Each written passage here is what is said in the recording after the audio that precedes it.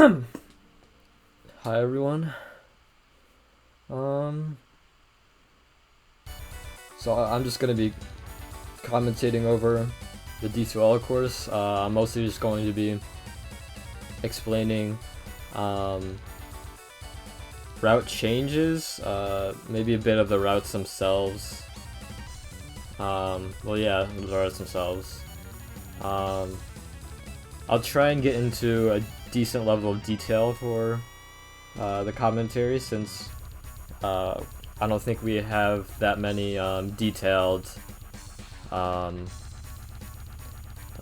commentaries of any runs, especially extremely fast ones. I know Coin, he does his commentaries on YouTube that are fairly detailed, right? He'll talk about like quick start at this angle, kill the pinkies after hitting this lift, or use 3 rockets here, whatever. So this will probably just be a messier version of that, because I'm not very good at commentary, but I will try. But I just want a good level of detail, because usually people post their runs, but a lot of times people don't talk about very specific nuances in them, because usually it's a huge wall of text to type out, and I don't know, usually who cares? But I don't know, I think it's enjoyable content, at least for me personally. If somebody talks about like, oh yeah, I'd like to move a little bit to the left here to get this double kill, like, it's interesting hearing that stuff, to me at least. So I don't know, that makes it sound like I'm doing the commentary only for myself, but honestly I don't need this commentary for myself, because I literally all know everything about the run. This is just for anybody who might find that also, like, find that kind of stuff also enjoyable. But we'll see how much detail I go into. I won't try and talk the whole commentary either, because that's also just kind of boring too, so I'll try and let the game play at times. So yeah, mostly just routes, route changes, some interesting nuances, stuff like that. Interesting things that happen too in the run, abnormalities. For example, a pain elemental in map 2 I kill in a very abnormal spot. But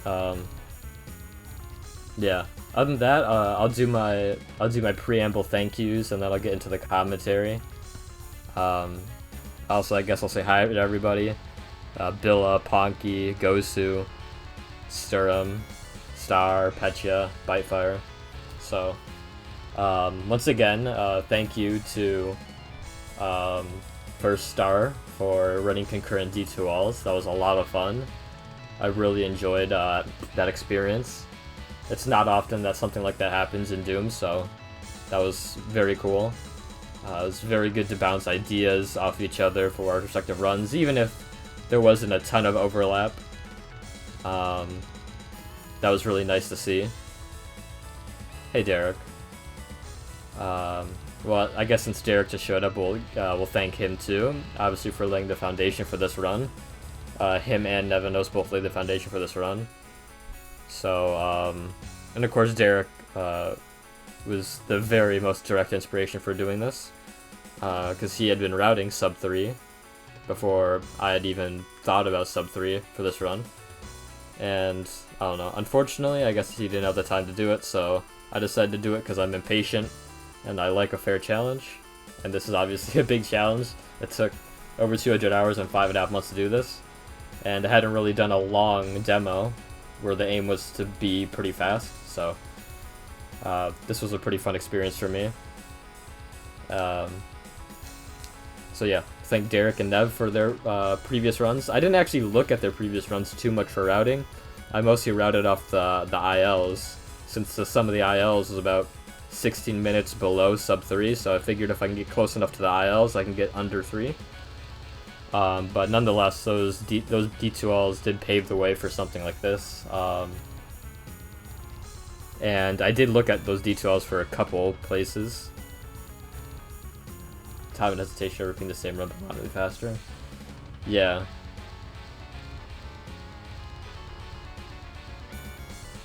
Yeah, I usually don't redo runs either. But as I was saying, so I did in a couple spots borrow Derek and Nev strats for this run. Most notably, I think in map 9 of the secret fight in map 9, I had to take Nev's strat for that because I kept dying with my own strat. So I thank them. Thanks Skogsto. I said all this in my YouTube description and stuff, I don't know, I just want to say it again. Skogsto, of course, for a lot of the E1 routes. Skogsto carries the E1 so hard with his routes. So thank you, Skogsto, for your routing. I think map 10 I used Derek's route. Thanks, Derek, for that route.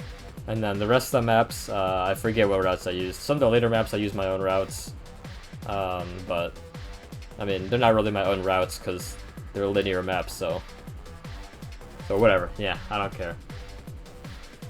Who else? Oh yeah, thanks, Yasimas.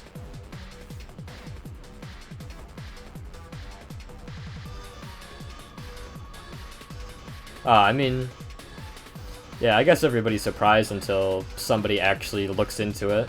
I mean, once you start looking into the run, you can see it's very possible. I mean, I already knew it was possible once Derek routed hit the D2All under 3, and he got around 256, I think. And that's pretty much where I ended up getting as well. But, so, thank Derek, Skogsto, Star, Nev. I also, of course, want to thank a lot of you all who were in a lot of my streams. Every single night almost. Lamuncier was there, I think, every damn stream. Bill was in a lot of streams she could make it, since I was streaming a lot when she was asleep. Brendan, Eddie, Ood, Tom Prime, Bite, of course, Dan. I think I saw Maribel a couple times. Coincident, he's there a couple times. Brendan, of course. Yaugi was watching a lot of streams. So many people were just always in a lot of streams. Just recurring Twitch chatters. Petya, yeah. Sturm. There's so many people. There's like 40 people that I think were like frequenting my streams a lot. I'm trying to draw every single name.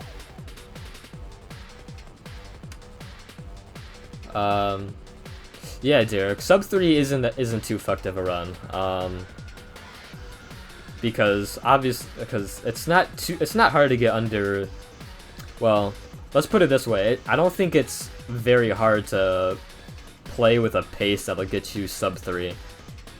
The more the difficulty, it's still an endurance test, right? It's still less about speed and more about it being an endurance test. How many, how long could you go playing at, it's not fucked, right? It's a fast pace, but it's not like, it's not like the Iowa D2All pace, right?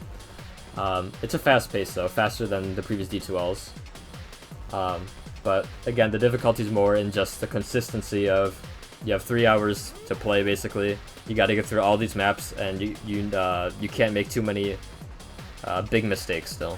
A lot of the danger is still just safety things. Just like a bigger worry is more about dying in places than it is about like being fast enough, So, so you're 100% right. It isn't that fucked of a run.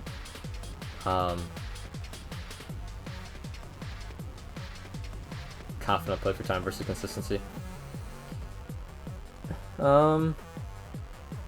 Yeah, I mean, when I started the run, Derek, I definitely, like, I couldn't even get to E3 that much, right? I think it took like 20 streams before I ever got to E3. And when I first started out in like February, my E1 time was 38 minutes. Now it's down to 33 minutes. So, I definitely wouldn't have been able to probably keep pace or do the run in the beginning, but you play these maps over and over again, you're finally able to get better at them, more consistent at executing the routes. You learn small nuances, everything. So yeah. So, thank you all for just constantly being in chat. You know, it really softens hard deaths, you know? It really softens the hard deaths when you die, and then, I don't know, you come back the next stream and people show up again. Like, I don't know. Especially when you're playing the same maps over and over again, you know, you probably don't think that people will just continue showing up just to watch you play the same maps and die in the same spots, but it's amazing that you all keep coming back to watch this in, like, 576p and 30 FPS. Better than a merge stream, though. I should probably get into the stream now. I'll point out people's strategies, routes that I borrowed specifically if they come up again. But yeah, I think we'll just actually get into the commentary now. So preamble over.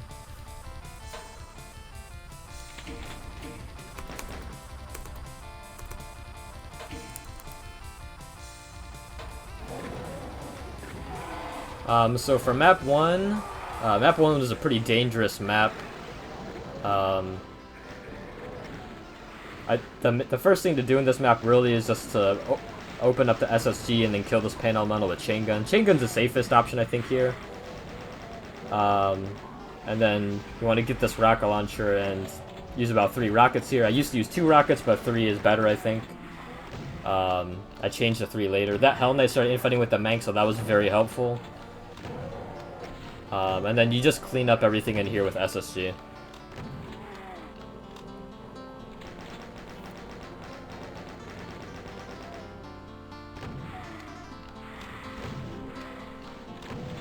Of course, you run past a lot of things here, hoping for things to infight. I used to use chain gun for these hit scanners here, but I switched to SSG because I figured the weapon switch time was just a tad slower using chain gun and then SSG. By the way, very bad SSG shots there with the zombieman and chain gunner on that one side. 3 rockets for those Hell Knights there usually works out pretty well.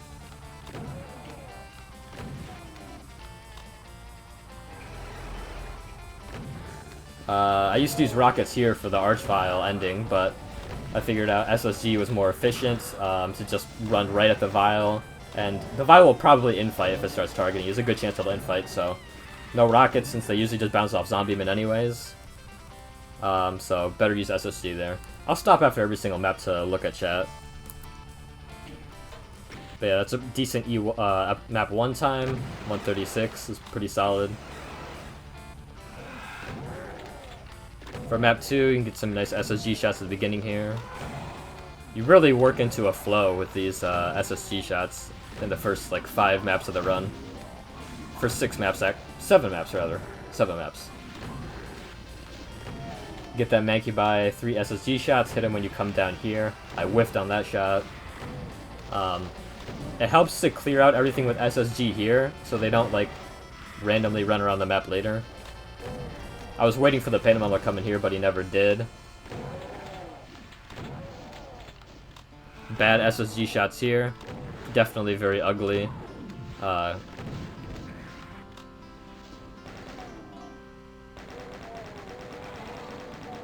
What else? Oh yeah, so this Vile. I also used to use rockets here, but again, I just felt like they weren't very efficient with damage. So SSG I thought was the better call here. You want to damage these Cacos with about 3 shots, because you can SSG them later from this room. So that might save you an extra 1.5 seconds or 3. Instead of just like killing them while you're in there the first time.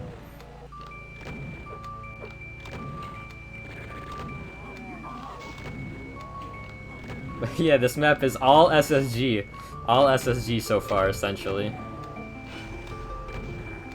It's still a great map, too. So, like, here you can get a Caco through the window sometimes, and even there. So I got pretty fortunate with Caco positioning there. Here's the Pain Elemental that didn't spawn in from earlier. Highly abnormal for him to come down here like that, but I was glad he did. It made him easy to kill. Plus it trapped Lost Souls in this room rather than outside in the main room later, for when I rocket the Vile and the Spider. But yeah, extremely abnormal. I've never seen that happen before.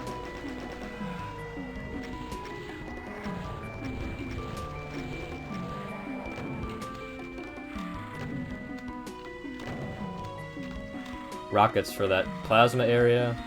Grab the green armor here. Rocket that vial. The Lost Souls can be a nuisance there. I used to die more to them when rocketing the vial, but I got a better handle on it as attempts went on. And then we just sort of plasma everything after this. That was a bit of a mistake there, not finishing off that Mank with plasma right then and there. He ends up costing me at least 3 seconds just trying to chain gun him later.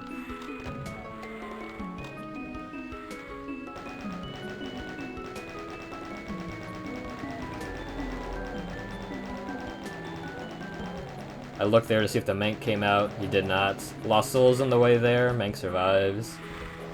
This very ugly ending to this map. I should have been at least 5 seconds faster, especially because I started off really fast.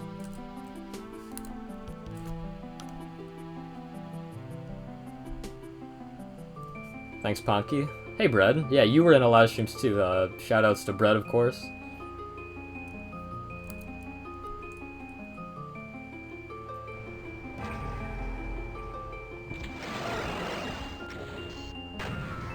So this map has a lot of doubles and good SSG clusters. Here's 4 pairs of doubles, so 1, move to the right to get this double, 3, and then 4. It doesn't really matter if you get that double, but it looks cool. So just collecting secrets here. Snipe the imps for later, saves about an SSC shot if you do that. I switched to SSC kind of late here for some reason. I don't know why.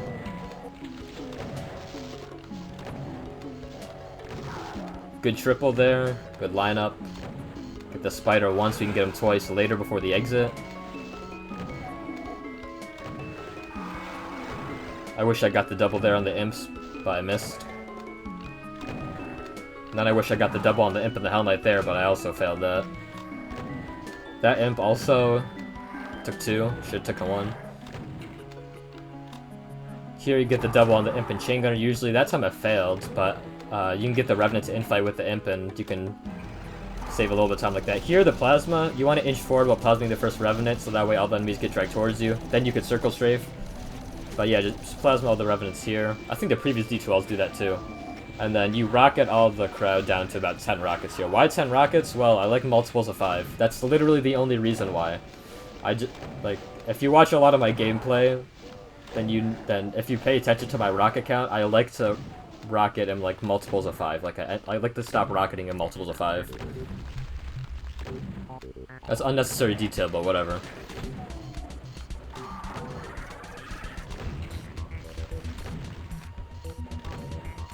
I used to try and pin this vial in that little alcove there, but I preferred him coming out because then it's, I don't know, the SSG shots and dodging just lines up better.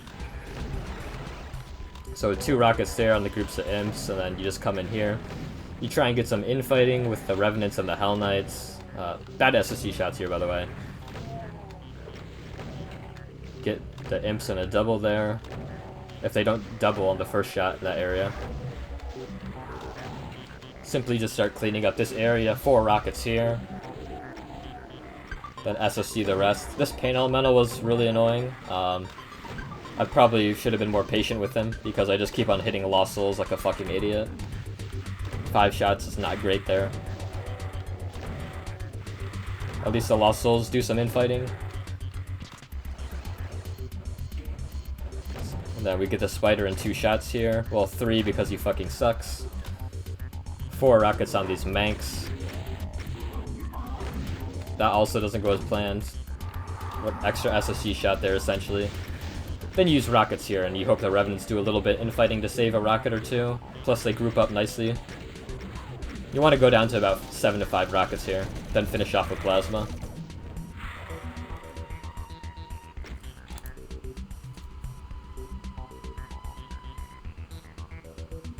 Yeah, Bread. It's because I was always streaming late. I don't stop SSGing in multiples of 20. Rockets, though, I definitely do multiples of 5. My style chain gunning, pre-fired a lot. A lot of times in the run, I just fire a chain gun randomly because it's fun. So map 4. Map 4 killed me a decent times. Think of it as like map 18, but like on a smaller scale. Just kind of chaos, particularly at the beginning of the map. We need the green armor there. Sometimes you can come in from the last map with blue armor, but I needed it there. So the goal for this map is basically just start as much infighting as possible with these revenants. So just release everything all at once, try and get everything to infight. Oh, I used to just go straight towards the switch, but I wait a second here to drag the revenants up a bit, so it's easier to grab the yellow key. And we want to grab the yellow key because then we can open up the secret and have more time where we're running around getting things to infight.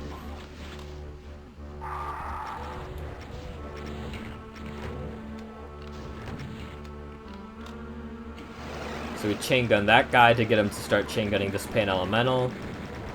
Just try to use the chain gunner to our advantage here. Get this chain gunner to start chain gunning this Kako.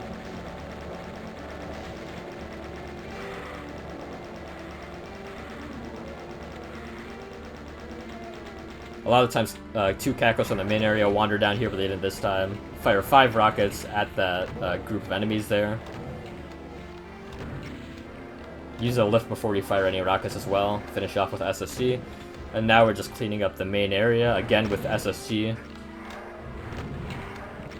could use a couple of rockets too if there's a group of revenants where you think damage will be efficient.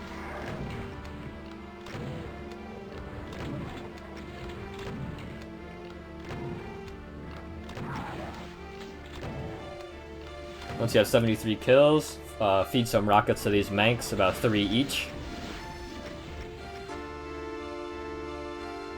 I don't like this song. So just rocket those revs quickly to get them out of the way. And then I think it's more efficient to use SSG here on these imps rather than rockets because it's a narrow hallway, so splash doesn't work as well. You know, you don't get as much depth as you do with something like SSG shots kind of piercing through the imps. So once you got 92 kills here, finish off that Mank, get in here. Not much to say about this area, just SSG the revs like this is the safest way to do it. And hopefully the Mank starts infighting with a rev, which he does 90% of the time. Saves a little bit of time. But it's not really necessary, it's a time to fight, so usually doesn't save any time. But it kind of ensures that you get out on time, at least. This Archvile, if you haven't picked up the Mega in this room already, you can, like, and you have the health, you can just tank Vile Blast from him.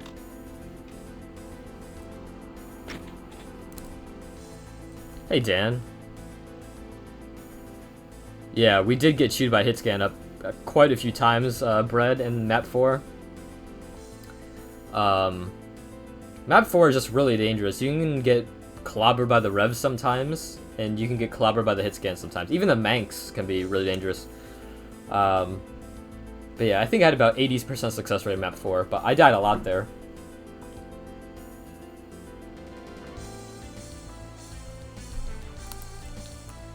So map 5, one of my favorite maps in the run. Following the Skogstow route. You know, just the same idea as map 4. You release everything at once, get everything to infight. This little lineup skip here. I found this, you know, W key setup to be really nice. You kind of eyeball the angle, but it saves you about 5 seconds doing that. So just continuing to release everything. Get in here before the Manx spawns in. Go rocket these Hell Knights and Spiders since they group up nicely. 2 rockets here. So you want to back against this back fence here. You see me backing up. That's to provoke more infighting outside. It doesn't help that much, but, you know, every little bit counts. So then you just continue rocketing everything out here because things are group up nicely. And of course, we're just trying to do all the progression of the map to get all the armor bonuses because we're gearing up, as the map name implies. 4 rockets here is usually pretty solid. Rocket down there. I'm at blazing pace right now. The Revenants here fought very well.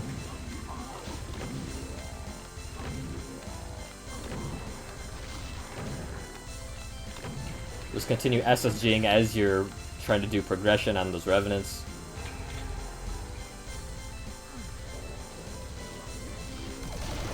Kill the Hell Knight first, since he's the actual biggest threat here first, and then usually you just go in with the Plasma on the Vial. You bet that that you'll get a stun or two, or that you'll kill him before he has a chance to attack you.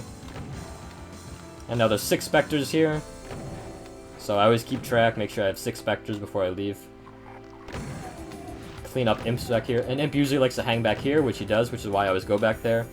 Now everything from the map before, or that we released earlier, groups up very nicely, so they're good rocket fodder now. Makes your rockets pretty efficient, plus they were infighting. So that's really cool. And then now you can just clean everything up. The Chain Gunners infought really well, so I was able to get a really fast time on map 5 here, with really good infighting. 2:18 was my best time here by far, by 4 seconds.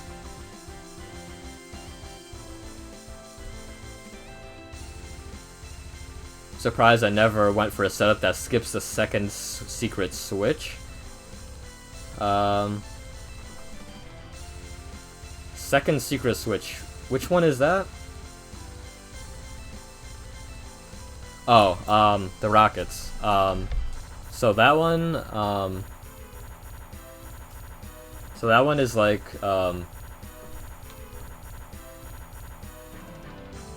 yeah, the one at the lock-in. Well, I never went for a setup that skips the second secret switch. I mean, it's not really necessary to skip the second secret switch. I know you can, I think Derek or Nev in their D2Alls, or maybe Skogsto too in his IL, they do some sort of different skip for that lock-in fight there that you don't need to hit the switch for the secret there with the 2 rocket packs. But I think they do like an SR40 there, and I found it just more consistent to do an MF50 input.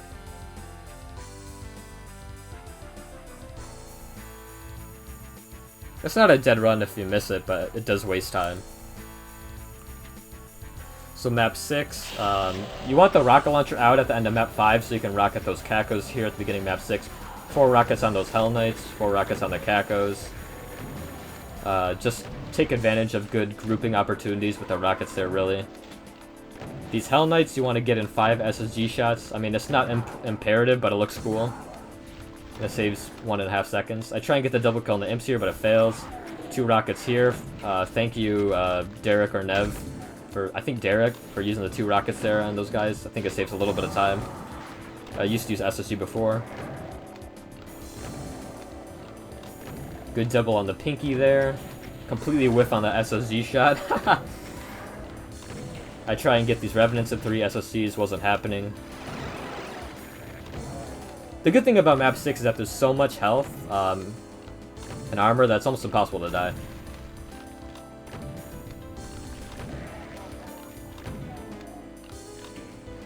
Use 1 rocket for the Imps here to clear them out. It's completely variable how much damage that rocket does. Sometimes it kills all the Imps, sometimes it kills like 3 Imps.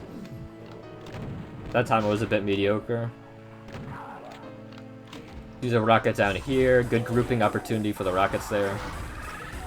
Spam rockets here and then finish off with SSG when they got low health. Do not skip this line. I should be talking about all the line skips that can happen this run. I didn't talk about any of the line skips on map 2. The secret jump used to be kind of difficult, but I got super consistent at it.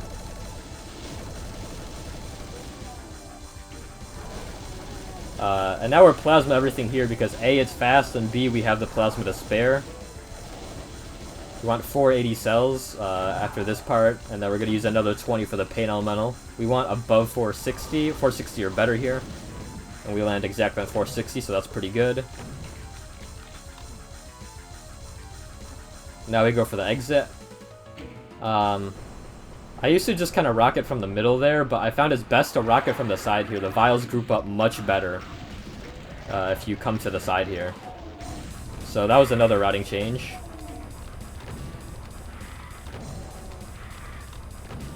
In all my attempts I got here, I like to show off this little light sequence at the end. You know, stand, make sure you have a good view of the center of the light sequence. Just makes the demo more watchable. And 2:39 was a pretty solid time there.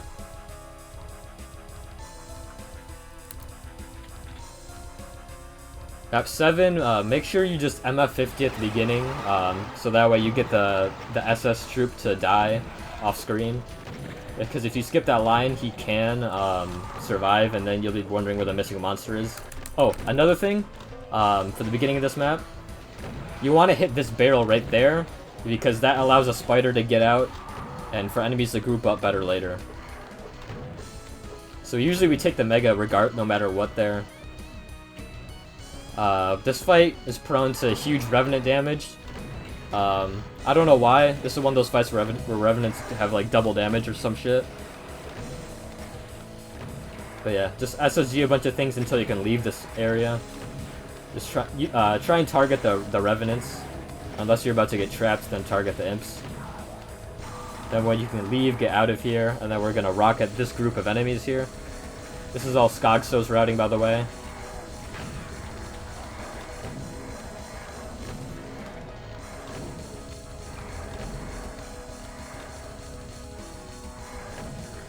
So now we're gonna go back to this room and rocket everything that grouped up in here. So a lot of these early maps are just about finding good opportunities to group up enemies with so you can rocket them. Plus instigate infighting. Well, every map is about instigating infighting if you can.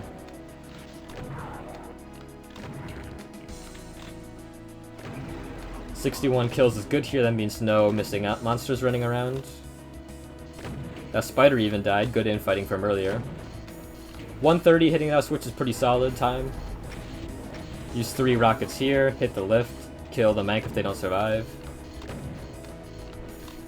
Now once you got 65 kills here, you know you got no missing monsters. Even if you do, it's fine, you come back and get them later.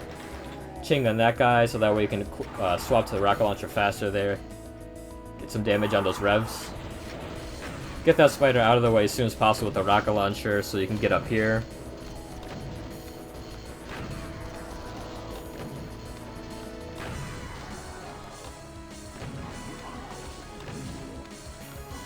This is also a good pace getting here. Shoot that rocket behind that chain gunner. 3 rockets on the vials.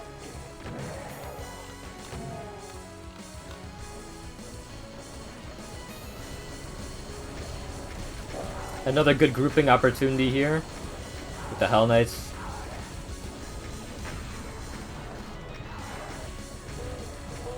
Usually 5 rockets on these Revenants. 4 to 5 rather.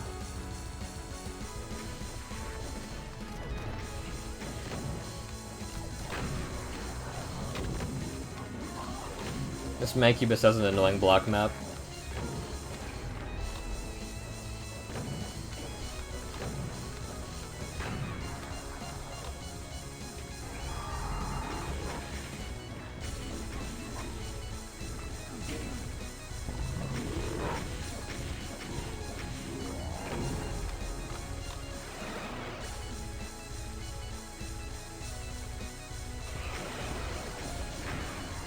So yeah, nothing too interesting going on here, besides the fact that hitting that switch at 320 is insane pace. I think that was the fastest I ever hit that switch. So that's awesome. This Archvile is annoying, he didn't stun at all. We want to use as much plasma here, so that way we have 500 ammo, and then just SSC everything else here. Pick up that cell. And we're about to grab the BFG here, get the BFG, which is huge for the run. Get some SSC damage. I got absolutely walloped by Revenants here, terrible dodging, plus high damage roll. If you go back, I actually get hit by like a 60, a 70, then a 50, and then another 70. So, it's another one of those fights where Revenants do a shit ton of damage for no reason. Like, consistently, they roll high damage rolls here, I swear to God. So, because of the low health, I'm forced to use some rather inefficient BFG shots. Oh, let's go back to the beginning of the fight again. So, I used to go in the northeast corner here and hide behind the pinkies there, but I figured it's actually best to sit here because I figure all teleports empty a little bit faster here. Plus, you still get good tracers on everything. Or you get better tracers on the Revenants, I think, if you sit here. So that's why I changed which corner I sit in. And then now you clean up here. Usually you want to go down to about 200 or 160 cells here. Depending on how many monsters you'll have to just clean up with chain gun or SSG after. I did want to go down to 120 there, so I decided to just chain gun SSG everything else to save a BFG shot.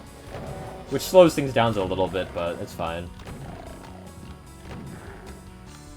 And we wanted to go down to all that because to 150, 160 cells because we want the 4 cell packs to get us to 560. I was checking for health at the end of that map there, but I didn't see any, so I just went to the next map and decided to grab the supercharge at the beginning of it.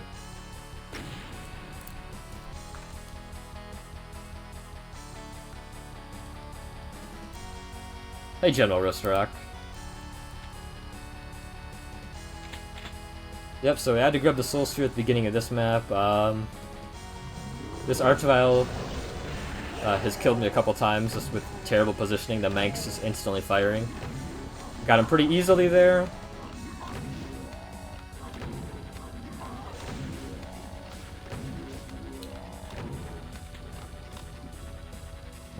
Three rockets on each of these pairs of Hell Knights. 3 rockets on these Imps. 2 rockets on these chain gunners. Finish everything off with chain gun because everything will have low health.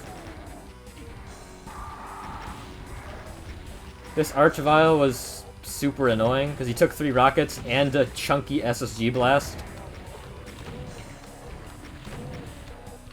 Yeah, this beginning area went pretty poorly, and I whiffed the SSG shot there. So map 8 was off to a pretty bad start. The end of map 7 and the beginning of map 8 was a bit of a rough patch early on.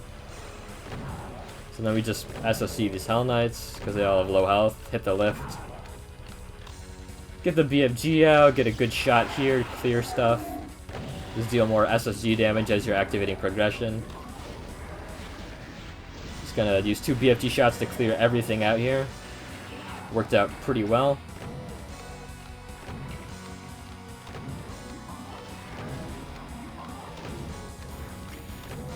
A lot of episode 1, you're just cleaning up with SSG after using rockets or BFG.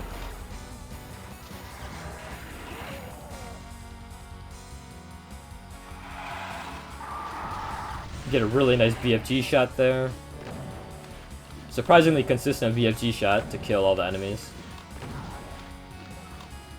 Then we use BFG here. Grab the supercharge if you have lower 100s health. Almost got hit by the rocket there. Obviously want infighting with the Hell Knights here. And while they're infighting, 3 rockets on each of these pairs of Hell Knights. Which seems to be a recurring theme for this map. There's 4 pairs of Hell Knights that use 3 rockets on each in this map. So infighting basically went perfect here. All the timing synced up. Very little wasted time. And a 1 BFG Cyber. So that was a pretty big time save. Good double on those Imps. More infighting.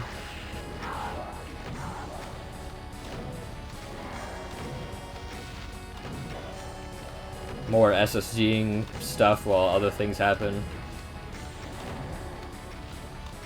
I messed up the infight here with the Baron. I shot him too quickly. So now I had to try and get the Baron dead and just 2-shot the Cyber.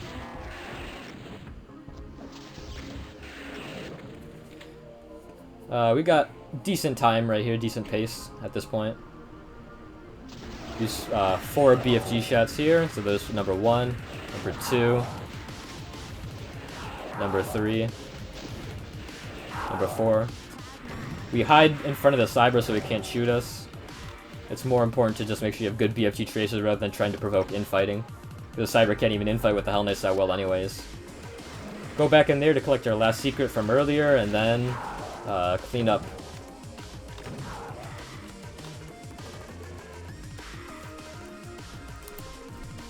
Hey Vile, thanks for the raid. Have a good one, Lamonster.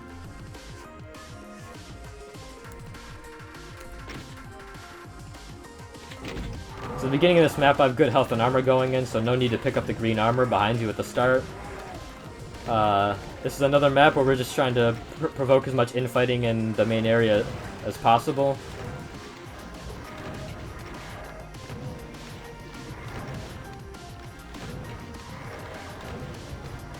Got a good double on the Revenants there.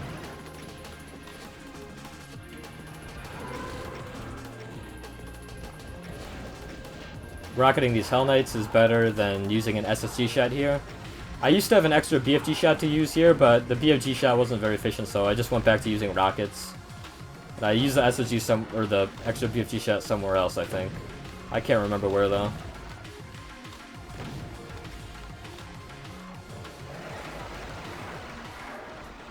So then we try and just get both Pain Elementals and whatever else is left around here with one BFG shot. Grab the Plasma, and we're done with this area. SSG your way out. Now we do the other wing. This wing used to be extremely dangerous for me, but I eventually got better at it to the point where it was pretty much 100% consistent. Because those sniper revs are pretty dangerous if you don't know what you're doing. They like to do very high damage. Clearing these barrels is low-key important as well.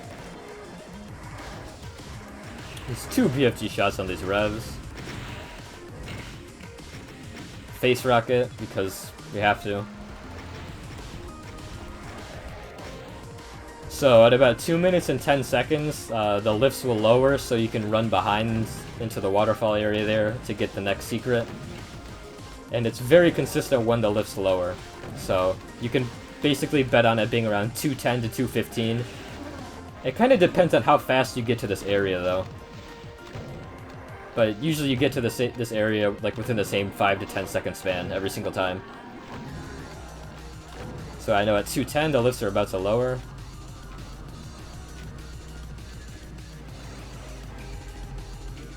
This vial is the most consistent vial in the whole entire speedrun.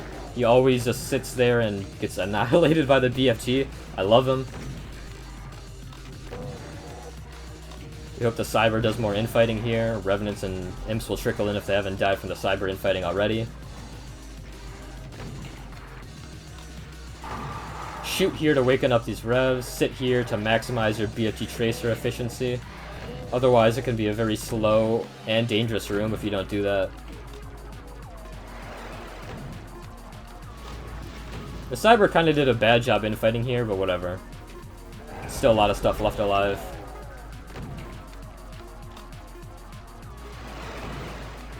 You can kill one chain gunner there. And here is one of the bigger route changes in the run. My strategy used to just be sitting in this hole when the Cyber spawns in, and shooting him to make him shoot at me, which would splash the Hell Knights, and I would hope the Hell Knights would provide a blockade to prevent the Cyber from getting in, but that doesn't work that well that often. So I went back, so I looked at Nev's run, his D2All, and I began using the strat that you're about to see, which is way more consistent. Except I fuck it up in this run. Because I accidentally hit the Cyber with a couple SSG pellets, so he starts coming towards me anyways, because I aggroed him. So now I'm forced to just spam BFG and eat a rocket. Which is so ugly looking. And then, I don't know. I use rockets to finish off these Hell Knights, because at this point in E1, we have a decent amount of rockets. I had a decent amount of rockets going into this map, and I can afford to spare a decent amount. You can usually afford to spare a decent amount by the end of map 10 as well. So after that fight, we just clean up everything with Chain Gun. I'm not sure if it's faster to use Chain Gun or SSG, but I just like to use Chain Gun here.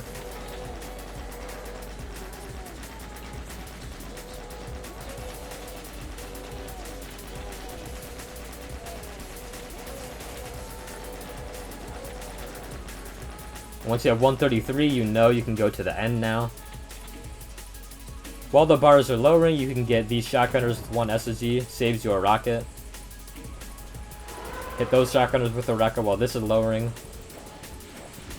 You want to aim into you want to penetrate the rockets into the crowd, maximum rocket damage. Then you use about 5 BFG shots on the crowd here just to clear out the Hell Knights, so you can get into the inside. One BFG shot for those pain elementals does a decent amount of damage. Another when you're coming out. Rocket what you can here. Usually it's kind of difficult to rocket because of Lost Souls. But I was a bit down on cells here, so I wanted things to group up a bit better. And they did group up decently well. I leave this map with one less BFG shot than I want to, but it's fine. It just forces me, having low cells just forces me to SSG everything else here for cleanup.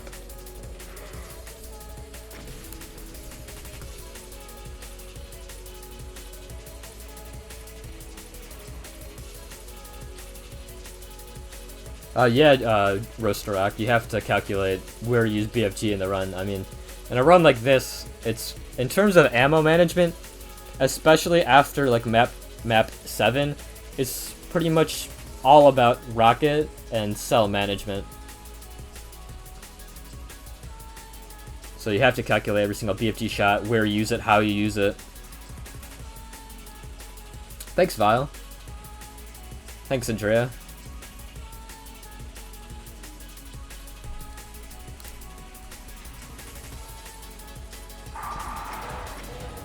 So because you have a decent amount of rockets here, within the route you can just kind of spam rockets here at the beginning of map 10. Try and get some infighting going here. I completely just fucking fail here and run into a wall and then fall into this pit. Usually you want to get more infighting with the Cyber, Manx, Revs, and Spider there. One BFG shot for these pair of vials here. It wasn't a great BFG shot, but it did good enough. Could use more rockets here. Rockets on the Barons, at least. And I find SSG, again, to be just about as fast as a rocket launcher here, while also being probably close to the same efficiency. Because, again, it's like what I talked about in map 4. The imps are, you know, it's kind of a narrow hallway, so the SSG's penetration works better than the rocket's, you know, circular splash. In my opinion, I don't know. These are just theories and ideas. I haven't actually tested if it's fast to use SSG or rockets. I use SSG because rockets feels less efficient.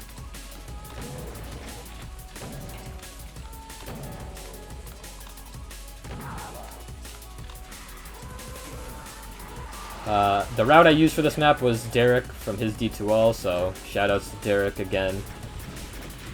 Very nice map 10 route.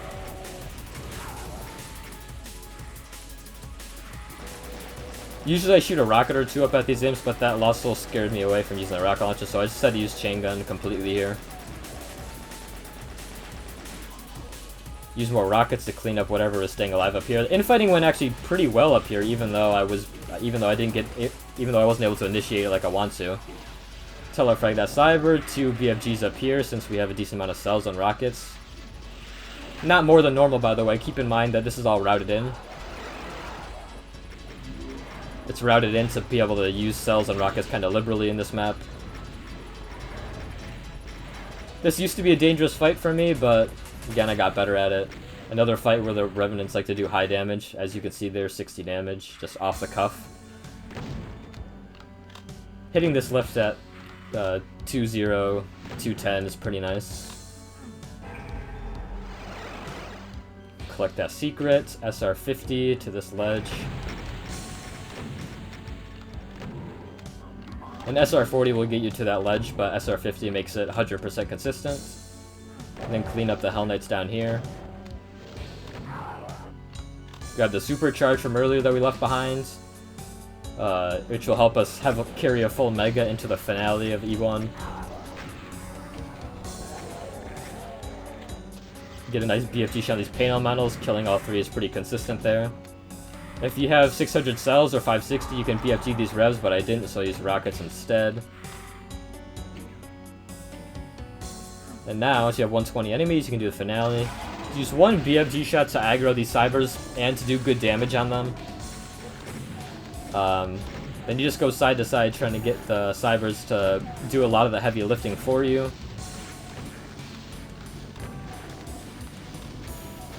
You mainly just want them to aggro the Hell Knights, which sometimes they don't do very well, which they are not doing extremely well right now. So you want BFG out in case it gets hairy here, but I find a seam. Use 1 BFG shot for each of these pairs of vials. I was gonna go for the other side immediately there, but I wanted to provoke more infighting, so that's why I sit back here.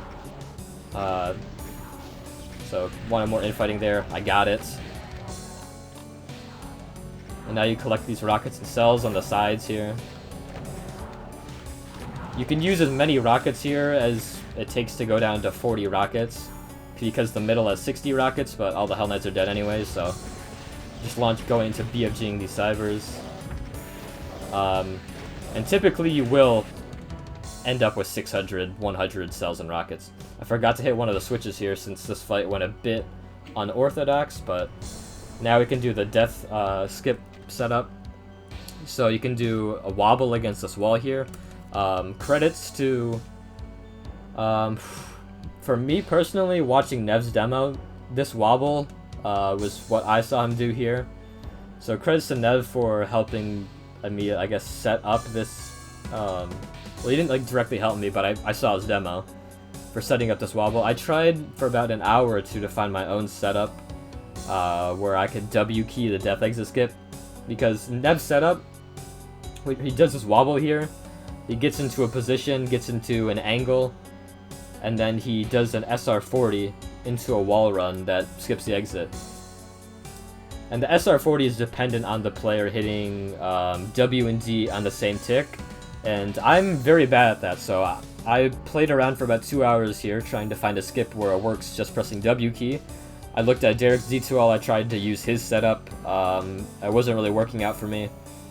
I guess I'm bad at getting that setup to work, because a couple times I'd find a W key setup, but I wasn't able to consistently get in the right coordinate position, so I scrapped that one. I go back to Nev's setup here, and I start off with the wobble again. Once you get the wobble, go all the way forward into the corner until you can't go anymore, and then you want to angle. You want to angle it so that way the right side of your screen, the very edge of the right side of my screen, is about halfway. It's just about bisecting vertically the topmost 2x2 black cube mountain thingy. So you can see on the right side here, it's bisecting, the left set of squares, just about down the middle. It's hard to describe. Like, I'm doing a bad job of describing it, but like one short tick angle to the left or right, like, makes it look completely different. So I don't know. Just make sure the edge of your screen looks like that, and how it's cutting off the very top of that pyramid there. And so once you get this angle, you can MF50 for about 2 to 3 seconds forward before you can hit D. So you just want to hold MF50 for 2 seconds and then also hit D, and then also hold D after a couple seconds, and you will skip this exit every single time.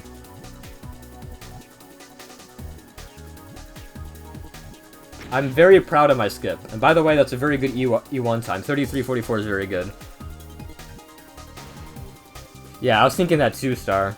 But for me, it depends on that top right pyramid. The skip was 100% consistent, Brett. I only failed it once because I fucked up the setup. And I was too confident about it working.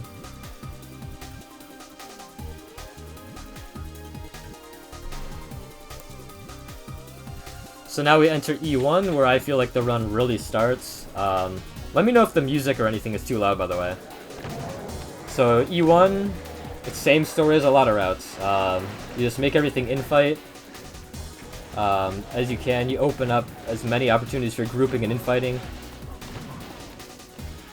So a bunch of crap is infighting in the middle area there. A bunch of crap is infighting in the cave section. Map 11 here is a very rocket-heavy map. I'll be using a rocket launcher for the majority of this map. We come back here to clean up the main area. Revenants and Mancubi killed all the fodder.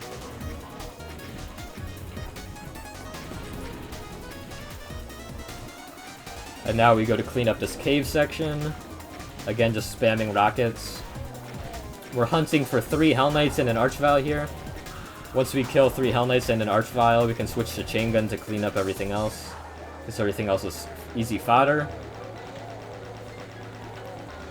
And we want to get out of here at about 87 kills. 88 depending if one of the shotgunners outside died or not. 89 if both died. Fire a rocket while you're running, because if you fire a rocket while you're running here, if you fire a rocket upwards at both shotgunners, the rockets won't hit until after you cross the line depth for the floor to lower. And so your rocket will do infinite height splash damage to both pairs of chain gunners that are revealed, and the shotgunner. Although one of the rockets didn't kill a chain gunner, so I should have 93 kills here, but only have 92. Hit the switch, you can come around this corner and you get a nice BFG on these vials. Surprisingly, I killed 2 there. It looked like I wasn't even going to kill either. Just clearing out all the vials here. We're just prepping this area for rocket camping later. 3 rockets on that spider. That chain gunner, he didn't die. Fuck him, I guess. Then now, open up everything and just sit back here and rocket everything. Everything will group up nicely. Things should infight nicely. The only thing we gotta watch for here is the vial to come out. If the Archvile, as soon as you see the Archvile come out, switch to BFG, just go in and take them out. Use 2 to 4 BFG shots to take them out. If you use more than 2 shots, you'll have to use your BFG differently in map 12, less liberally. But I see him here, so I go in, use 2 shots, took care of him. Use another BFG shot on these Manx here, efficient damage. And you just clean up everything else, right? SSC and rockets. Good double. Always hunting for double kills in this run if you have SSC out. Always hunt for doubles.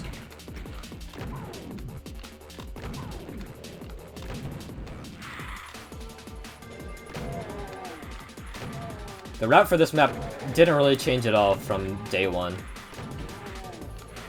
Same for map 10, map 9, map 8, map 7. So now we can collect a mega armor, clean up that chain gunner from earlier. He comes from the beginning main area. Get a soul sphere. So now we carry a full stack into this fight and most of a full stack into the next map. Aim for that first pain elemental. And then aim for the chain gunners, actually. Aim for the chain gunners after you kill this first pain elemental. The chain gunners are more dangerous than killing the pain elementals here, honestly. Because you want to carry good health on the map 12. Like, map 12's beginning is very dangerous. Well, not very dangerous, but it's pretty dangerous. So you don't want to... Like, it's pretty easy to just take a lot of damage at the beginning of map 12. So once you clear the chain gunners, pain elementals, rocket the imps down, and... This is a bit of a feel-based thing, but once you've killed enough to start using SSG, because the gate should lower by the time you're done cleaning up with SSG, which works out perfectly here. Now we're on to map 12. Thanks, Vortel, for the raid. Hey, Miyagi.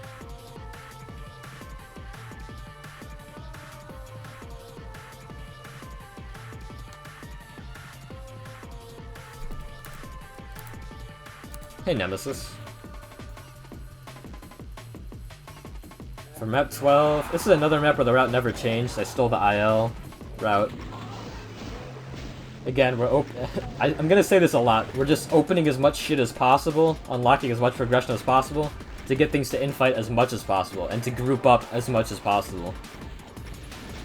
These vials never gave me an issue here, pretty safe and consistent. Again, we're continuing the theme that is E2 and E3 of just rocketing a lot of things. E1, you do a lot of SSGing as the workhorse for a lot of maps. E2 and E3, rocket launch becomes the main workhorse. So this can happen a lot, and it happens in this run, getting blocked trying to go for this blue key. Super annoying. It's extremely annoying, so I clear everything out there to make sure it doesn't happen again. BFG shot on these chain gunners here and these Manx. The main reason is to clear space out so I don't get blocks coming out of here later, and I'm not interfered with while I'm doing this little section right here. BFG on those pain elementals, by the way, clears them out very quickly. More rocket spam.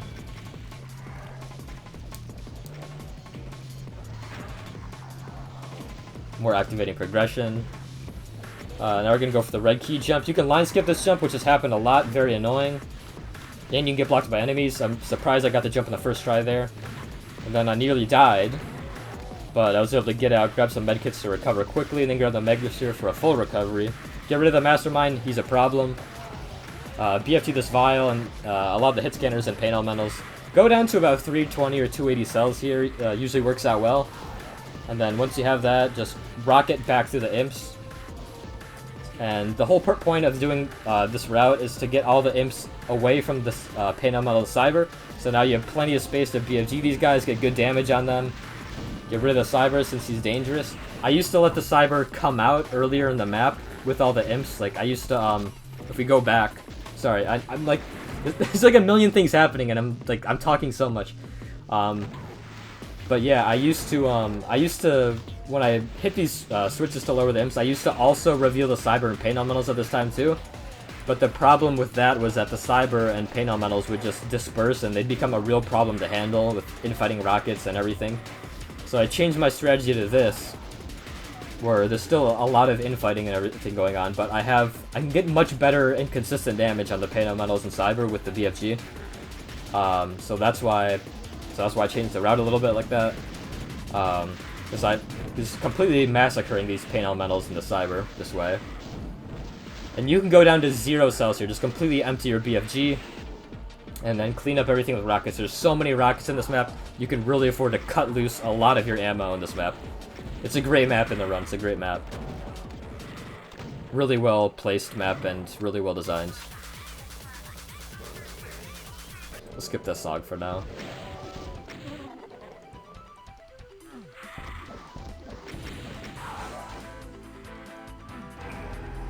So yeah, we saved the Mega Armor and that Secret Soul Sphere so we can carry a full stack into next map.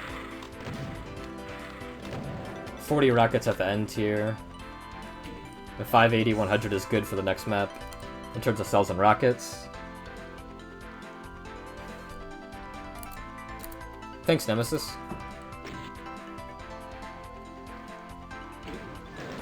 The start of this map, nothing much to say. This map isn't that interesting from a routing perspective. Just kind of going through the map here. Doing the same thing as always, just trying to get as much stuff released as possible. For infighting and grouping, 2 BFG shots here works out pretty well, SSD the rest. Now maps 11 to 13 are extremely rocket heavy maps. I enter this map with 100 rockets, I will leave this map with, I think, like 20 rockets. Or like 30. 30 is very good to leave this map with, by the way. But this map is like almost entirely rockets. So here's the grouping from the beginning area. I forget if I used somebody else's route for this or my own, but this map is very straightforward, so I wouldn't be surprised if it was my own routing.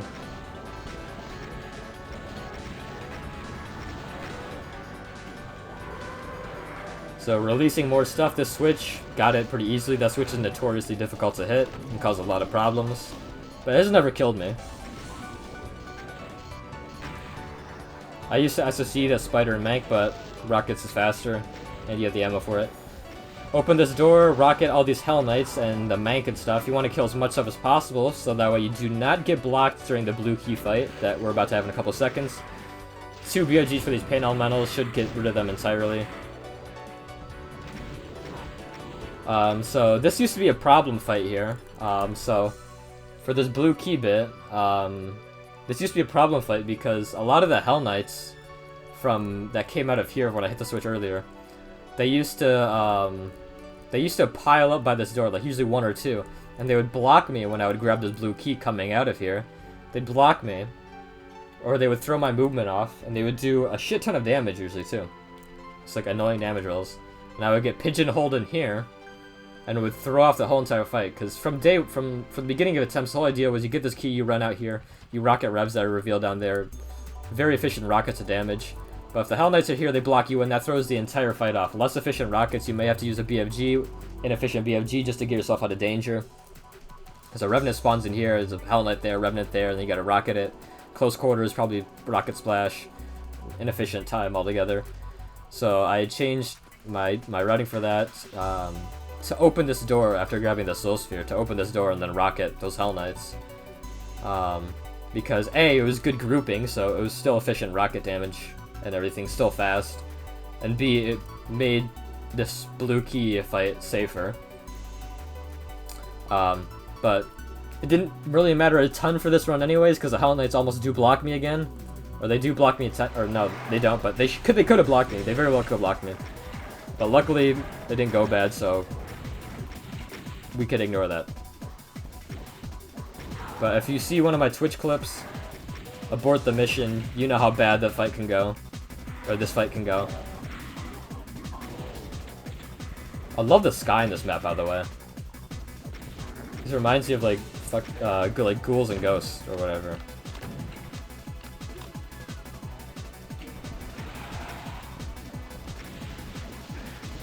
That Archvile was dancing, dodging everything. We saved that Mega Armor earlier, take it there.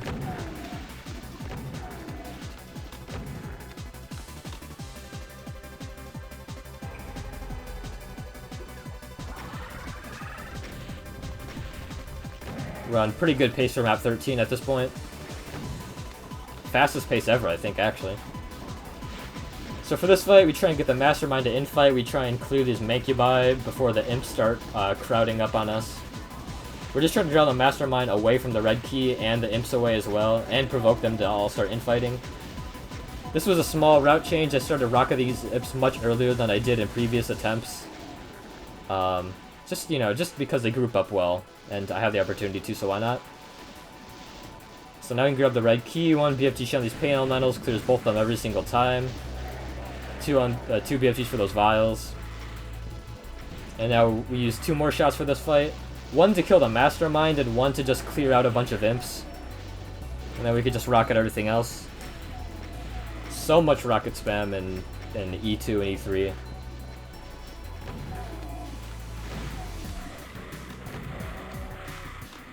So we want to come out of this area with 258 kills. There's a magic number at several points in almost every single map, and yes, I have memorized all of them, essentially. Once you play these maps so many times, it's not hard to remember. Some more rocketing. Another small routing change is I used to sit in this corner to rocket everything, but I found it's just generally safer and makes more sense to sit over here, because enemies will never crowd up on you, really. More space to maneuver. Just overall better to do that. One BFG for this vial, another one here. Cat Jam, by the way, I love this mod.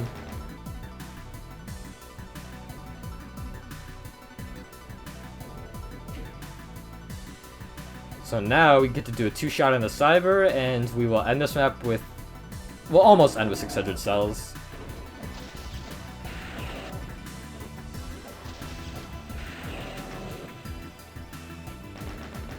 And then these pain elementals come down. I'll talk about those cells in a second, because I think those 2 cell packs are interesting for a routing change. You load these pain elementals down here, hit the lift. Boom, get each of them in 1 shot. Will save you at least 5 seconds to do that. And I have my fastest map 13 ever.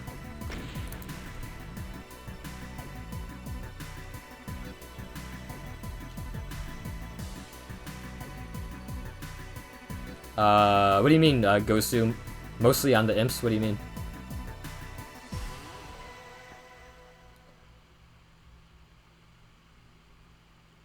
Oh yeah, so there's 2 cell packs at the end of map 13 there. So, in map 12, I used to go down to 40 cells instead of 0, so I'd exit the map with 600 cells.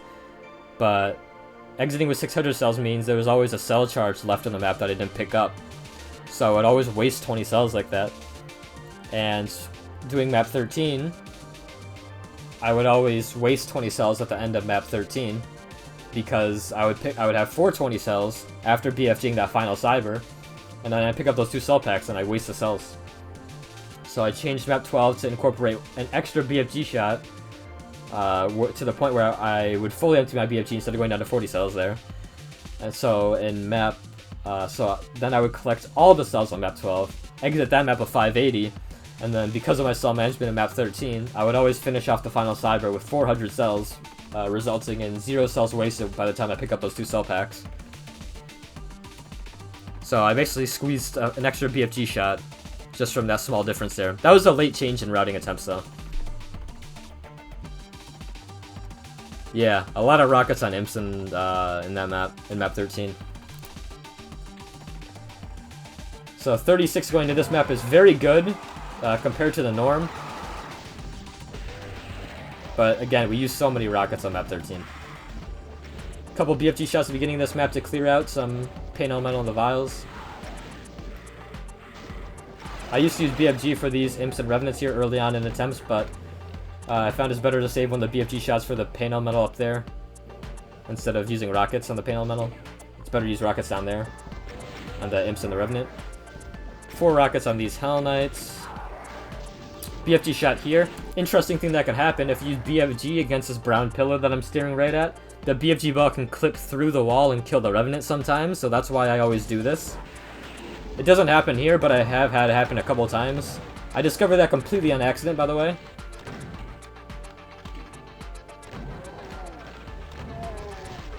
Now we go for the yellow key secret.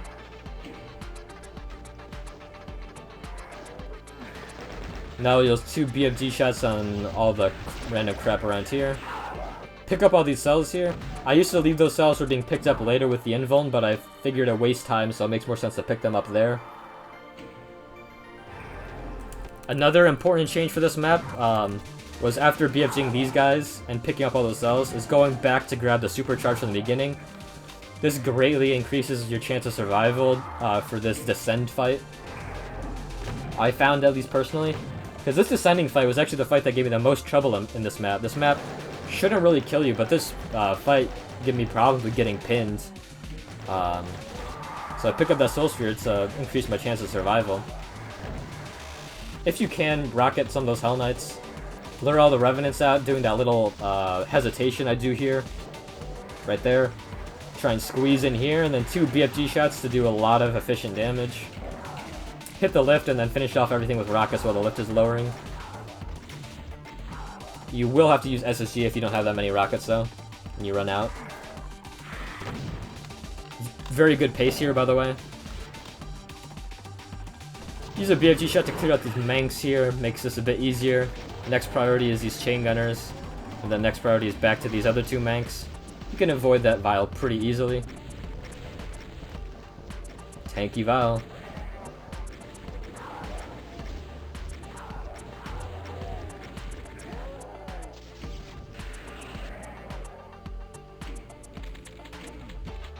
So now we go for the invuln secrets. Using this to neuter the secret fight a little bit. Kill some imps down there. Whiff on that rev. Oh yeah, so this is what I was talking about earlier with picking up the cells earlier in the run. So normally I would go to the left down there to pick up the cells because I used to not pick them up until now. But it wastes like about 4 seconds just running with the invuln to pick them up then. So that's another small optimization. Get a little bit more time with the invuln in this fight, which is crucial. And then this fight also went through a decent amount of changes with how I use a BFG. I can't remember all the changes, but in the end, I used to have both Cybers try and just infight. I used to not kill either of them, and just have both Cybers infight the Hell Knights and Barons. But I started dying keeping these Cybers alive because they would stop infighting, and then the Hell Knights and Barons would have a hard time provoking them again. Sorry, let me pause. The Hell Knights and Barons would have a hard time provoking the Cyber again. And the Cyber would just keep going after me, and it would complicate things. It makes the fight a lot more dangerous. And of course, if you want to try and BFG a Cyber going after you, kind of have to worry about your Tracers not hitting the other Cyber and provoking that Cyber to infight you, so you wouldn't have 2 Cybers going after you at the same time. And of course, you still want efficient shots, so it's a lot more trouble when my initial stretch for this fight was just to have both Cybers infighting the whole entire fight, and then after some period of time try and kill one of them when the Hell Knights and Barons count looked low. But I figured in the end, like after I died here enough times, I got frustrated with dying here because I didn't think this was a fight you should ever really die on. So I decided to just immediately take out one of these Cybers with the invuln after they start infighting, which is what I do here.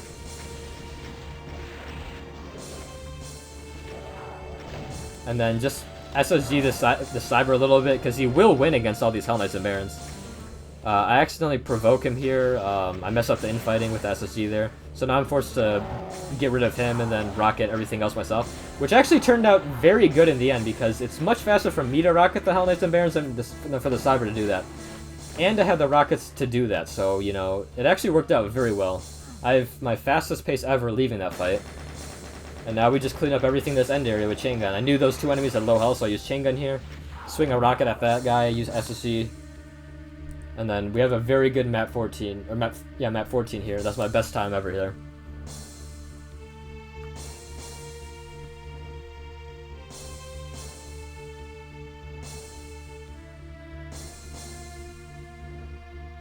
Wait, what didn't happen in this run?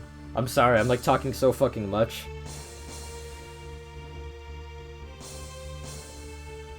Oh, the Revenant, yeah. That would've been cool if it did happen. It surprised me when it initially happened, like, cause when that initially happened, it was a complete accident, so when I revealed that Revenant and he was already dead, I was like, what the fuck? It's like, how is he already dead? I didn't even touch him. But I realized it was a BFG ball. So now we enter map 15, which used to be a huge problem map early on in attempts, back when I could barely get to E3, or I was barely even getting to map 20. But I got a lot better at this map as I went on. I think I died in this fight, this first fight here, 3 or 4 times early on in attempts, before I finally got a lid on it. It's not a fight you should die in, it's pretty easy. But yeah, get rid of that first vial with rockets, and then when phase 2 begins, just lure the vials all out, BFG them. Use 3 BFG shots here, then rocket everything else.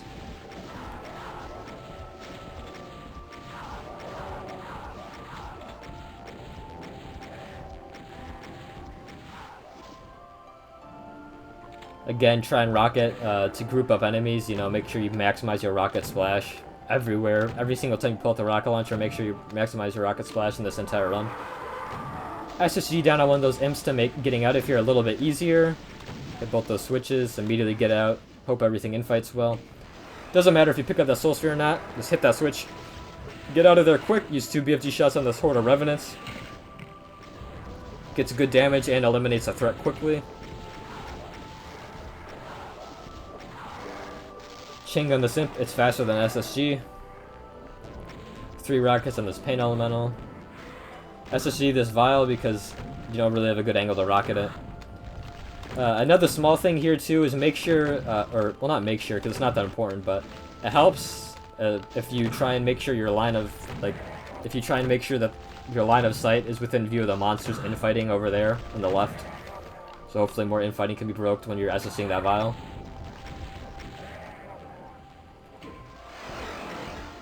For this fight, this is a small optimization I made later on in attempts. Stand right here so that way the Cyber has view of you and can infight, as opposed to like sitting right here and rocketing. The Cyber won't see you, but I make sure to stand over here so the Cyber will see you and infight. And then we want to use about 15 to 20 rockets here. In my attempts, you'll notice, or a lot of the times I'll say, I'll go down to 25, 30, 35 rockets while I'm rocketing these pinkies here. And what I mean is I'm talking about my rocket count. And I always say 25, 30, or 35 because A, there's no multiples of 5. And I like multiples of 5 for rockets.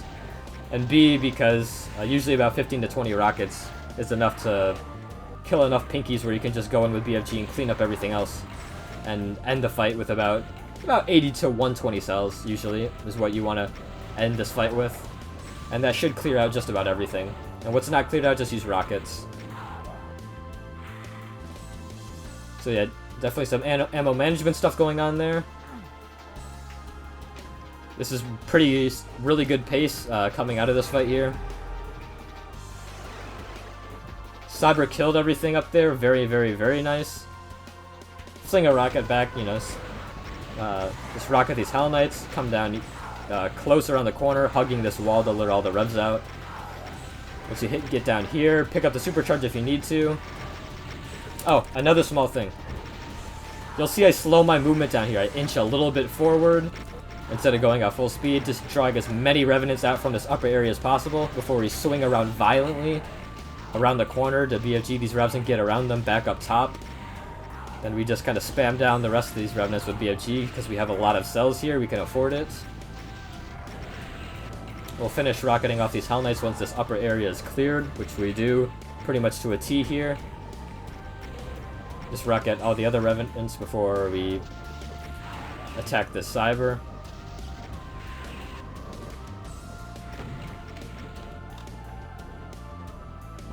Take that Hell Knight. The Hell Knight likes to survive pretty easily. Unimportant detail, but I just noticed that he likes to survive. Now we're gonna sit here for a bit, because if you noticed earlier here, you can see that the Cyber is nowhere to be found, back by that brown waterfall in the main hub area. And so what that means is that he is sitting over here. Or, he's sitting over here. You know where you teleport in? Right over here. So, there's a chance that if the Cyber is over here and you teleport right here, he'll just instantly cook you as soon as you teleport out.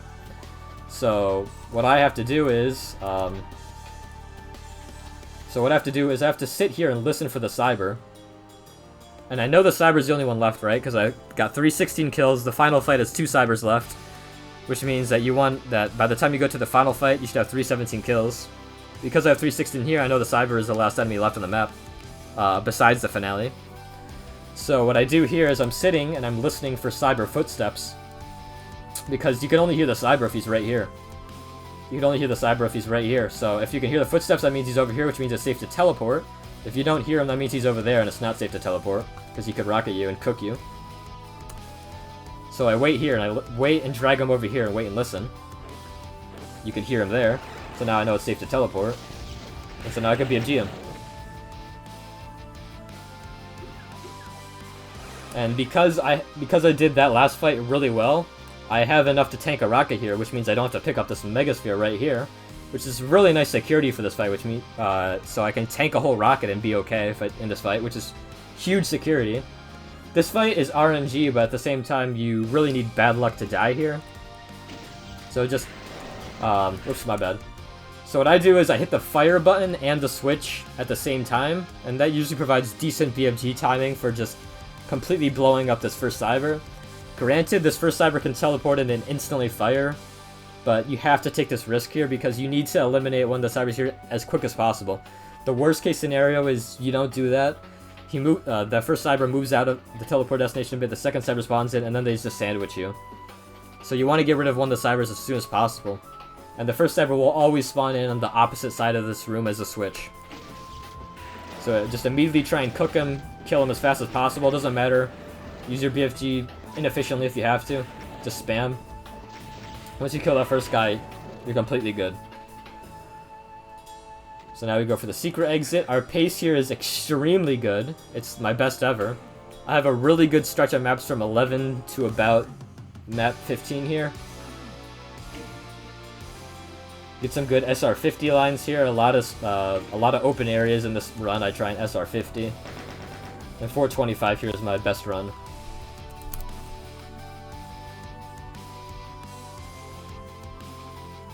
Oh, thanks Phoenix for the raid. I hope 1x1 was very fun. I hope your voice isn't dead. My voice is gonna be dead after this stream. Hi, Brendan.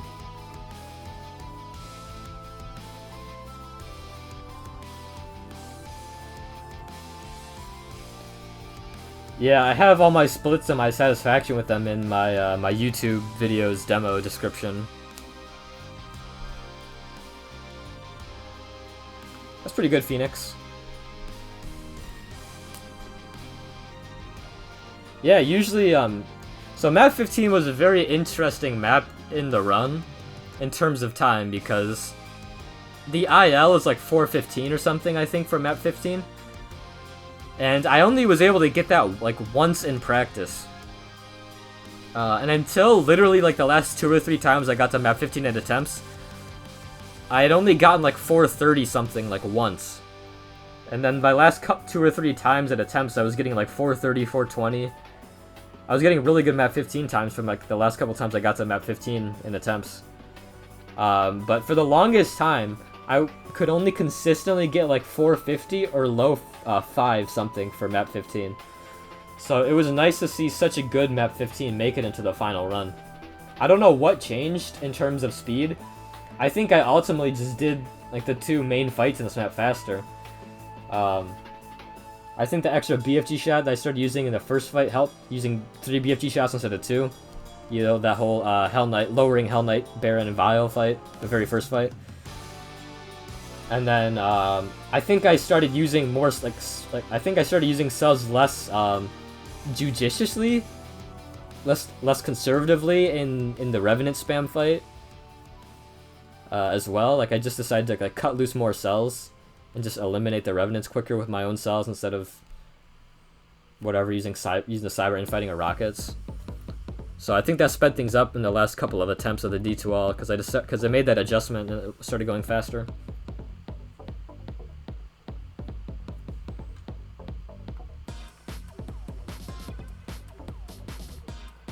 How do Doom 2 runners bind keys for SR50? Everybody's different. I'd recommend checking out Meowgi's SR50 video where he shows some different SR50 setups that some people have. Some people... So for SR50, right, you need to press 4 keys at the same time. You need to press W and D, or aka your MF50 and your move forward and your strafe right buttons. You need to press your manual strafe button, which for me is set to strafe key. Other people like to use right click for the manual strafe. And then you also need to be hitting your turn right input, which could either be bound to a button or you can just literally be moving your mouse to the right, like literally just turning right like you would normally with your mouse, and you'll SR50. Meowgi's video explains it a lot better than I'm doing it right now, so I'd recommend checking out that video if somebody would like to link it. Yeah, Meowgi linked it.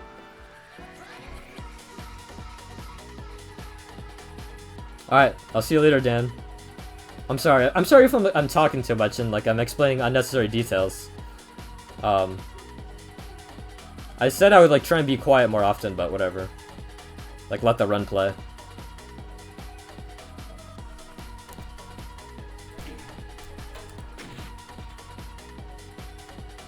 So anyways, map 31.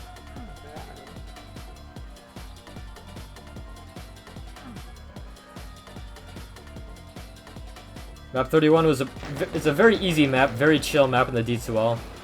I only died here once because of some bullshit, which I'll talk about later. But this is a map where you can just spam BFG on things that normally don't need to be spammed on. These are very inefficient BFG shots.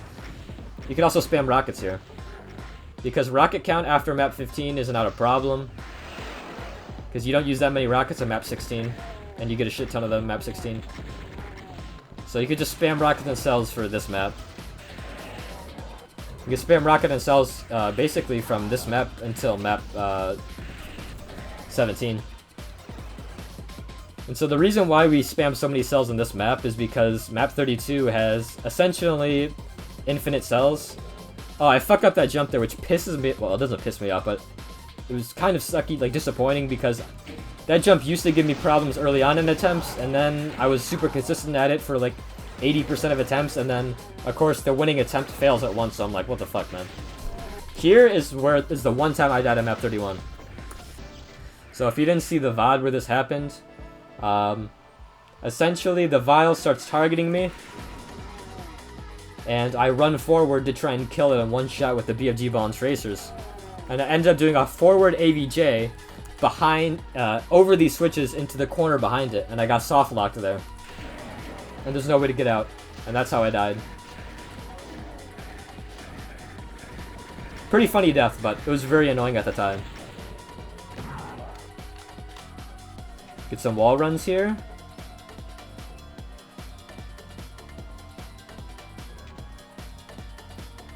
If your armor is like 50, you can grab the green armor there at the bottom of that area that we skipped earlier. Another cool thing about this fight is that this little circular run here is super fun to do. I love this circular run up the stairs. Going down the stairs is not really possible to do as smoothly as that, though. Pirouette off these stairs into the supercharge that we saved from earlier. We can go into map 32 with pretty good health and armor. Good enough health and armor to tank the Cyber if he hits us at the beginning of map 32. I've been told you can hit that switch to the ground without breaking the map, but I initially heard that you can break the map doing that, so that's why I never had it in the routing to hit it to the ground.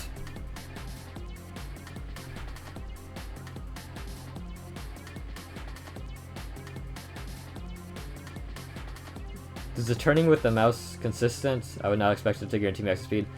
Oh, so so if you're gonna SR50 with the mouse, Kovic, you want to set your mouse strafe divisor in your game settings to about 1. You want to set your mouse strafe divisor super low.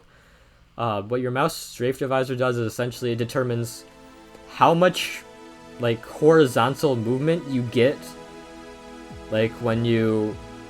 Okay, so if you hold your manual strafe key and then move your mouse around, you will move side to side, right? You'll move side to side as if you're pressing A and D for left and right. You'll strafe right and left. So your mouse strafe divisor will determine how much you move when you're holding shift and you're moving your mouse around. Like it'll determine like how much you move horizontally. The lower the mouse strafe divisor, the more you'll move. The higher it is, the less you'll move. So if you want to do very precise glides and tricks where you'll need to do like vertical mouse movements, or forget me saying anything about glides and vertical mouse movement. Well, actually, no, don't forget. Wait, do forget? I'm not an expert on this stuff, but I find do, because I had to set my mouse strafe divisor to 1024 for this run specifically, which essentially makes it completely useless to mouse SR50. But it makes it a lot easier for tricks, because for a lot of tricks like glides and stuff, you have to I hold strafe for a lot of the tricks, so that way I won't accidentally like move side to side when I'm doing the tricks, like when I'm trying to line up precisely. If you have your mouse strafe divisor set to 1, you won't move horizontally like at all if you're doing a precise trick. If you have it set to 1024, it's impossible to do any like precise trick if you're also holding strafe, like manual strafe. What was I talking about?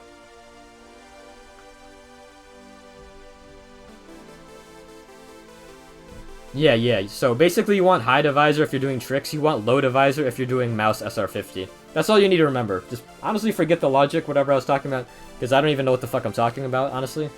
But just, if you want to do mouse SR50, make your mouse strafe divisor like 1024. If you want to do tricks, make your mouse strafe... No. I'm fucking things up so fucking bad. Scratch that. If you want to use mouse SR50, have your mouse strafe divisor set to 1. If you want to do a trick, a precise trick, have your mouse strafe divisor set to 1024.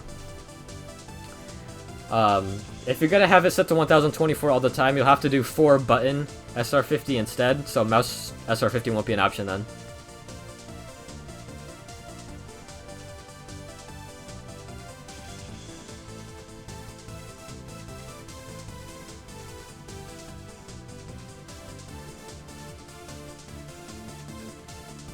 Yeah, that's what Derek was telling me too, Star. You can only break map 31 if you don't hit the colored key switches.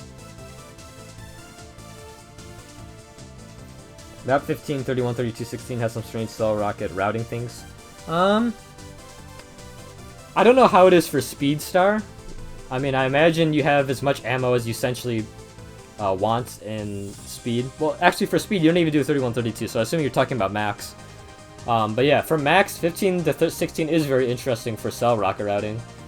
Because for map 15, you're using exclusively cells and rockets, essentially. Like exclusively BFG and rocket. And, I mean, that's actually true for a lot of the run past map 10. You're using mostly BFG and rockets.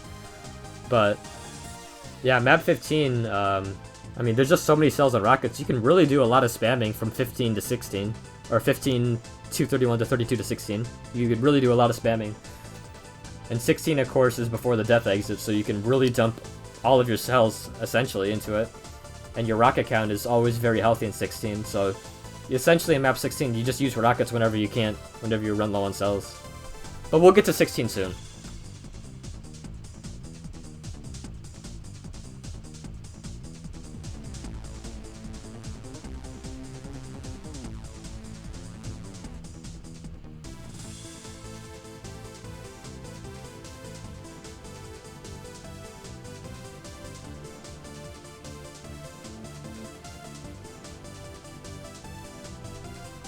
Wait, Miyagi, what are you talking about?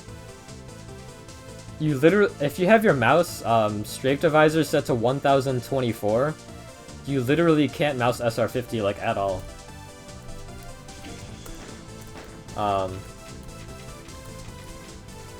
See, mine's set to 1 so that way I can do mouse SR50 and SL50. If it's at 1024, you get like SR42 at best. So you need a low strafe divisor if you want to mouse SR50.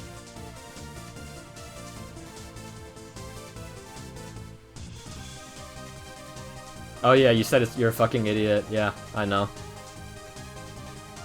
I'm sorry, I'm so behind in chat.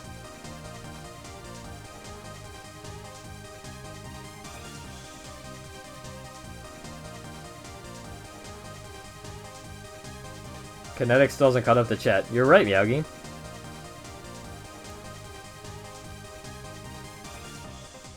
Oh, thanks, PJ. So the whole vertical mouse movement on and off thing, I've explained this a couple times before, but essentially it's a bit of a paranoid habit of having it on.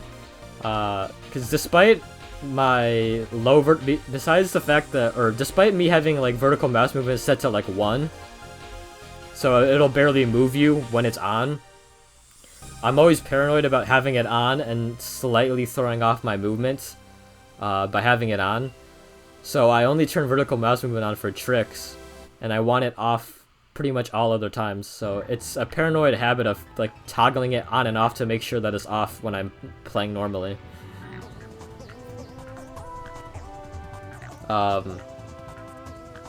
Think of it as somewhat like how Derek does his absent-minded clicking sometimes in some of his streams. I don't know if he still does it, but I remember he used to just like spam use randomly while like waiting for stuff, so think of it as like that.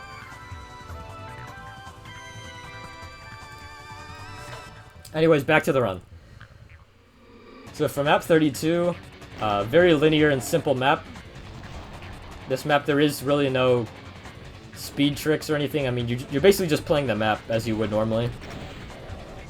We had good health and armor, so that Cyber didn't hit us, thankfully, so wasn't scared at all. These Revenants, usually one of them doesn't like to go down in 2 rockets. Make sure you kill all of these Revenants, please. I had a recent attempt happen where one of them survived and I didn't know, and I lost like a whole minute because of him. Here's a routing change. I used to just kind of like arc back, I used to just arc around this arena like this, right? I used to just arc around, back and forth like that. But I watched somebody's run in this map. I think maybe it was like Nev's D2All or Derek's D2All. And they just sit behind that one Revenant while they're teleporting in, and it's completely safe, while you still do good BFG damage. So, I changed my routing to that late in attempts, but it improved. It didn't really improve consistency massively there, because I never died there much to begin with, like, if at all. I died there like once or twice, but it made the fight a lot less scary. Like, that fight was always scary. Like, I always dipped to low health at some point until I started doing that. So Cybers has some fucked up positioning here. Elastic collision. Let's look at this again. Or let's start from the beginning. So, just do an initial BFG shot to get good damage on that Cyber. Run back up here to lure that Cyber inside and up, so that way I can run back down there. Wait till that Cyber starts to fire a little bit, and then usually that's a good marker for when to start leaving that area. And then look at this elastic collision. Causes me to eat a rocket.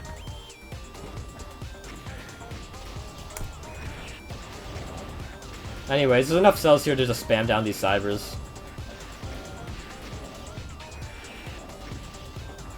We're forced to pick up this Mega early, which isn't great, but it should be fine as long as we do the Vile Wave flawlessly.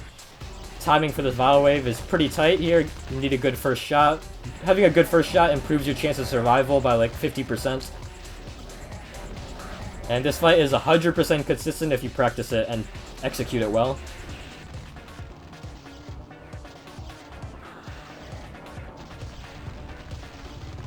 I chickened out of going all in there on that shot. I didn't like how early the Vile targeted me.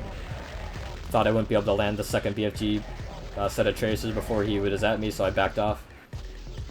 So I only ate one instead, but it was worth it. Play safe there.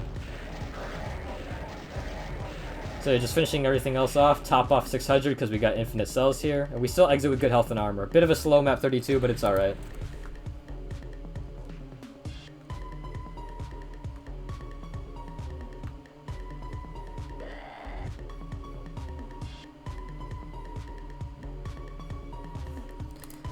Nah, Star. If you practice that Vile Rush, it's very, very consistent. You just need to not mess up badly. You just need to believe in yourself, your execution, and... I don't know if you remember, but when I was initially routing for this run, I wanted to make sure that fight was consistent, so I did it 10 times, and I got it 9 times out of 10. And I should have had it 10 times in a row, but I fucked up one of the attempts, so... So, let's start over from map 16. For map 16, we're just going to release everything in this main area first. Trigger these line depths that spawn enemies in once you fire. Trigger these arch vials by stepping over the SSG. Fire spawns everything in. 3 BFG shots up these stairs to grab the yellow key. We're just immediately trying to release everything and get out of the starting area. Get the cyber to infight is nice. We have enough cells to use 2 BFG shots here, because we're about to top off at 600 again very shortly. Get more stuff to infight here.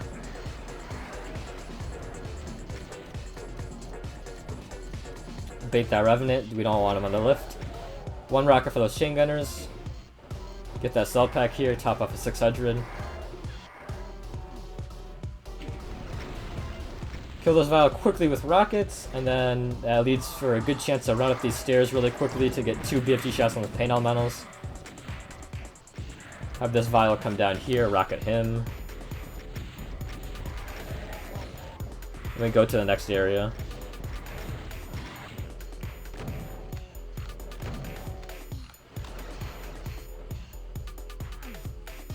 So if you have good mega armor like I do now, you do not need to pick up the green armor that's right here. If you have poor armor though, then pick it up.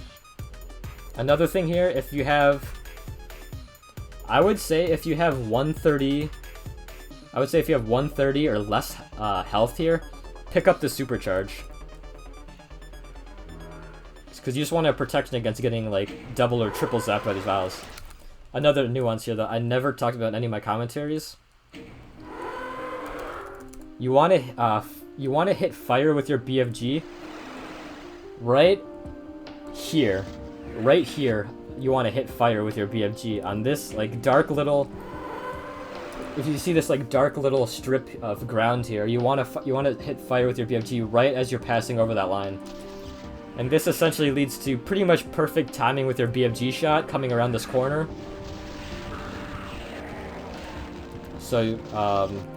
So that's pretty good. The only bad thing is that the Vial's instant targeted literally as I came around the corner here, so I wasn't able to get 2 good BFG shots on these Vials. I had to bail out of the second shot and hide around the corner, which forced me to use a third shot. They would have zapped me if I stayed out in the open and bet on the timing to work out.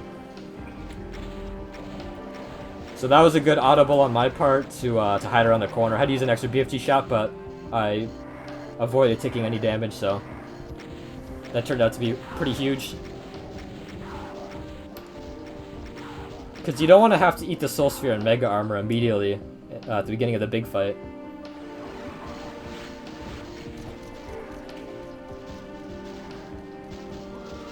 So now we activate the big fight. Just get rid of that one Mastermind. Save this one for like infighting and blocking purposes here. A Vial will almost always come out and try and zap you here, so when he does that, hide around this corner, and then when he's done, instantly just start spamming BFG on these Revenants and Spiders. I used to do a couple passes without spamming BFG, but I figured it's just fastest just to spam BFG as soon as you start making these passes, these sort of U-strafes around these enemies. A Floor Vial may zap you a couple times. If that happens, grab the Mega Armor and Soul Sphere if you need to. And once enough Revenants and Pinkies are killed, you can start like going in on the Vials a lot better. Like right here, prime opportunity to take them out, so I do.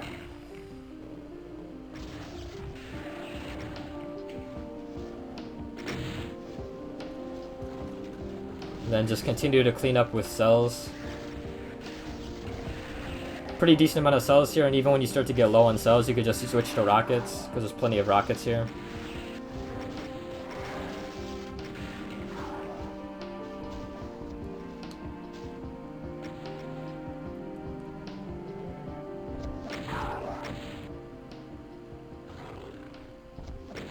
So I usually check time by this point. We're at an alright pace. Not super fast, but it's also definitely not slow.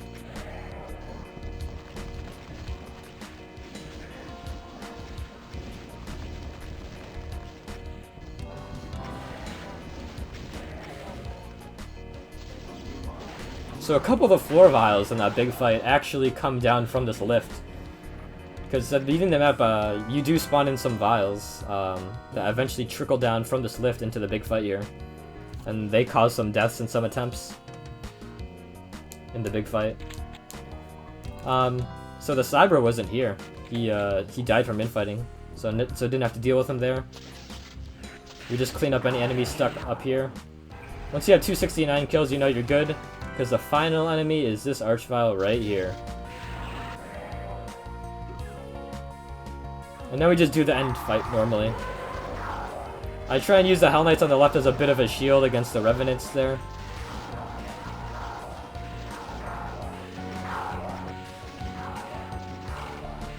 This fight is... I never die in this fight. It's not a dangerous fight.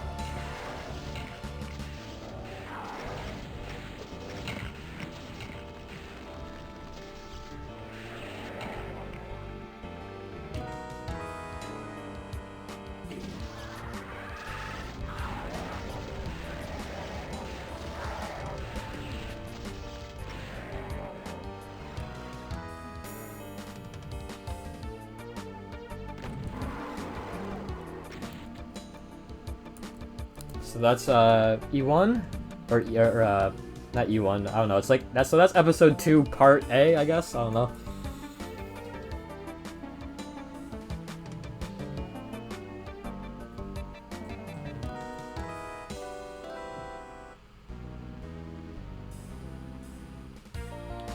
Yeah, that end fight is very, very easy for some reason. It's definitely a lot easier than it looks. Definitely agree. Yeah, I know, Star, because of course firing that last SSG shot, you know, you always carry the risk of, well, if you fuck up the timing, then you press fire right as you die, which means you actually reset at that point. But I always make sure to fire before I enter the teleport. And the reason why I fire it all to begin with is because it looks cool. So map 17.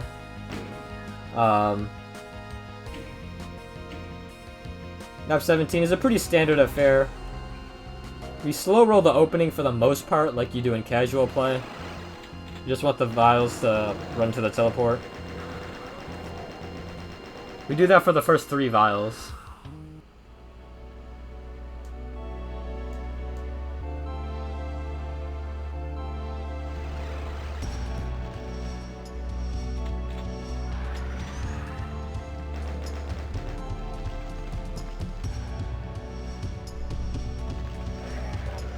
So the vials all got in the teleporters very quickly here. This third vial, I used to just BFG on his own, but at some point in attempts, mostly later in attempts, I changed it so that way I lure him out a little bit. So essentially I just drag him over here and then I activate the trap. So now I can kill all 3 vials and 2 BFGs. Because what I used to do is I tried to kill the last pair of vials in 1 BFG, but that's less consistent than firing 2 BFG shots at 3 vials. So this fight gave me a little bit of trouble at times. I never changed the main movement for this fight. But essentially just rocket the Hell Knights enough, because eventually we want to move to where the Hell Knights are. So we just rocket them to clear out their teleporter a bit. Then when the Barons get too close, we sit over here. We sit in this corner, and then we just rocket a bunch of the imps so that we're just trying to pull the Hell Knights out from the teleporter closet a bit. While we're sitting here and doing that, we also want to rocket a through path through these imps here to get all the way around. If you remember from some of my failed attempts, I had some issues with being blocked in. Particularly, I think one of my first deaths here, I got blocked right where the imp is that I'm firing at right now. I got blocked there before. So I always fire 2 rockets against that imp and against the wall to clear a path here. And then what I used to do is I used to just go directly. I used to swing, like after getting through this little gap here, I used to just swing directly over here, hit the switch, and shoot these imps here. And I used to swing around here very quickly. But a couple times in attempts I died to Hell Knights blocking me in that way, because then they would block me in this way. And then they just blocked me in and kept blocking me in. And despite how hard I tried, I would just block in and die. So, small optimizations to lower the risk in this fight. But once we're able to safely loop around here, just use your rockets efficiently. Make sure you hit in ways where you can really penetrate. Get a good, efficient rocket splash. Once you have 74 kills, you know you're done with the fight. You want to hit that switch early to lower the exit teleport out of this area quick, so that way you don't have to wait for it. 13 rockets is very high to leave that fight with. Usually it's like actually 0. Like usually it's 0 rockets I leave that fight with, but 13 was abnormally high there. Let's talk about this fight real quick. You just want to get the Cyber to infight quickly with the Barons. Best way to do that is to hug the left side. Why the left side? Because on the right side you have a switch that you need to hit. So he infights with the Barons really well here. Sometimes the infighting can go really poor, or he can burrow himself right here. And then you can't go up these stairs and kill these enemies while he's infighting, which is a time sink if he does that. But he doesn't do it here, so we're able to do this pretty quickly.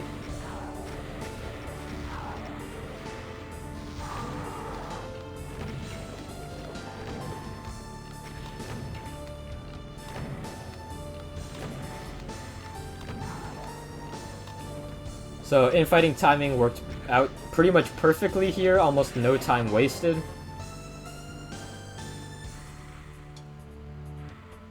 I need to get some water soon, wow.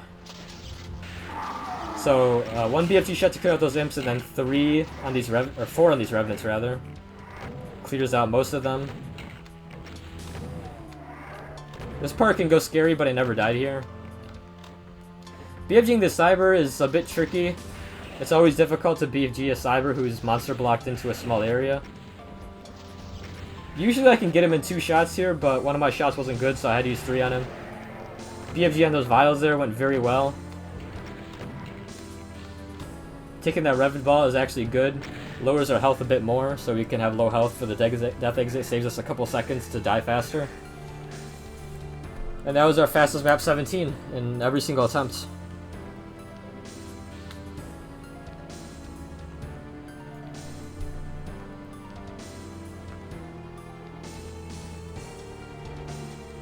Yeah, they absolutely do star. The circular curves of the arena makes them kind of move in positions that you wouldn't expect all the time.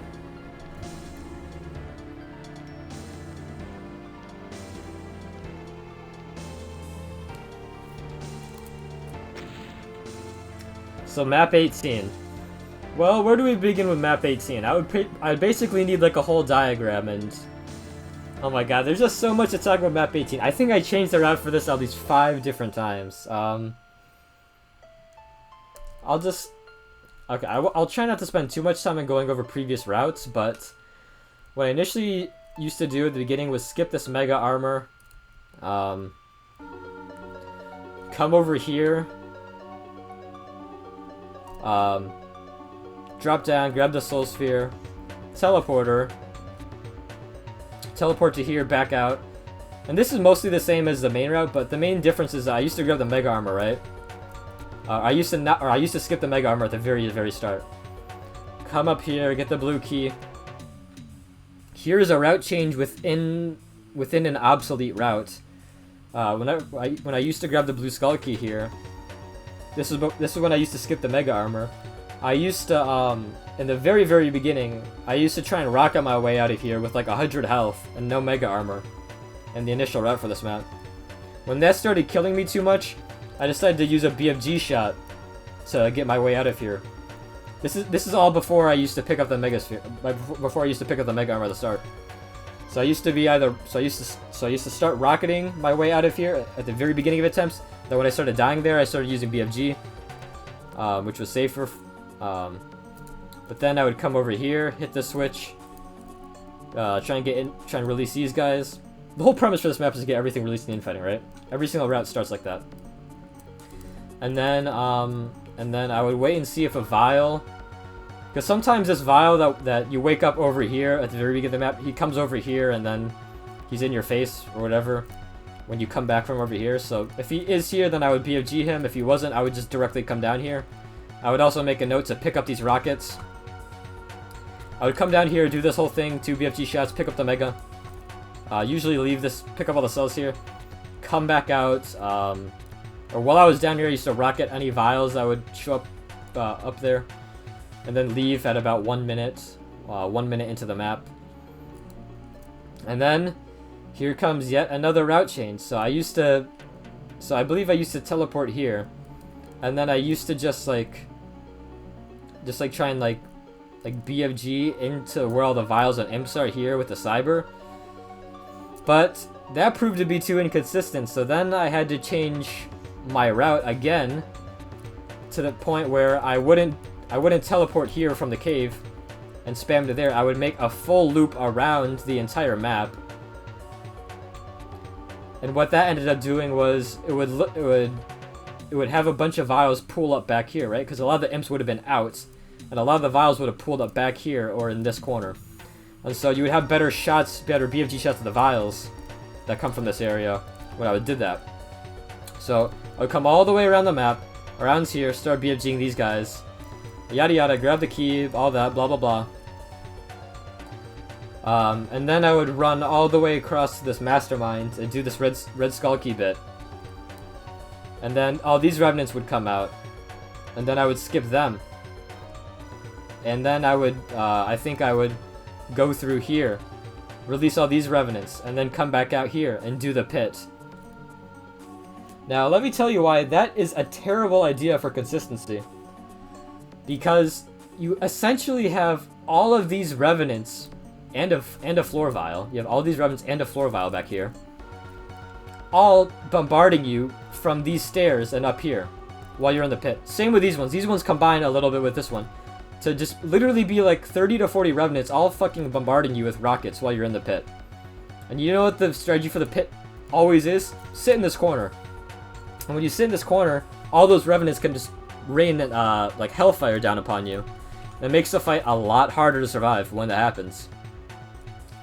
So, I had to start adjusting for when I come out of back here. When I get the yellow skull key and stuff, I had to start adjusting. The first adjustment was to activate these revs here, have them come out a bit earlier, so that way I can rocket them when they're over here later when I'm doing the red skull key bit. I can rocket them in tandem with this group at once. My next adjustment. Oh yeah, I also forget, the Spider Mastermind was still alive at this point. I think I would randomly decide to kill him or not. I think usually I would try and keep him alive. And if he would try and fire at me, I would try and SSG stun him. But that's not that important of a detail, honestly. So then I would come up here, pick up this key. I think this would be about 1 minute 38 seconds into the run or whatever, usually. BFG shot in this vial, kill everything up here, come back down here, activate all the revs and stuff. And I think for a time I still did skip these, but eventually I got the idea to just rocket all these guys from up there, which is much smarter, since you're basically safe up here, and the revenants, sorry, I don't know, whatever. And the revenants usually don't even end up infighting that well with anything else on the map at this point anyway, so it's best to just rocket them yourself from up here. So that's what I started doing, rocket all of them up here. And then when this whole crowd was dead, I would just go down here and do the pit. But that's still an issue, because remember these revenants from earlier? Well, they would still be crowded up around here. And even if you just have a couple revenants up here, they will come down here and start raining hellfire on you again. So the problem still wasn't eliminated. So I had to change my route for the final time into what you're about to see. So, let me just look back at chat before I go back to the beginning to actually just play the demo.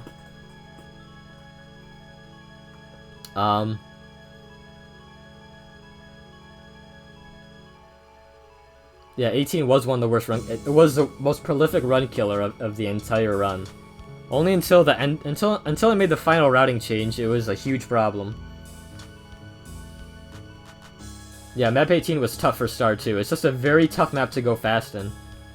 There's so much chaos, so much unpredictability with the floor vials, so many infighting cyber rockets.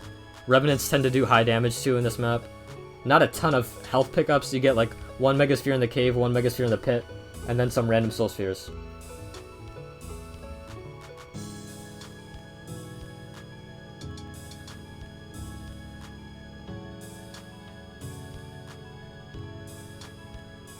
Once I started getting to map 18 enough, this map wasn't as scary, especially with the new routing change. I became a lot more confident in this map with the final routing change it made.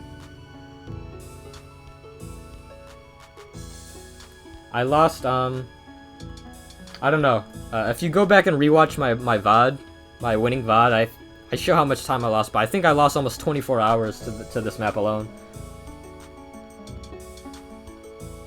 Anyways, let's actually watch the map now. So, now I changed my route to picking up the Mega Armor immediately. We do a bit of nukage rhythm with the SSG here, to avoid taking the damage that would kill me on that damaging floor there. If the Spider Mastermind fires, hit it with SSG to stun it. Didn't fire, so he didn't need to do that. Wait down here a couple seconds, because believe it or not, in one of my attempts after grabbing the supercharge, I ran into the teleporter immediately. And a vial zapped me as soon as I teleported here. And so that nuked my health down to like 10 health. And I just had no health to survive this tower right here. Because this was back before I started picking up the Mega Armor. So I would have had 10 health for this tower instead of like 50 health on 150 Mega Armor. So that attempt died because that vial just instantly targeted me. But like before I jumped out to the secret. And then he just zapped me as soon as I teleported out. So that's why we wait down here for about 2 to 3 seconds. So if the vial's targeting me, he ends his attack before I ever teleport.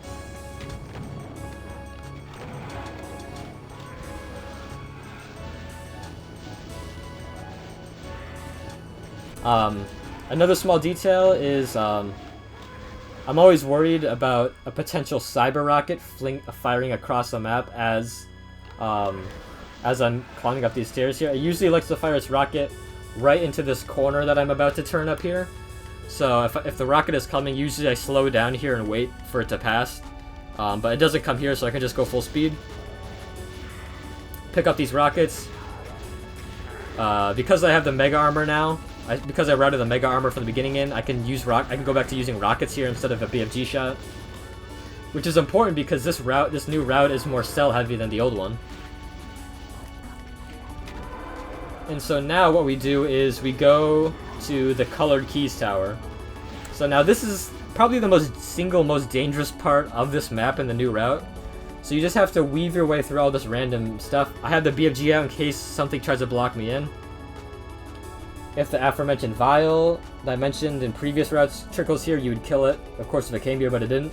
So I just run through everything.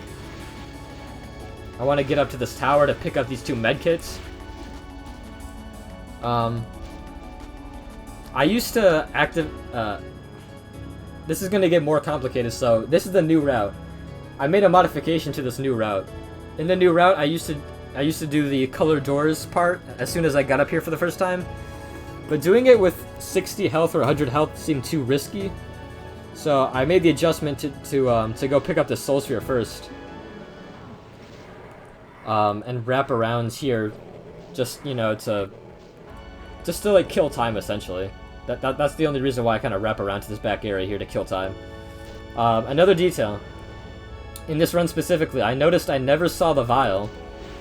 While I was going up these stairs here, I never saw in any of the sort of like infighting going on, any of the crowds here. So I figured it was probably down in the pit, because that's the only other place it could be, right? So that's why I look around to my left as I'm rounding this corner. And sure enough, as I'm doing it, I see his head right there. So I know now that the vial is going to be coming around the corner once I come back here. And there he is right there. So now I know to kill him. Get rid of him, so he won't be a problem later on. Now I do the colored key doors. Time up your shot well, so that happens. I was able to get all 3 in 2 shots here, despite one vial now waking up. And now we can go attack the floor vials from the yellow skull key area. Just run past everything, get back here, and just start spamming into floor vials. Doesn't go great here, but there's a reason why we pick up the Social Megasphere early on in the map. So I don't know how many floor vials here, but it's usually like 5 or 6. So you just want to clear out as much as you can. Well, you basically want to clear out every single floor vial here. Once that happens, activate this trap. We're going to spend 4 BFG shots on these Revenants. Because these Revenants are a problem. Almost got hit by a rocket there, thank goodness I didn't.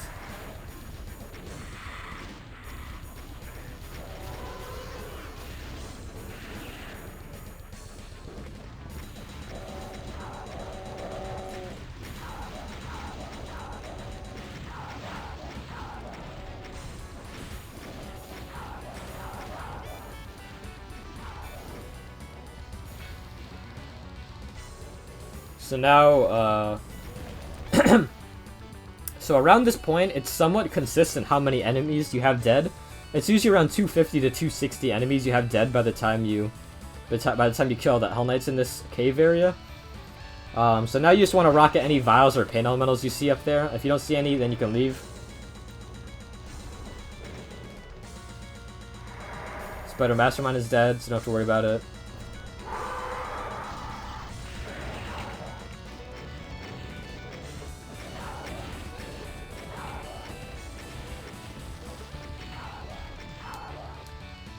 And now we just rocket this Rev Horde.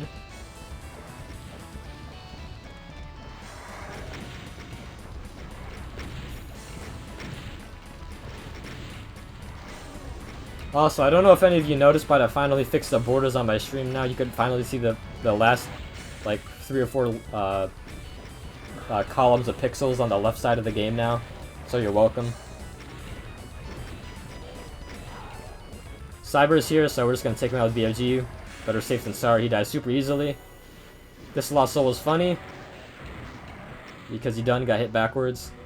So an important thing here is that we want to clear out every single Revenant before we go in the pit. So that's what we do here. So now we clear all the Revenants here, so now we can do the pit. There will be no Revenants raining missiles on me when I do the pit now. Another small detail, as I'm stuck in these Lost Souls here, I realize it's pretty dangerous because I could be in the line of sight of the Sniper Cyber. So that's why I whip my head around to see what he's doing right there. I keep an eye on him here, because of course we all remember the time he sniped me here. I see him firing, so make sure to get all the way to the left here when I push into this closet. And I make sure to stand in the right corner of this closet instead of the left.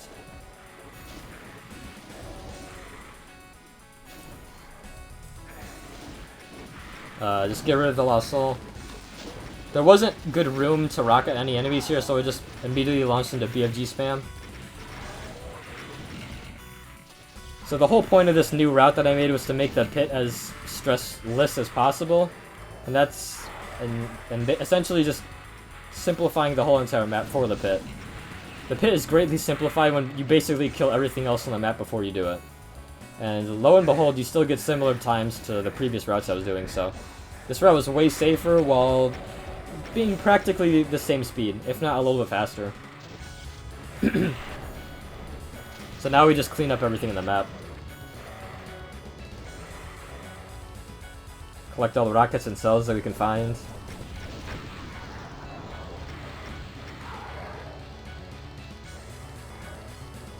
Usually the Mastermind survives, but didn't this time.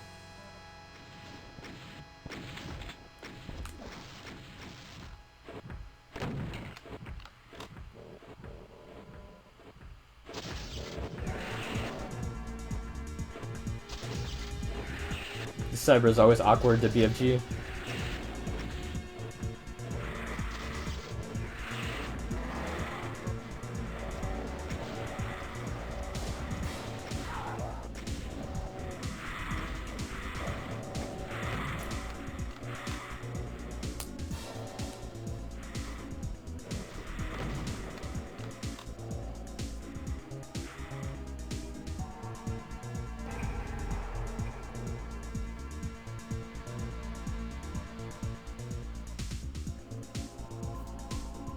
So exiting with 420 cells isn't the best, but whatever gets you through map 18. 100 rockets is very nice though.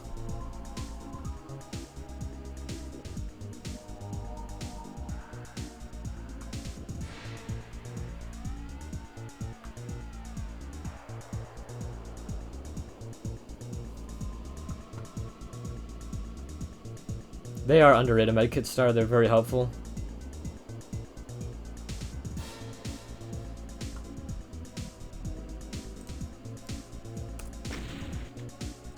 Hold on, I'm gonna get some water. I'm desperately in need of water. I'll be right back.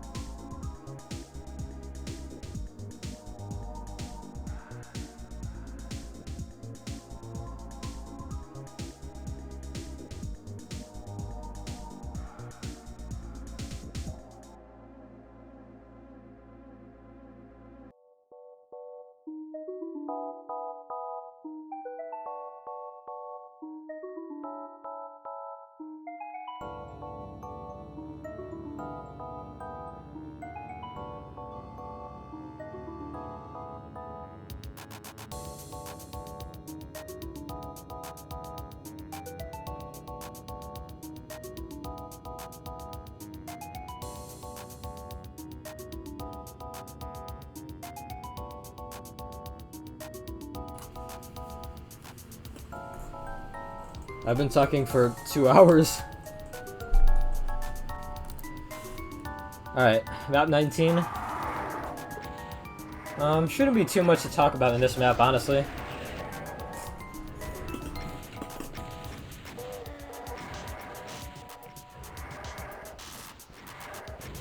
To talk about map 18 a bit more, with the new route, the old routes used to guarantee that I'd enter map 19 with like a full mega. But the new route doesn't guarantee that at all. With the new route, I don't care how much health and armor that I exit map 18 with, because the beginning of map 19 isn't very challenging. And you get green armor and soul sphere at the beginning of map 19. So you're kind of good no matter how 18 ends.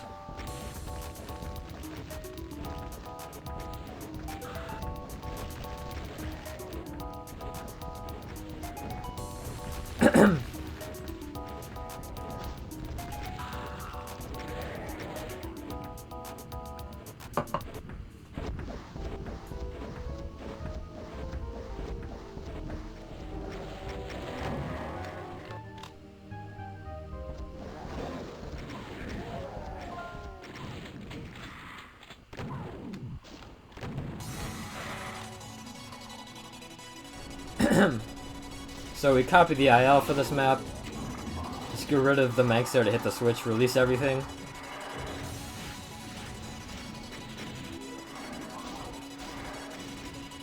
It's important for when we rush out of this area to make sure you get a good BFG shot on these Hell Knights to ensure that you can get out of here. I fucked that up one time and died. One of the only times I ever died on map 19.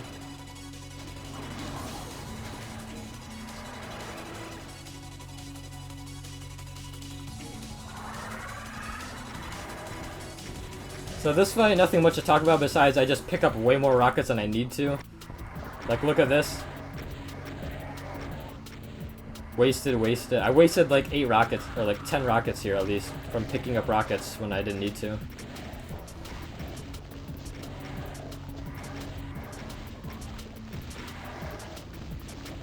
Yeah, not much to talk about in this map since it's mostly a linear map.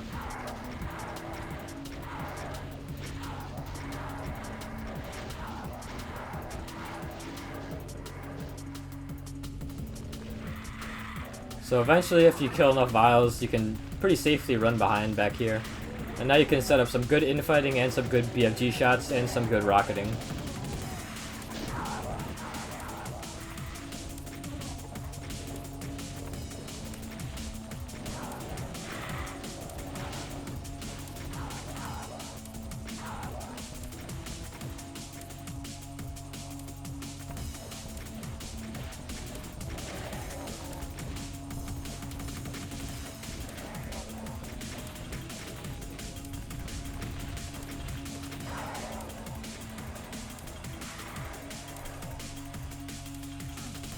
So I forget one of the cell packs as I'm leaving here.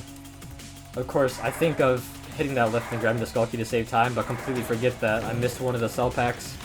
Here I remembered it because I looked at my cell count while I was riding the lift. I was like, that's not right.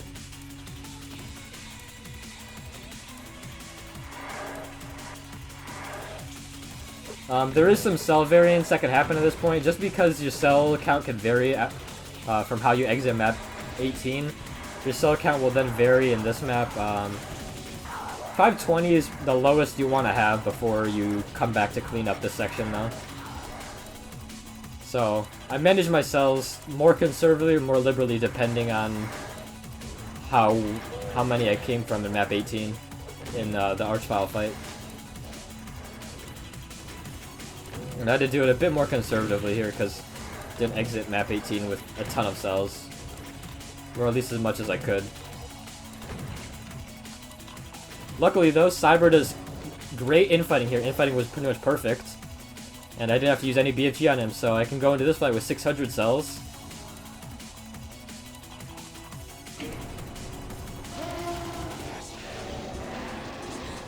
So this fight also went through a small routing change. I believe I used to just rocket random things and then BFG when things got too close. But realizing the Barons are a big threat in this fight, I just BFG them immediately.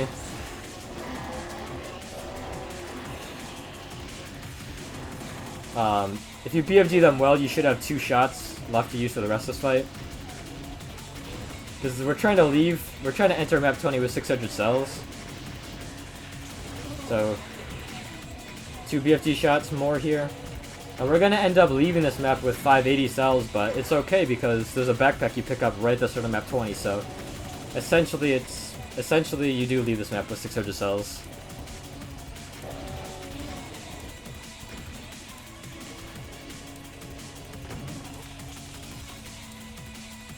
This is a bit of a slow map 19. I've gotten in the 430s on this map before.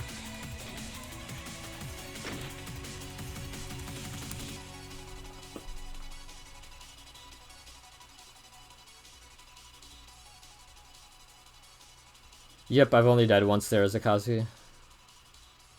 Yeah, I died once the final fight, I think, from forgetting to teleport this. Yeah, and then forgetting to teleport the Cyber, yep. So map 20, creds to Fuba for this route. So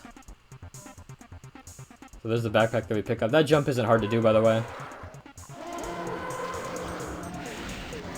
Fuba's route for this map is just ingenious, honestly.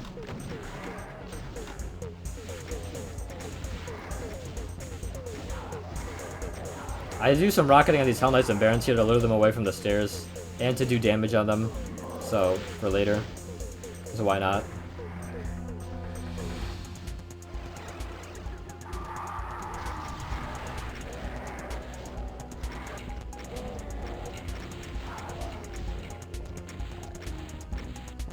So for the crypt here, we don't do anything too crazy, we just pretty much play it piecemeal, take it piece by piece.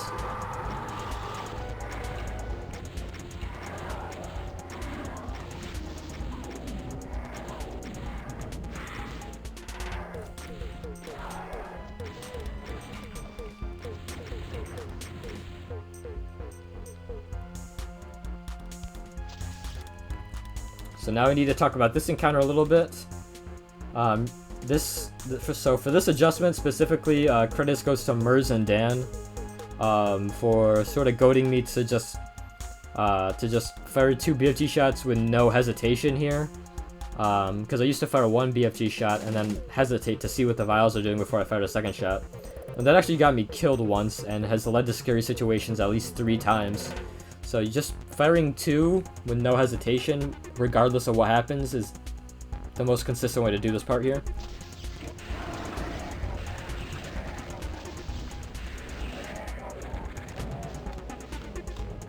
So after you kill the vials, the next thing you need to do is see where the Cyber is. So we lure him over to this side, and the fight is basically a wrap at this point. Bonus points for infighting on the Cyber.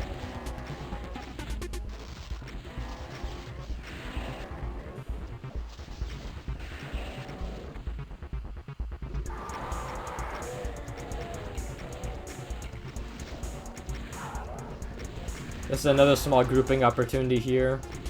Getting all these doors to open.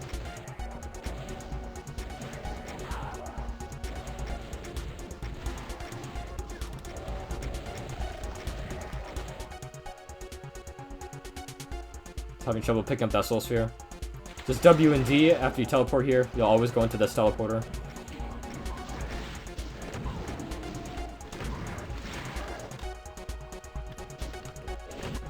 So we hit the switch here, and then we do two things here. So we're trying to accomplish a couple things here. We're trying to release as much shit as possible, and by that I mean release all the huge cackle cloud and the secret cyber and revenants.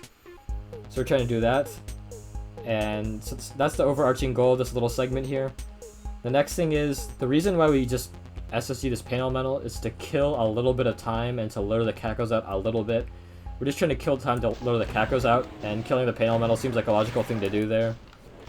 Just get some damage on it because he's annoying. You always use 2 SSG shots here. Go back, activate this, release everything. Now you go back to hit the switch to release the Hell Knights. And so that just releases everything and bunches up everything together a little bit more nicely than if you did everything as fast, than if you had hit all the switches as fast as possible there and left as soon as possible.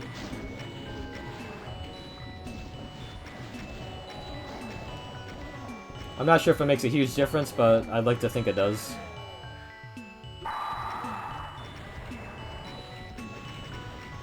Just trying to instigate as much Kako infighting and as much drawing out of the Kakos as possible.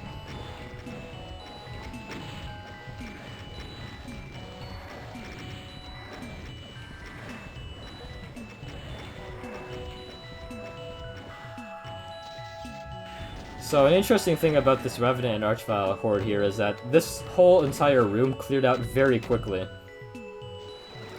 Because I end up, oh yeah, instigate infighting here with the Cybers and Kakos.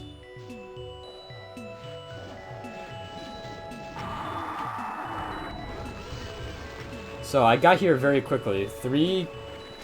Seeing the numbers 320 here in terms of time means that you did the map very quickly up until this point here. And so now we just sit here and wait for all the Kakos to be drawn out from the main area. Because we want to make a rush towards the Cyber Demon with all the Kakos clear. So we're just waiting for them all to come out here. Because we were fast getting here, I can afford to spend extra time sitting here. Because I always plan to I changed, throughout my map 20 routing, I changed when I leave this area. I initially tried leaving at 3:45, then I switched it to 3:50, then I switched it to 4 minutes, and now I have it at 3:55. So you see me leave at 3:55 here. And this is not what you want to see coming out of that teleporter. You want all you want this whole entire room to be clear ahead of me. But a bunch of the Kakos are still infighting because this happens just half the time and it sucks. So now we move to plan B, which is where we take matters into our own hands and just get rid of the Kakos ourselves.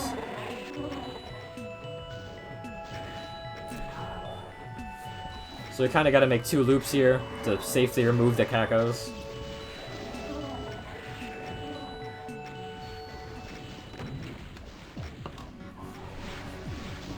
So we did that. Now it's finally clear to hit the switch. Stand this corner, the Cyber Rockets do like to come late.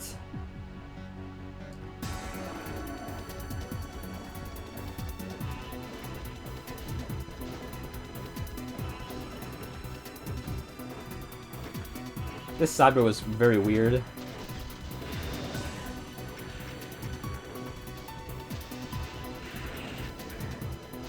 I never got him stuck before like that.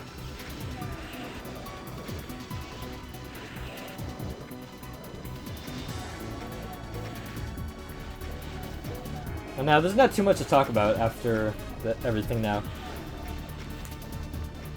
Just kind of Rocket and BFG, everything else left on the map. Because at this point in the run, you basically beat map 20 after the Kako switch rush.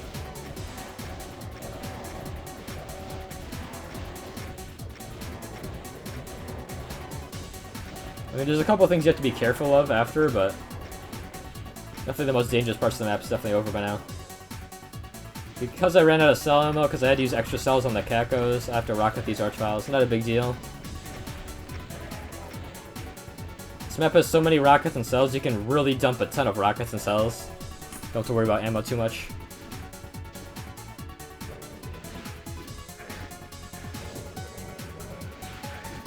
Here's a BFG spam section. One BFG on them. Do the vials out, just spam BFG here.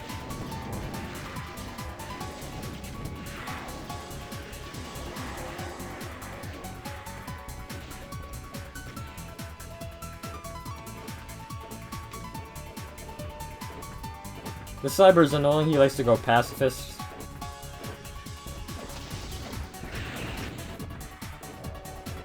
Eventually I just get impatient and just start spamming. Cause I see all the Lost Souls there, I'm like, well, I don't want to have to two-shot him with Lost Souls around, so I just start to spam.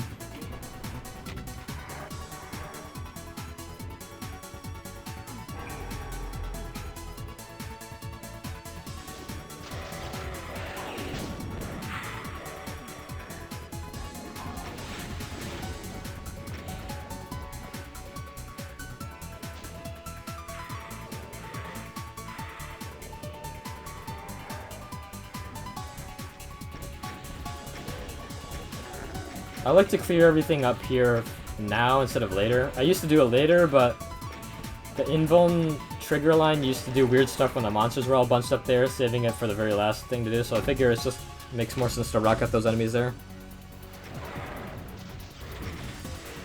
Oh, I almost forgot. Shoutouts to Mike. I say Mike right about here. Mike.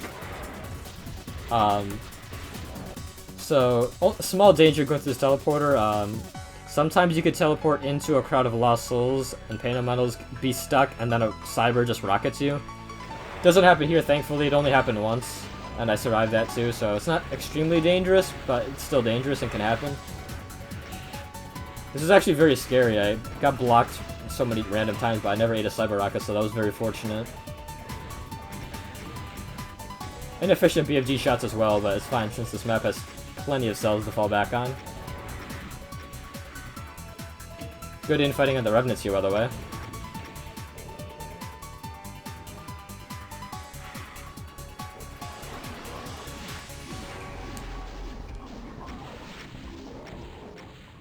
I forget what I was doing here for a second. I was like, what?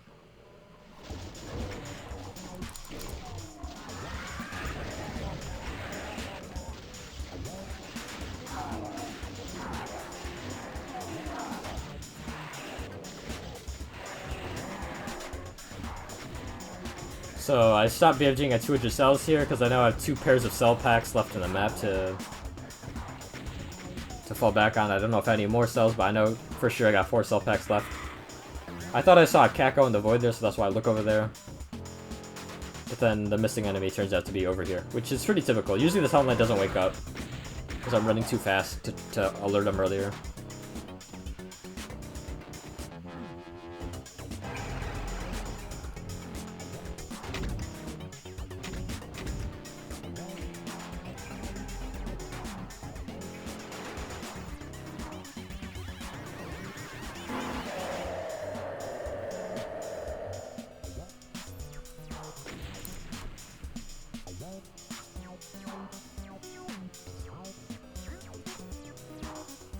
Hey Beezus.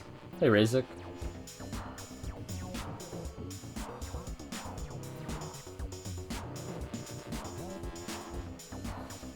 Yeah, Star. It's just that side of the 4 cyber room is very deadly. I know, right? Like half the time the fucking strategy doesn't even work. The whole point of sitting in that safe spot for a while, by the exit of the map, is to lure all the Cacos out, and half the time it doesn't even work.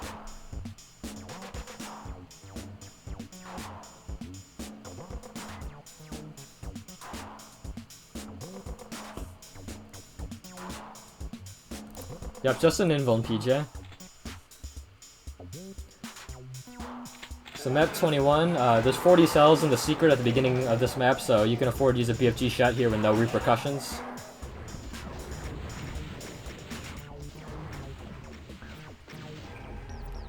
So I never died in this map in the D2L. Even that one time that I got past map 20 and didn't even know the route for this map, I still got past it. Tanky Hell Knight, by the way. Tricky revs there.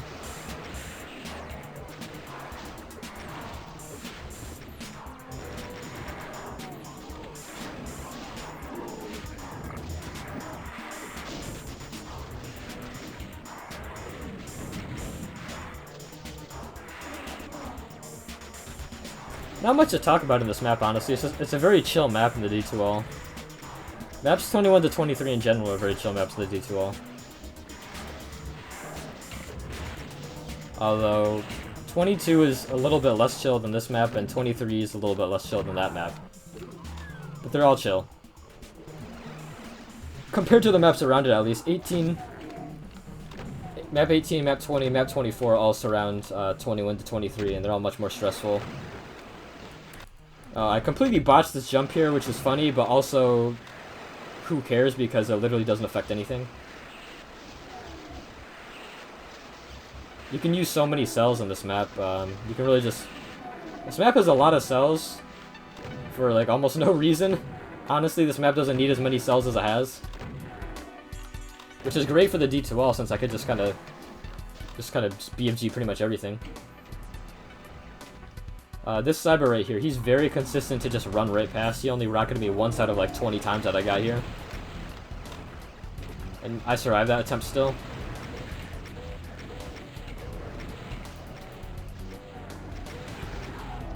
A small thing to note here, I like to rocket the Hell Knights before making the jump, because if I try and get in the window and then rocket the Hell Knights while I'm on that little window ledge, you can fall off and die if the rocket splash knocks you back. So that's why I rocket from here. Make sure I can jump through the window and into the inside before. So there's no chance for a rocket splash to knock me off the window ledge. Just avoid that scenario completely.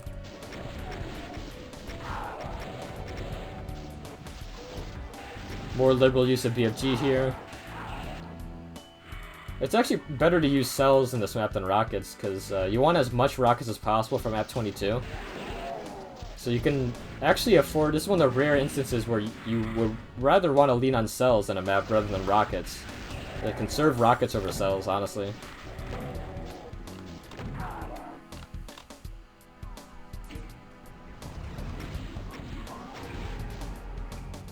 Because the difference between exiting this map with like 75 rockets and 90 rockets is actually huge. Because in map 22 you empty almost all your rockets on the Cackle Cloud in that map. And pretty much everything that map you use rockets for.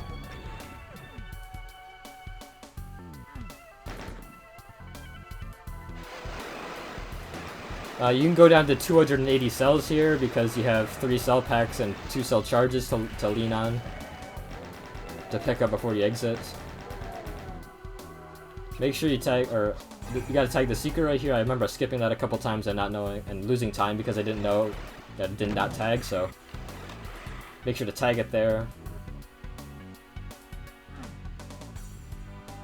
And 94 rockets is great for exiting this map.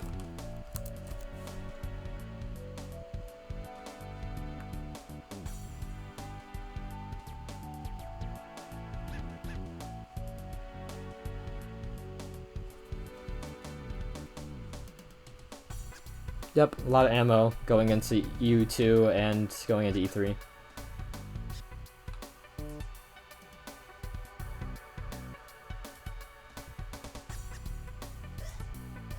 Yeah.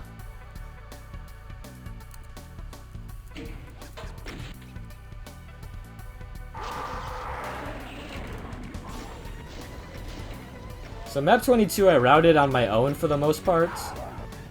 Well, a lot of the ammo management I routed on my own for this entire run, but...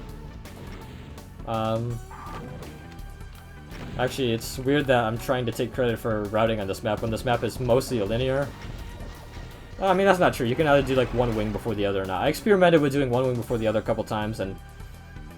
Essentially, this map is all about the Caco Cloud that comes up. Oh yeah, we try and get the Cyber to infight here.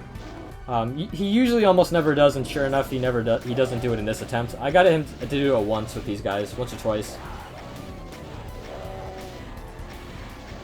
But it's not a big deal if he doesn't infight. But anyways, as I was saying, this map essentially revolves, is only notable for the Kako cloud that you have to deal with. Because the only danger in this map is a Kako floating off, and then him costing you a bunch of time to kill him. Because I experimented a bunch with handling the Kako cloud. Oh yeah, this cyber gets stuck very easily. He gets stuck right here, of course. He dies in 4 BFG shots though, which is good. If he dies in 5 BFG shots, that leaves me a little bit cranky. If he dies in 3, that's awesome, but dying in 4 is about what I expect.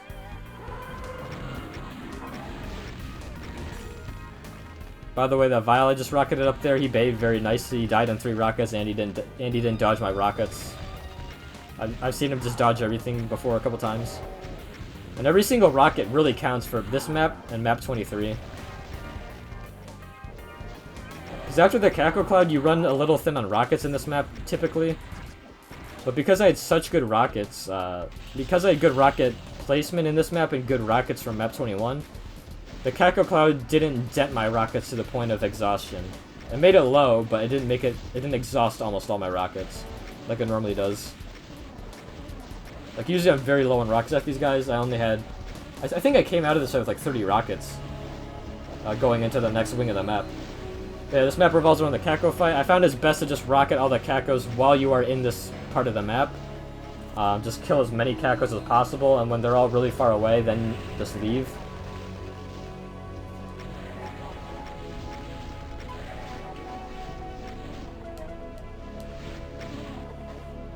So fun fact about this map, I only took 57 damage total in this run of this map, in this attempt.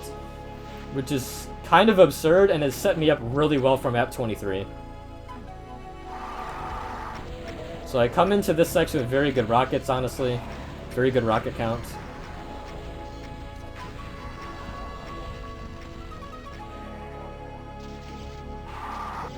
Three BFG shots here.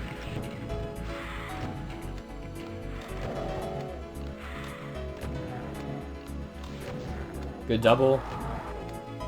Like I said, even in map 22, we're trying to still hunt double kills with SSG. So you want 133 before the finale, and that 133 is right there. Bless that Kako for not flying off into the abyss before I could shotgun him. That jump is easier than it looks. Hit that switch and then delay hitting the yellow switch before you leave, because you want to be able to make a clean escape in this area before hitting that yellow switch, which I do. Very small thing, but it prevents you from getting trapped between any revenants and eating any rockets.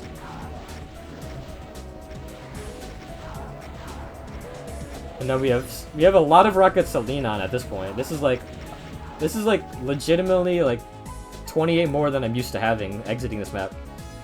And so we had very good pace in this map, and we actually exited with my best map 22 time ever. Not by much, but it's still the best ever. Thanks for the raid, Once Was Animal. Hi everyone.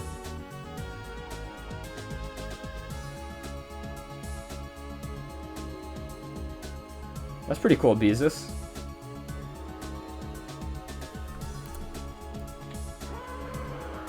So normally I enter map 23 with like, sometimes like literally 0 armor, which makes the beginning of this map a lot more dangerous, because you have Revenants, you have some Hell Knights, you have Chain Gunners, you have Hit Scan. But because I only took 57 damage at map 22, it just makes the beginning of this map a lot nicer. So this route for map 23 I came up with all on my own, which I'm proud of because it's a very non-linear map.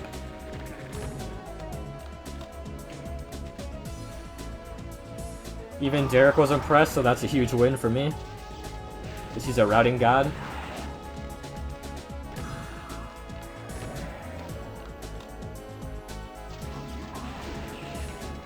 Again, careful cell management here.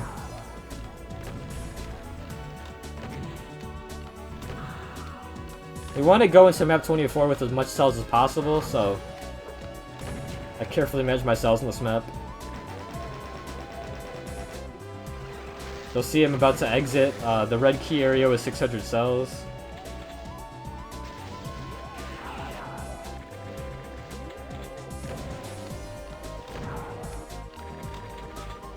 We're gonna take out this Revenant immediately here because he causes problems.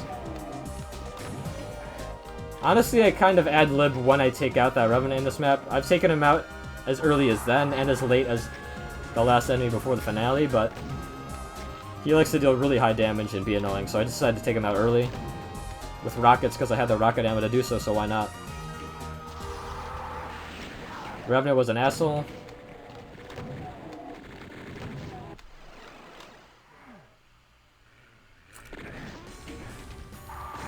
Lure this vial out. So I use BFG very judiciously on this map.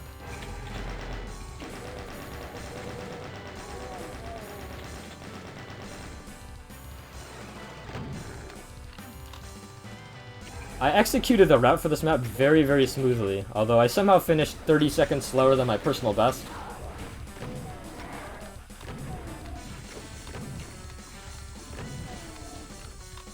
I don't know, I felt like I played this map very, very well in this run, but I was still like 30 seconds slower than my best run. So I don't know what I did in that run to be so fast.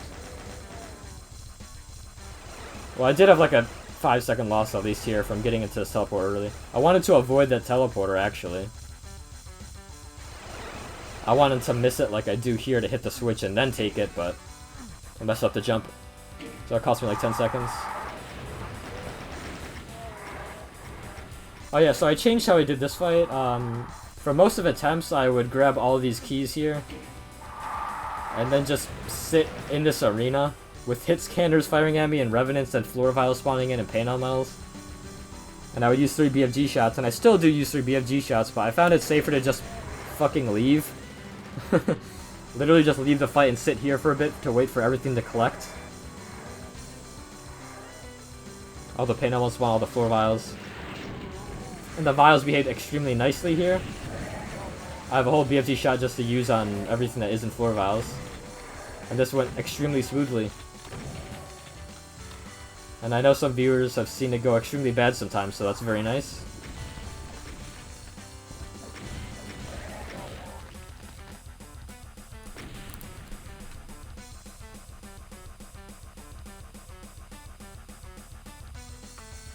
So now map 24, a big map.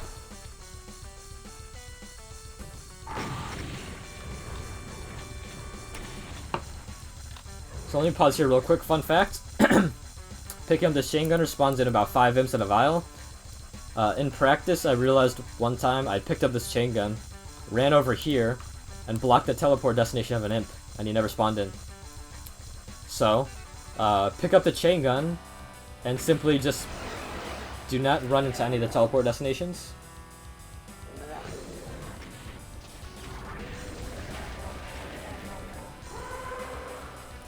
Here's another route adjustment. I used to just run all the way to the right side of the screen where you see that switch in the background. But after seeing the IL of this, or Nev's D2All, I decided to just directly plow into this horde here and BFG this vial. It gets rid of one of the 2 vials in this area, and it's just very efficient BFGing.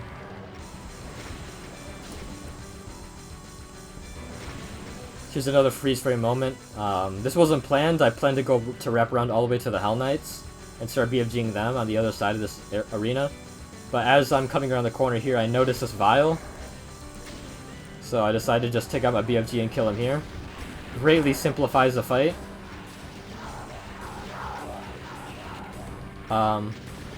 So we want to empty our BFG here, but we only empty it to 0 if we haven't picked up any other cells in this area yet.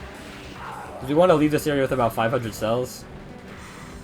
So once we empty it, and we haven't picked up any cells, now we can pick up all the cells, get 500 cells, and just rocket everything else. Which is basically what happens here. So this beginning area went very nice.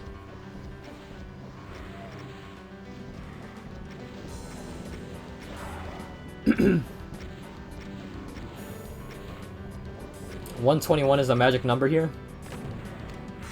121 kills, I mean.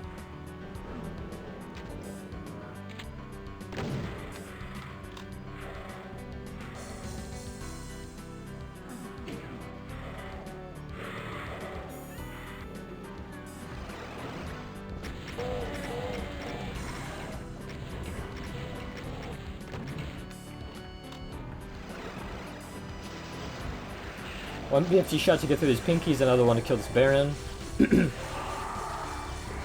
And then just BFG spam to just clear out some enemies here. Originally, I used to just run straight to the teleporter where the Cyber is, but then enemies kind of pool up later when you come back here, and it's just kind of annoying. So we're just trying to get the Cyber to infight to line up good 2 shots. Still a dangerous area, by the way. I have died here, like twice, I think.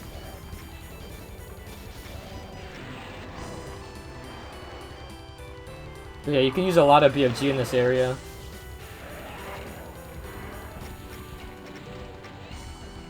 You could damn near empty your BFG, really.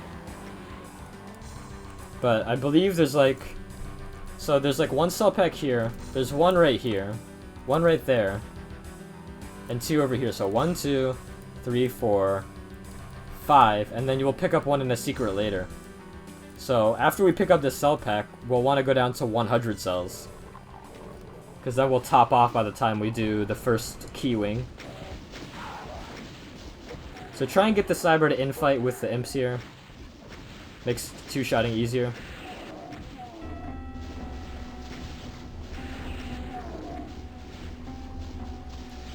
So yeah, I realize I go down to 100 here. Now I rocket everything else. So now we're set up to have 600 before we do the first, before we do the red key wing.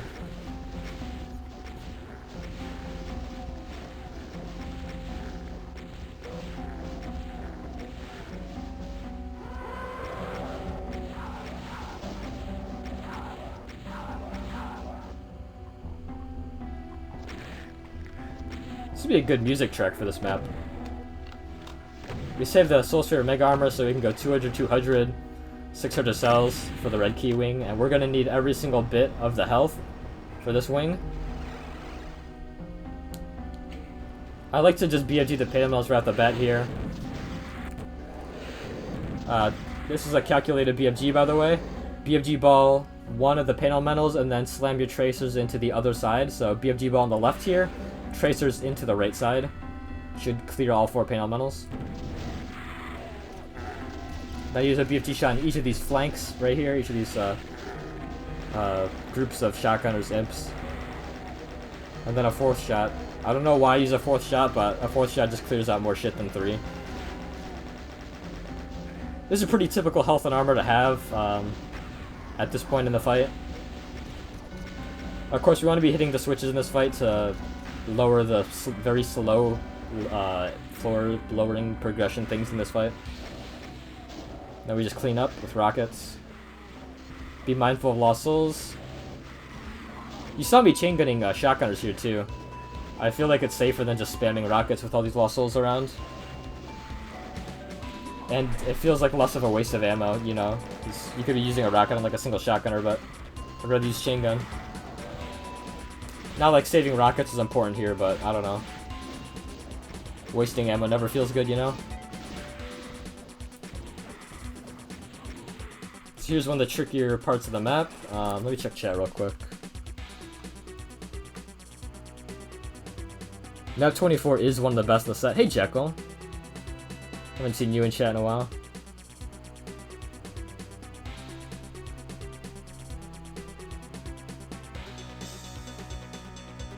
Makes sense, Star. I also associate it with Thunder Map 2, even though it's a TNT track. I associate this MIDI with red, actually, because of Sunlust Map 5. One of Jimmy's best tracks. So right here, it's definitely one... This is definitely a spot in the run where things can go downhill extremely quickly. It is all dependent on... Right, so A, it's dependent on this vial insta-targeting, and B, it's also dependent on this vial insta-targeting. If this vial insta-targets, then you have to immediately run down here, or he's gonna basically zap you no matter what if he insta-targets, which can really, really fuck things up badly. If this guy insta-targets, it's not great, but at least you can manage it better. Because you can hug this wall and then come back out and hit him again. But yeah, if either of these vials insta-targets, especially this one, it can really just throw this fight into complete chaos and really cause things to go downhill. Because to avoid him, you kind of have to go here, and then it's really awkward trying to rocket him. And the whole goal at the start of this fight is we're trying to eliminate these 3 vials on this side of the arena ASAP. And these specters are closing in, right? We're trying to rocket this vial and that vial before the specters get too close. So kill this guy. This guy behaves. I think he takes 5 rockets. 1, 2... No, my first rocket hits nothing. So he takes 4, which is very good. Sometimes he takes 5, which is a problem. This guy also takes 4, which is very nice. And then we BFG this final guy. This actually was really close because it's very easy to bump the wall, the gap that I'm about to shoot through here. And the Cyber's right there, so if I bumped the wall, he could have totally slammed me with a rocket. I probably would have survived, but obviously it's very good that he didn't hit me. So it's very nice that I just kind of seamlessly went through here without bumping anything. And then I got jump scared by this rocket because he just fired a fucking seed right through the gap. I didn't expect him to do that.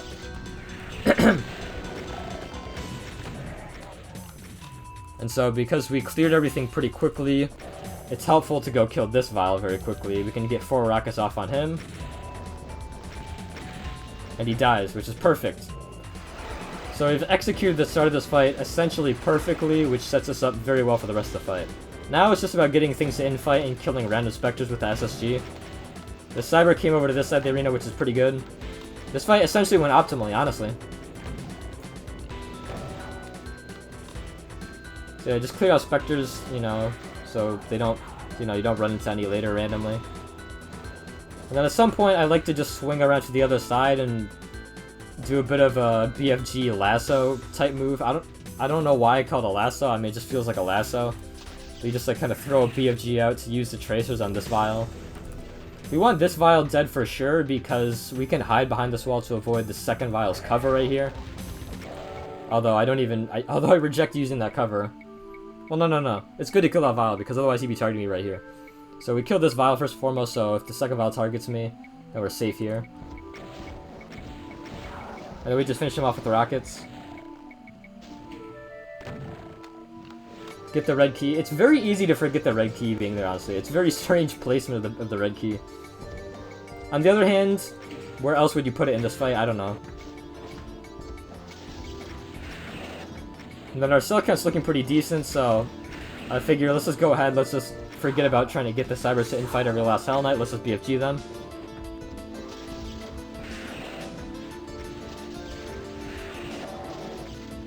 And we're making pretty solid time at this point.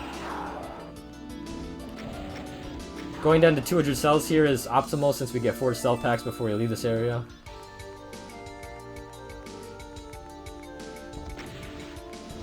Murs definitely do be right though, when challenge maxers don't exit a map/area with 200, 600 cells. Definitely OCD to try and exit areas like that. This Cyber is a problem, we just want to immediately get him out of the way with the 2 shots. This area also has 4 cell packs, so we can also go down to 200 cells here. And it actually is important that we go down to 200 cells here, and we leave this area 600 cells.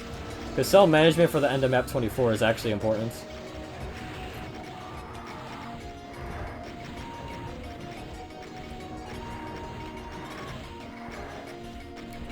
So while I'm rocketing these guys, this Pinky ends up causing me a lot of trouble. He ends up being a missing monster that cost me 40 seconds. It's totally on me for not checking this area first when I realized he was missing. So this really only should have been like a 5-second missing monster time loss at most. This should have been the first area I checked because I knew this was possible. I knew a Pinky could get stuck back here, and it has happened before, so it's on me for not checking that first. But I've also had a random Spectre down here before, so I thought it could have been this. But it's still on me for the missing 40 seconds, in my opinion.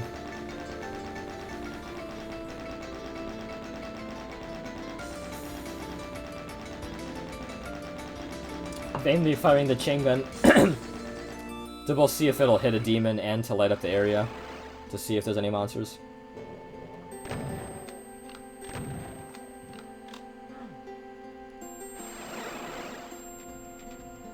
So now I can use the invul to neuter the Archvile penultimate fight. I fuck up this part, which is funny. And the line skip. It's very important that you push into this right side here and you don't fuck it up. Because if you don't push into this corner here, then you'll get bounced out of here and then you'll be getting chain zapped into the sky. Then your BFGs won't be very efficient and then you'll be forced to audible and then rocket most of the vials instead of BFGing them. If you remember in my one of the more recent attempts I got into this part, I did fuck that up and I nearly died like 3 times here. I executed it pretty much perfectly here. I used to only use as many cells as to leave this area with 600. So like 5 BFG shots I used to use here, but I realized it's just much safer and much better to use about twice as amount of that. Use about 400 cells for that part. 10 BFG shots instead of 5. So this part, I just kind of back up, fire about 30 rockets into the imps, because what else am I going to do? Not much to talk about in this fight yet. Besides the infamous use cells. Use cells on the Kakos. Use cells on the Kakos. That's all I gotta say for this fight. Rocket pain elementals, because what else are you gonna do? There really isn't much to talk about in this fight, because you just kind of play the fight normally.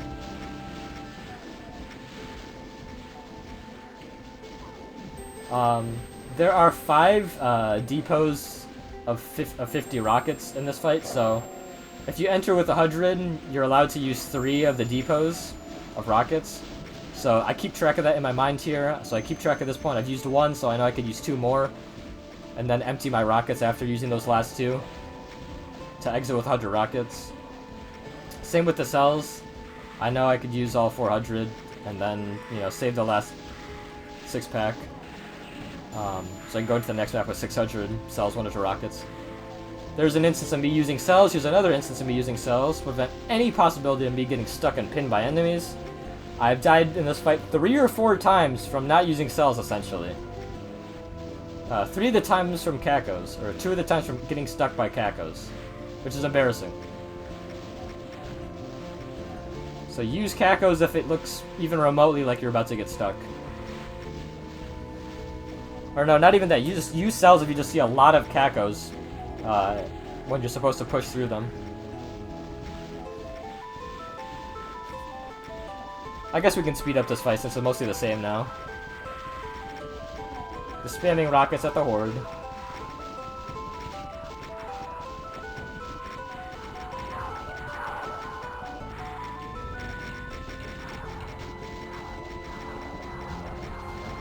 On my 3rd refill of rockets. At about 20 rockets, that's when I use all my BFG. So I like to rocket the last remaining stragglers.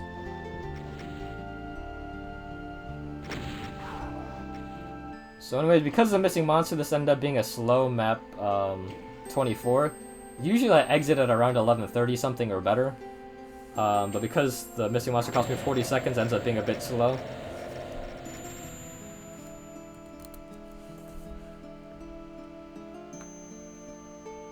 I say use Kakos, I'm talking a lot.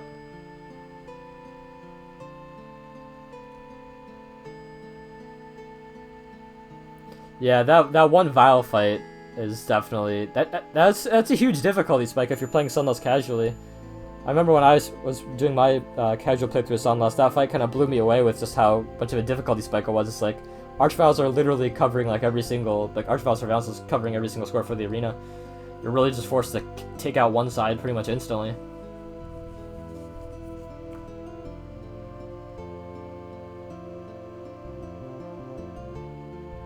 Yeah, it does look like a lasso, because you kind of just like throw your BFG ball at one enemy, but you're really trying to hit another. I don't know, I feel like you're just lassoing an enemy. Lasso in terms of the motion, rather than the actual function, because with a lasso, you pull an enemy towards you. Of course, you're not pulling any enemies with a BFG. If anything, you're pushing, but it still feels like throwing out a lasso.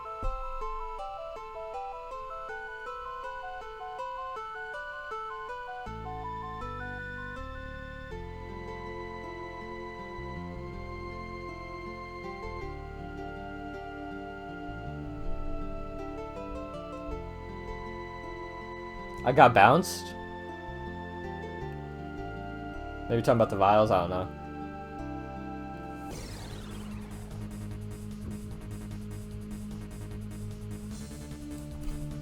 So now I'm getting to map 25. Map 25, when I started practicing it, I thought would by far be the most stressful map in the run, and it still is stressful. But that's because we're doing 2 glides. So this is the one point in the run where I actually turned vertical mouse movement on. Thanks, Derek, whoever else was helped me with this glide. Bill, I think, maybe told me, but vertical, but so the first thing you... Why am I talking about a glide step? You guys already know how to glide, but yeah, use vertical mouse movement into the wall after you get the proper orthogonal angle, and then you just manual strafe to the right.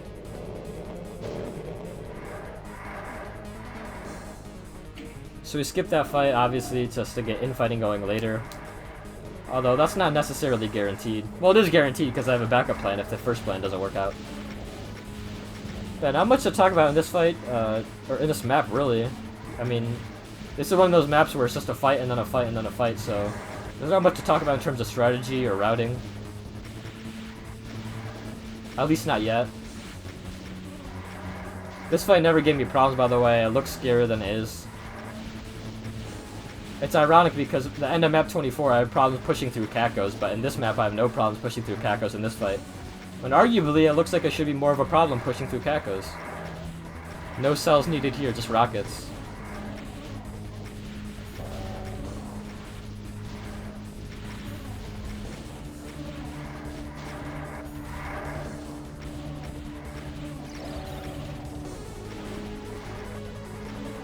So I don't know what happened, but later on in map 25 attempts, I started to lose a handle on these Revenants.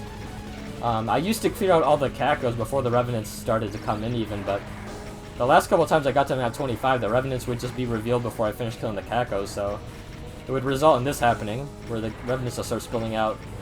Not that it's a real problem, but I mean, I don't know, you'd probably prefer it if they would all stay in that little hallway.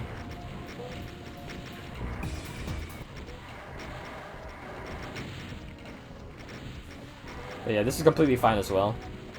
It's just a little bit messier. At least it looks cooler, I guess.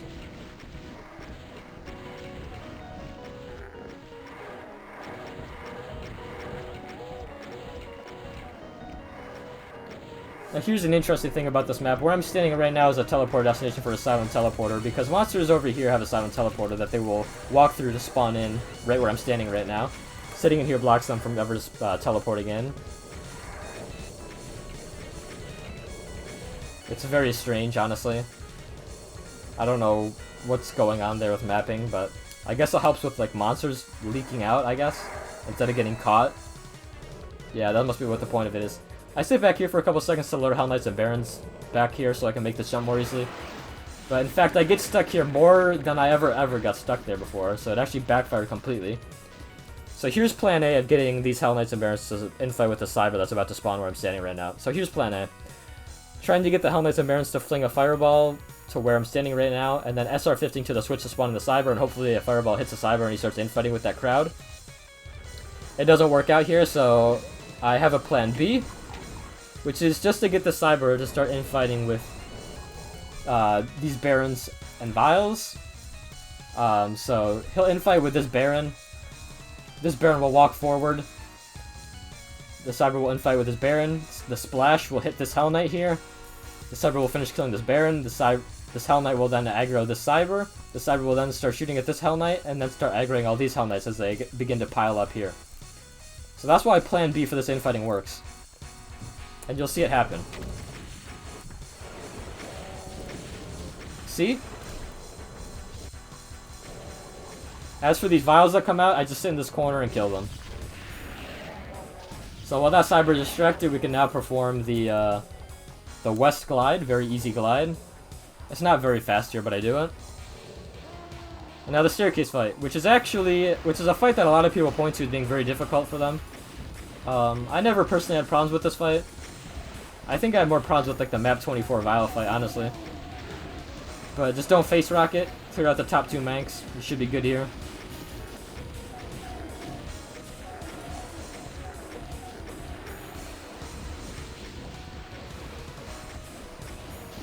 I'd like to keep in mind those Mank fireballs that he's trying to hit me with. Because the damage that he does will stack up if you get hit by a lot of his fireballs. Eventually I just start firing at him, because he's annoying. The biggest thing though is you want to be careful of face rocketing the specters, so.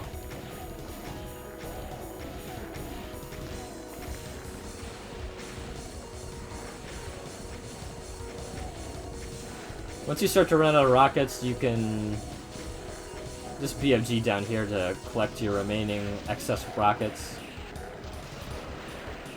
Use about 3 to 4 shots to BFG down there. This was probably unnecessary, but I just SSG'd all these imps because I can't resist SSGing fodder enemies. And I feel like this map has a chance to run low on rockets because while you can get the Cyber to infight, or while the whole route I have for this map is kind of formulated around having that one Cyber to infight with that big crowd of Halites and Barons, it literally just doesn't work out. Like, 1/3 of the time, the Cyber will just get annihilated by them and the Vials will resurrect all the nobles and you'll have to rocket them anyways. So that's another reason for SSGing those imps instead of rocketing them.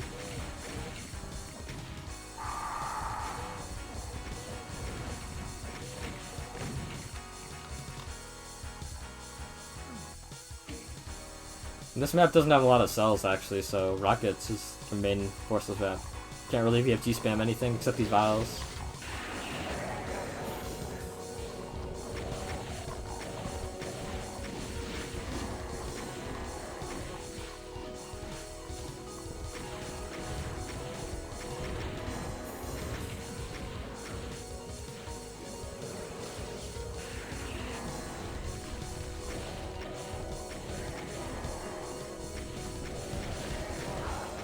Now we just clean up these guys. By the way, Star, I know you said that you re-upload your Dimensions Map 3 video because you don't want to use a Zack Siegel MIDI. Even if you do get copyright claimed for it, it won't affect your channel.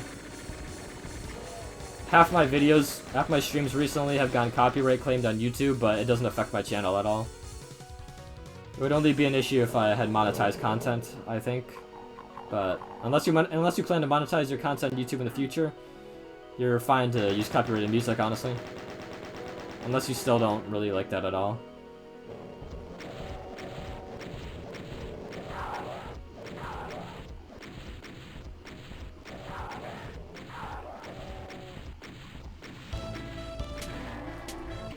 Next.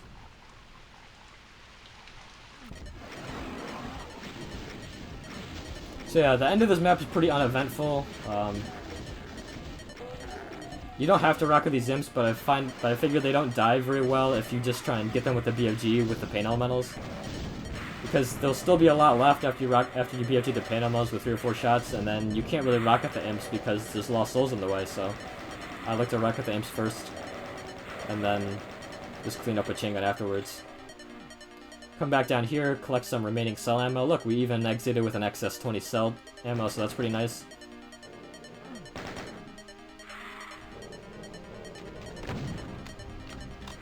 Pretty alright map 25 time there.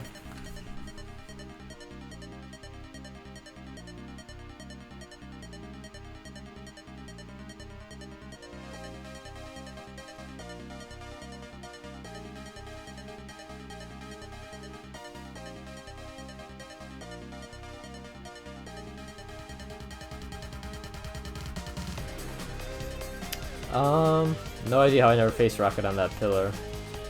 Not quite sure what you mean, but face rocketing is pretty easy to avoid on map 25.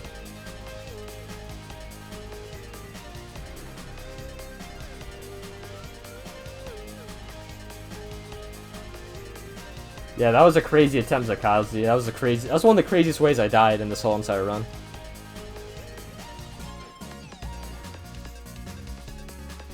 You got an actual strike? I thought you took down the video preemptively. Like, to prevent anything like that from happening. I didn't know you actually got a strike for it.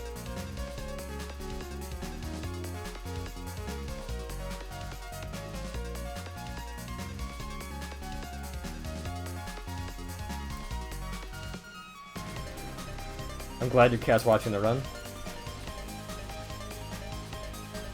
So I use a BFG shot for the start of this map, but it completely does pretty much nothing since it's designed to kill the pain elemental, but he does literally 0 damage to the pain elemental. So that kind of backfired. It was still okay BFG shot though. Simplify things a little bit.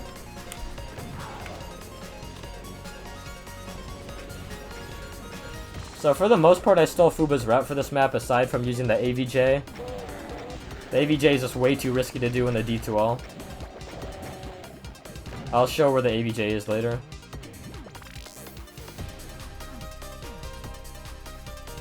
So this is another fight where you just want to use cells.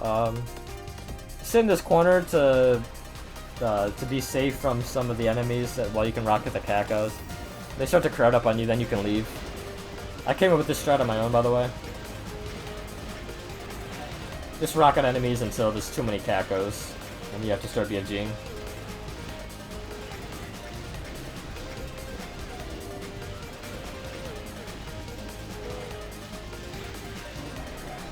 So usually 4 shots is good for this fight.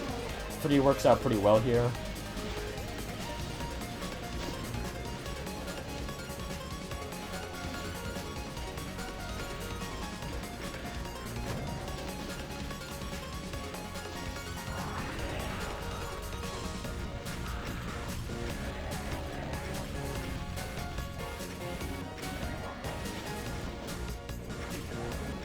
I used to use 2 BFG shells for that quadruplet of vials, but switched using rockets after 1.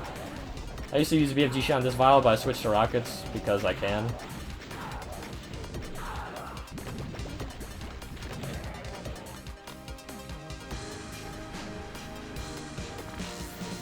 Now we just clean up down here.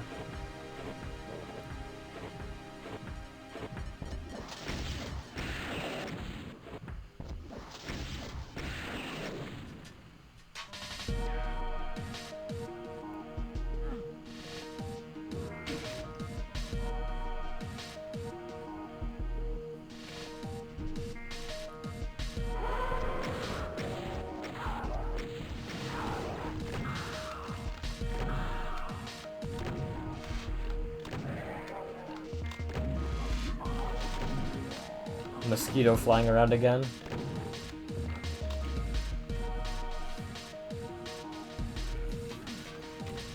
So for this fight, I have a bit of a choreographed movement for this fight, and you're about to see it. So hit the switch, immediately touch this wall, and then usually that gets the Cyber to start shooting. She does, which will provoke infighting.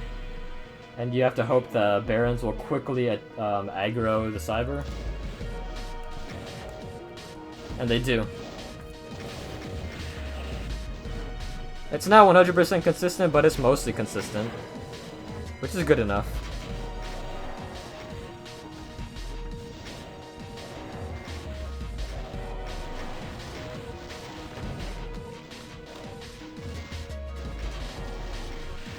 So I could have used a whole extra BFG shot here, but I wasn't thinking about my cell count too much. It's okay, I barely lost a couple seconds anyways. Didn't need to take the Mega, so I saved it, and I actually never end up grabbing it.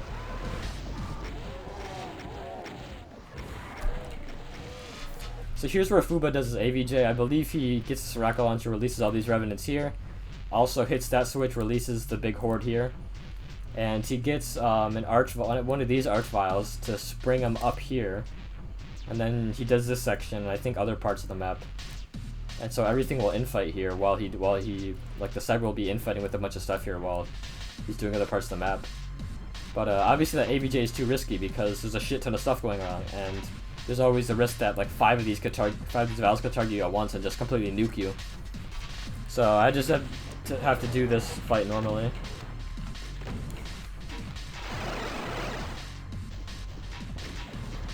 We want to sit on the left side here, so that way the Barons and Hell Knights trickle towards you slower. They'll bump against the wall more.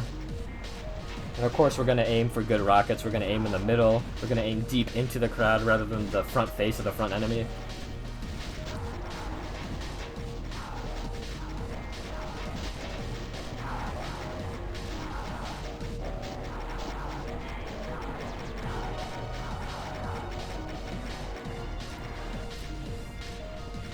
But we have just enough rockets to take care of these vials here. Usually want at least like 24 rockets to take care of these vials. Maybe a little bit less.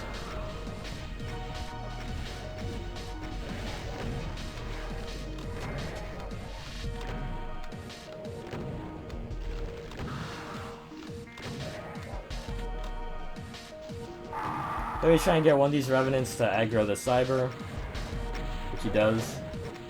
Then we start SSGing the cyber while he's fighting them, because the cyber will win the fight. It's very rare that he gets pinned, and even if he does get kind of stuck, usually he just ends up winning anyways.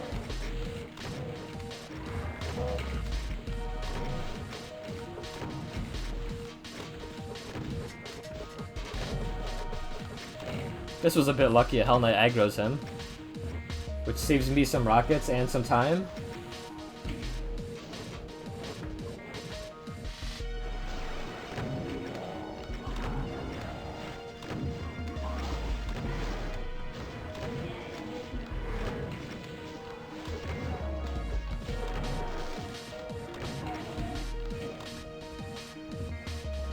So we got plenty of excess cells in this map, so we can use 2 BFG shots here instead of just 1.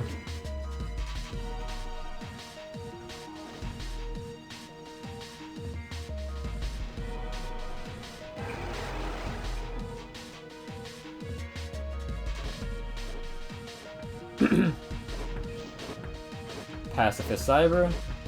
Fire.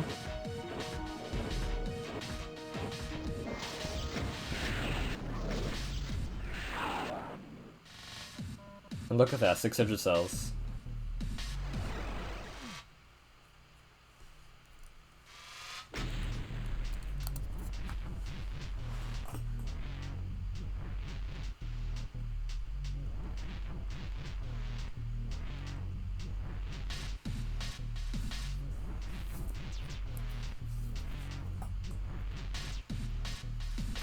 Sorry, the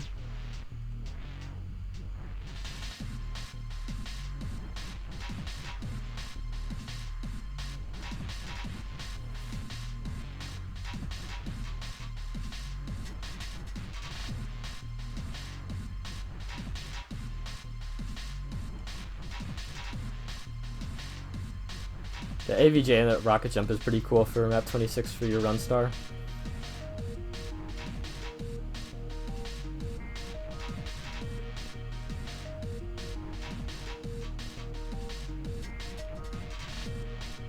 Wow, I can't believe that happened to him. I didn't think that this map was that low on ammo from pistol start.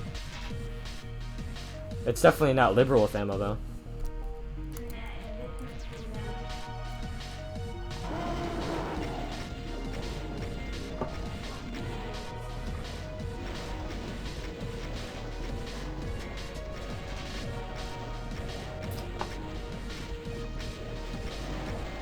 So I came in with enough rockets from map 26 just to kill those barons straight up,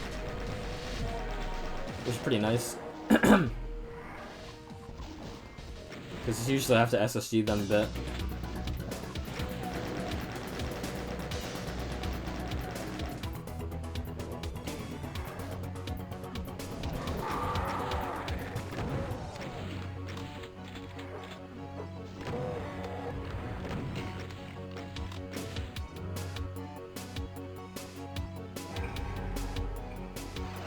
So this fight, I like to run around like a headless chicken for a little bit, chain gunning stuff, just trying to get the mastermind to infight random things. Then eventually I just slide behind mastermind. I do make a stupid mistake. I do fire a bit early at some point. Oh no, that's not true. That was the previous attempt I got here.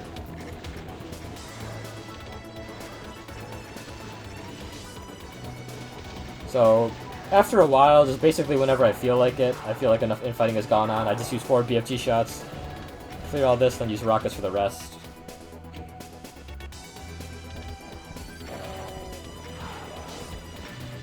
Then 2 BFG shots here. Remember, last attempt I used 1 and I nearly fucking died.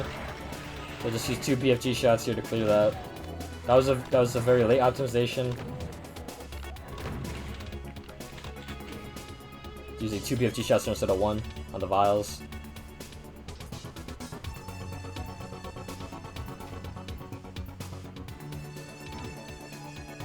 God, I love the green arches in this map. It's so good. This is a very underrated Sunlust map. We take the Mega Armor even though we don't need it because we're not coming back here.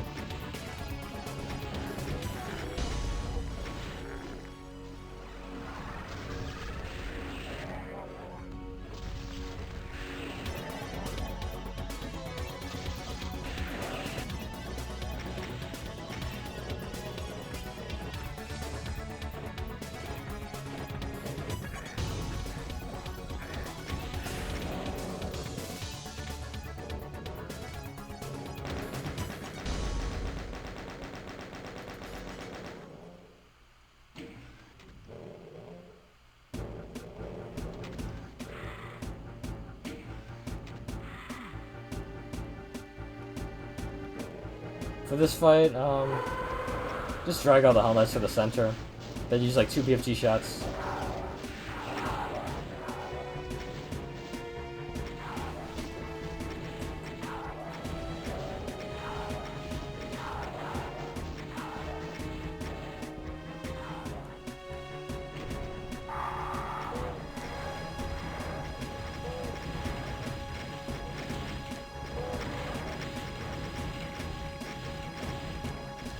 This fight's pretty trivial, just more rocket spam.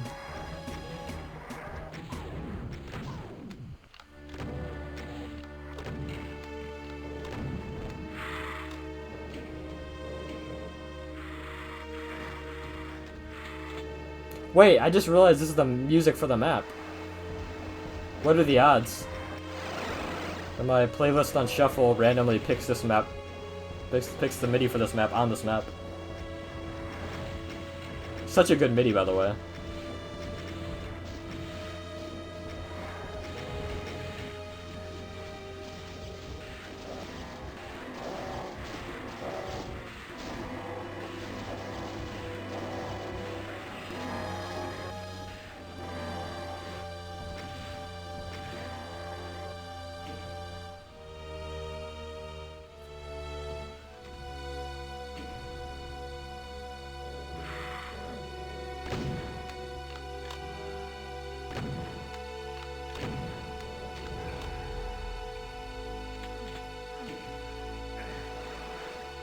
Forgot to hit the yellow switch.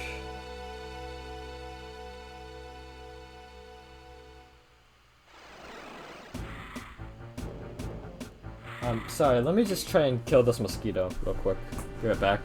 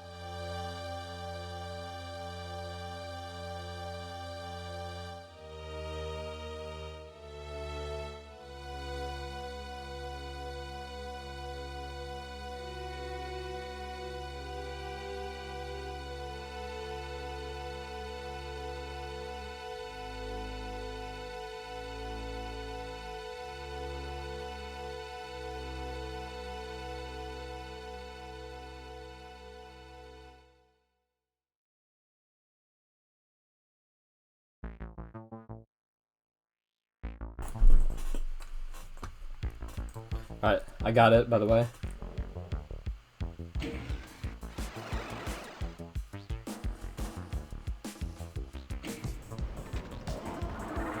So this fight went somewhat poorly. You want the Cybers and Barons to infight.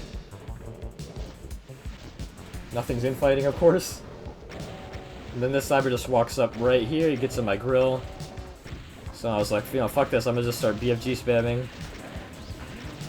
He moved over there, so then I just ran out. Shout out to that rocket right there that almost hit me on my left.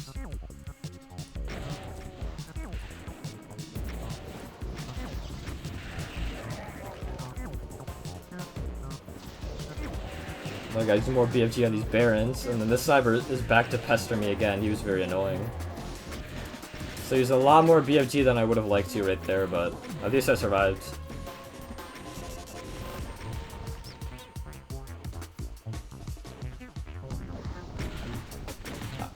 I decided not to try and rocket those vials without Cyber being there, so now I'm just trying to lure the Cyber back to this side to BFG him.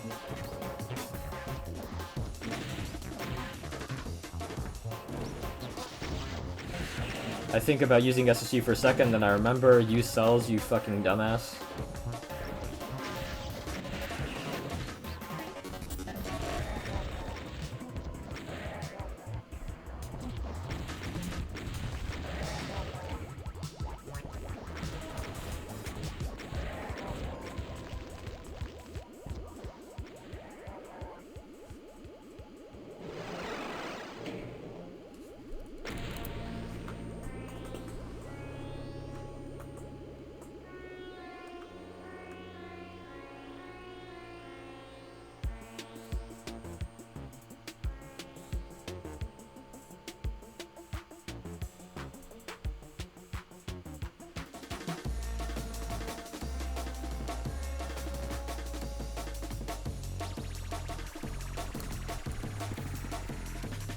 So map 28 obviously killed me a bunch.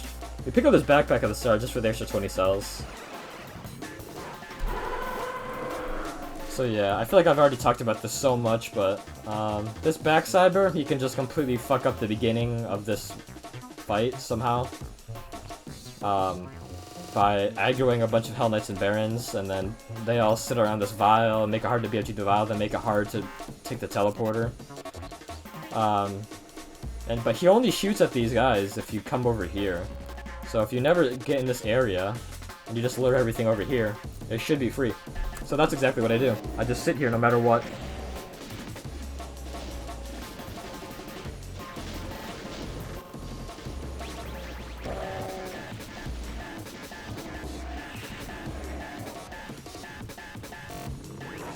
I died not doing that before once, and I almost died another time.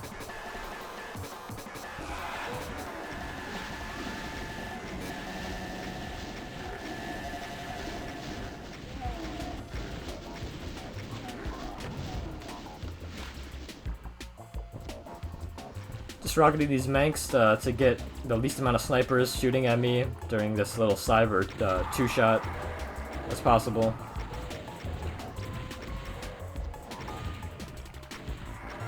I want to BFG him in the open area, so I try and do that here, but then he just fucking walks there. But it's okay, then he eventually moved away.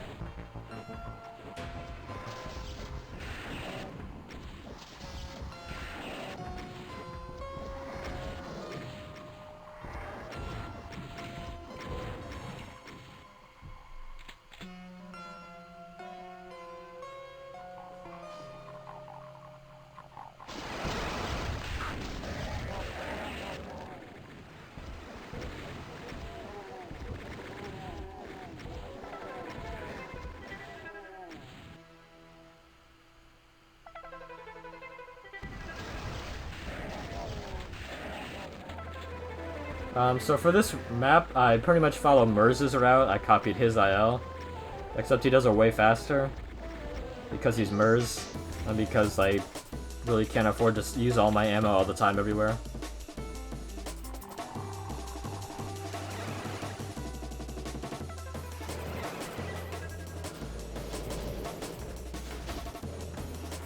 Here's another small adjustment I made.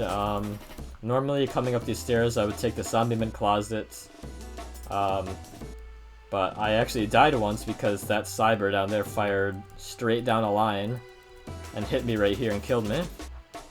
So we no longer do this until near the end of the map.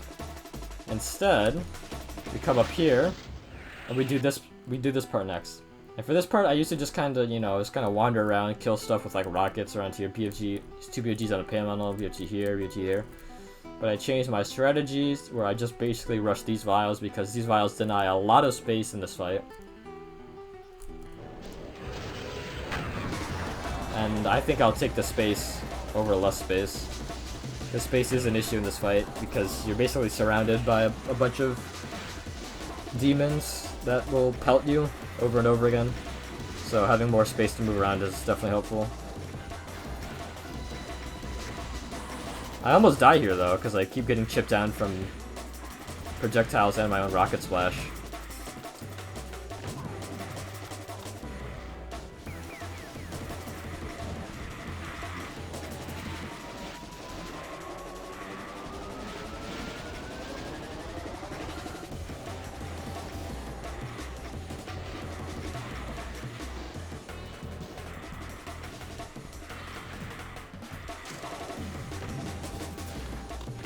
This part goes a lot slower than I would have wanted it to. And eventually I have not great health here, so I figure I should... This was an audible that I made mid-attempt, so I never routed this in or even thought about it. But I decided to go take the secret megasphere that is revealed once you finish this section. At the beginning of the section, so... Because I know I don't have good health for the next section. So I decided to take this megasphere early. Which actually proves out... Which actually leads to me, like, not dying. Like, it actually saves my life. Taking that megasphere then.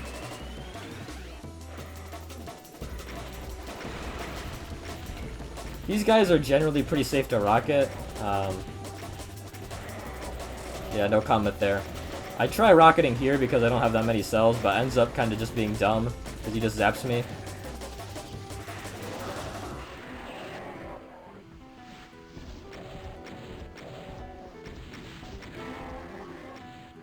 And I guess whatever lost soul, like, hit me here, he just died, I guess.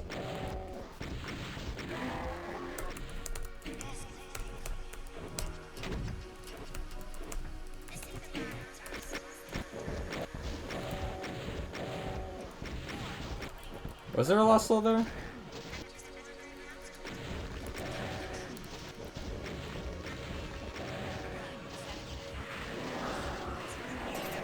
Oh yeah, somehow the lost soul got behind me but also died. I guess it was a Baron projectile that hit him.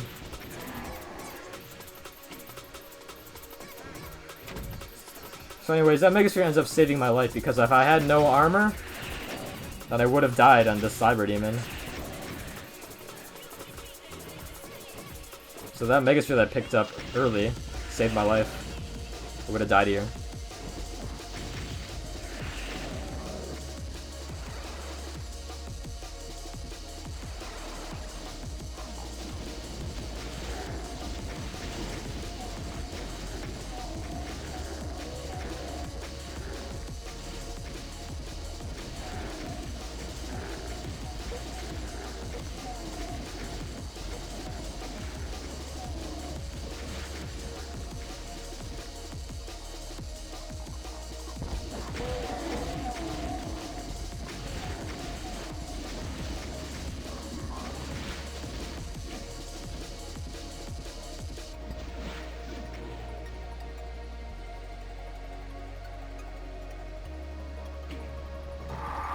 For this fight, you just rocket until they get too close and you just BFG a couple times.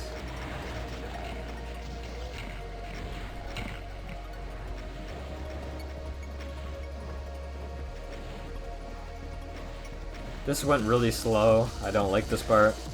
I was trying to get the Revenants to infight with the Cyber a bit, but I guess he was mad at me for some reason. I bumped into a wall, splash damage kind of spooked me. And this became very awkward. Oh, I aggroed the Cyber there. He was actually mad at the Revenants for a split second, but then a rocket, then I fired a random rocket and I hit him, and then he aggroed on me.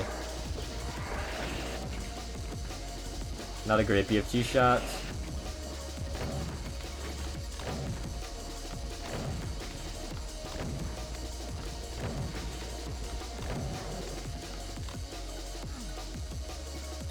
I grabbed this Megasphere just in case. It's not like I'm coming back here anyway, so it makes sense to just grab it then. I have actually very little cells at this point, so I opt to just kind of make the Barons infight the Cyber and hope they do a lot of damage to him. And the Cyber actually kind of annihilates the Baron, so I'm forced to use a lot more SSG than I would have liked on the Cyber.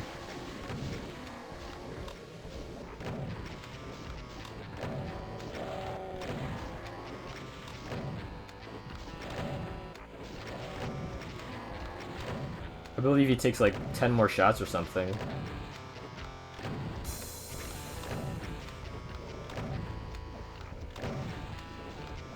Oh, only 7 more shots, but still. If you count the last Cyber, it took like 13 SSG shots on Cybers in this map.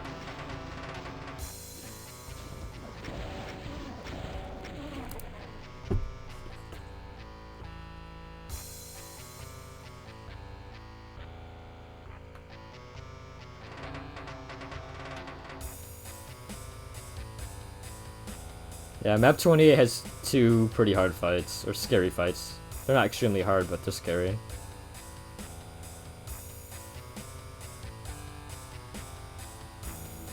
I think that map 7, I think the Cyber that hit me with a rocket, the one they're talking about, the block map Cyber in this map, I think he's definitely not as much of an asshole as the ones at the end. He's definitely not as much of an asshole as the map 9 secret fight Cyber Demon, I will say that. And I think he's actually less mean than the map 15 Cyber ending as well. And he's less of an asshole as the map 17 block map Cyber. Yeah, Lestar was mentioned too. Hey, Helldog, 82.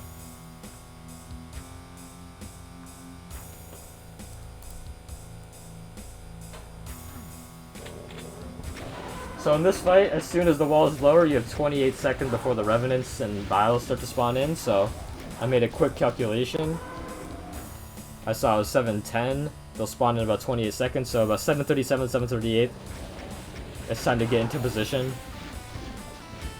Until then, I just kind of rocket Hell Knights and stuff here. Like, I don't know, I just try and clear as much enemies as possible when the Revenants come in. Because that just helps with opening up space in general. It's important to collect this cell pack over here.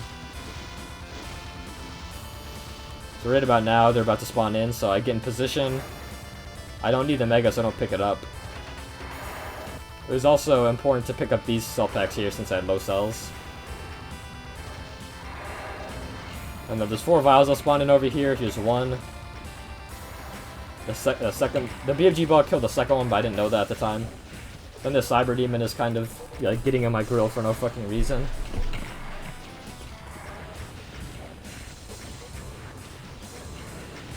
He dies, and I just push in, kill these last 2. And the fight is over at this point, you can just rocket everything else.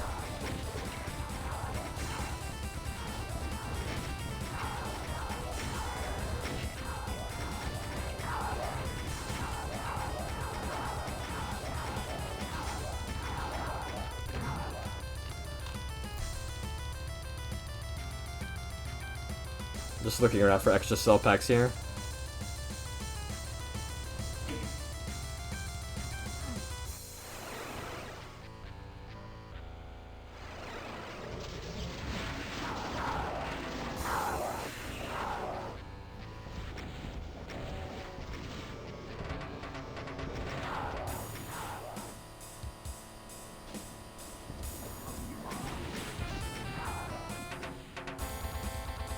So now we finally do this part. Completely safe from any Cyber Demons attacking. By sheer dumb luck, I just found this missing Baron here. So, I don't know. It's good that it didn't cost me any time, really. 561 is the magic number here.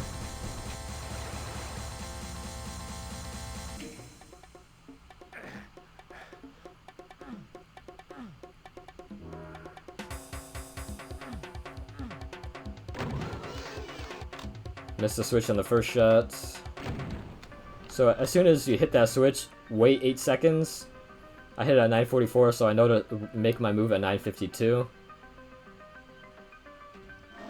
I stole this from Merz's route for this fight. Completely ripped it. Funny thing about this Cyber Demon right here is that he is randomly either asleep or awake. I don't know what determines if he's asleep or awake, but sometimes he's awake here and sometimes he's asleep. If he's asleep, then he's pretty much free to run past. Where does he actually spawn in from? Oh, he's one of the Cybers here. But yeah, so sometimes he wakes up, sometimes he doesn't. If he's asleep, it's completely safe to run past here. If he wakes up like this time, it's a bit dangerous, but luckily I just slid past him. He jump scared me though. He was in the dark, I couldn't see him. I didn't know he was awake.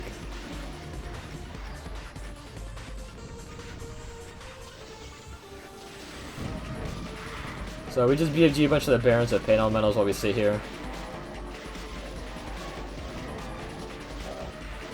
Until we have about 120 cells. We save those 3 cells in case we need to push back out this left side here through Kakos.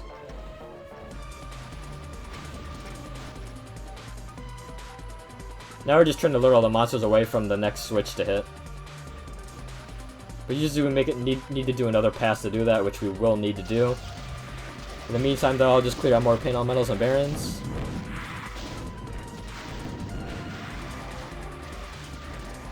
Once all the Pain Elementals are clear, you can pretty much just run. Make another pass back.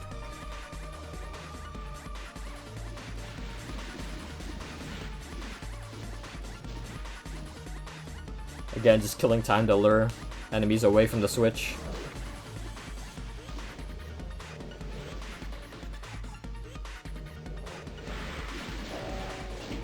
There we go. We're gonna sit here, lure the vials out a bit that get released. Now we're gonna use some SR50s. They're gonna run way back here so no vials can target us.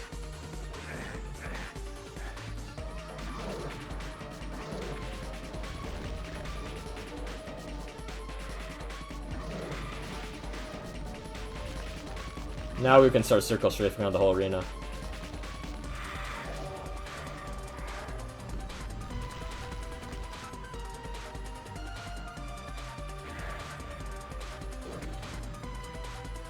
Decided to grab a supercharge pretty soon for insurance. I think next time I run around the circle. So just BFG any vials that come in your path. You hope infighting kind of whittles down some of the vials for you. But eventually you just have to start killing them yourself. More SR50 to get behind cover.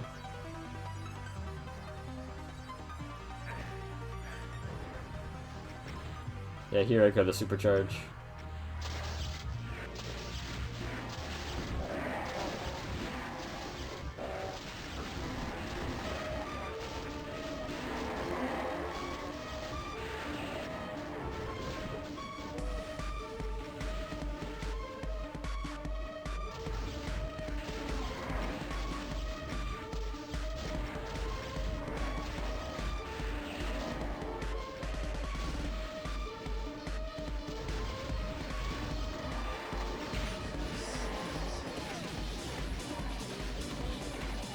And now we're pretty safe.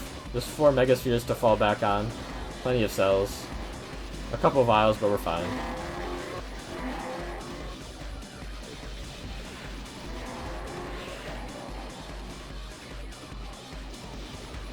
I even pick up a couple Megaspheres on accident.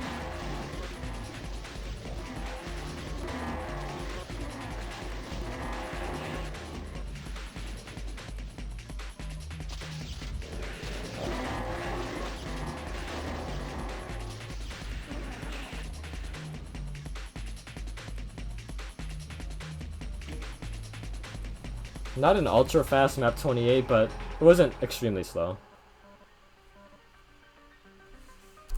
That little pause at the end there is just to make sure I have the blue kill count, blue secrets.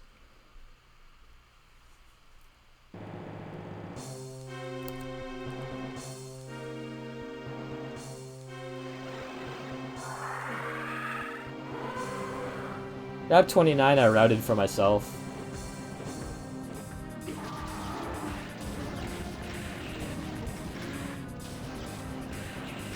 So again, we went through a couple different ways to open this map. All of them start with getting the Cyber to infight and hitting the switch, but I used to initially try and run down here, run past the vials, get in here.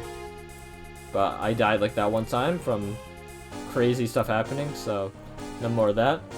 And then I came up with a second strat, which is what I end up doing here, but not before I tried a third strat. I never actually executed this third strat, but because in attempts, but I did plan to do it. But the third strat was just running along this side and trying to swing down here. But that's not very safe either, so we're just gonna go with the second strat I decided of just BFGing these guys and just camping here. And there's so many cells on this map that you can afford to really kind of just use them very liberally. Like, look at these BFG shots, they aren't very great.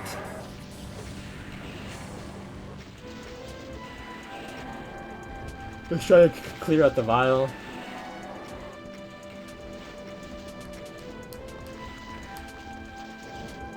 This vial dodged one BFG shot and another later.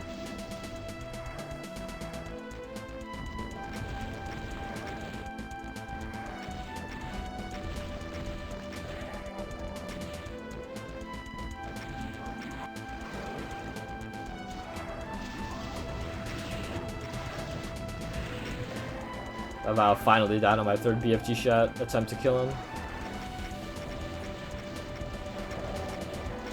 Again, carefully placing rockets to do the maximum amount of splash damage they can.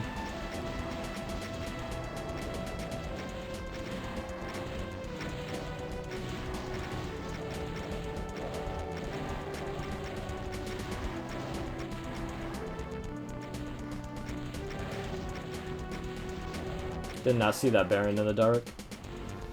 We try and save that Megasphere for now because we want a full stack going into the circle fight. Not that I plan to take a lot of damage in the circle fight, but I just don't want to take that Megasphere if I don't need to. Just do not take it early. Because in a previous attempt here, I almost died in this map from low health.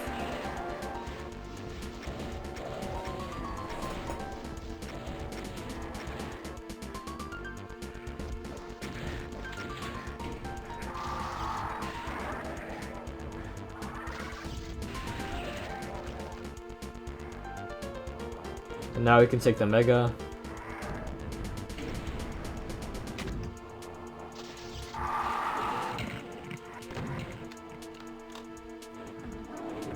And now the map mostly proceeds as normal.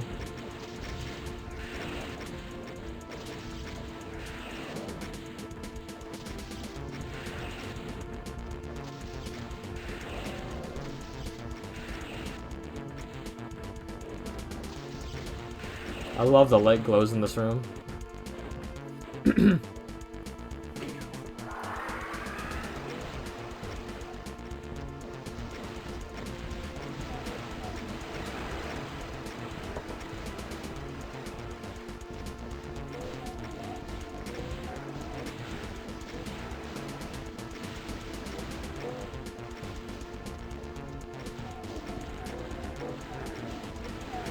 So while this fight is going on, any other comments I could have about this map? I don't know, it's not a hard map for the D2All. Map 29 is relatively chill, honestly. Oh yeah, I use BFG when I see more than 3 Hell Knights in this fight.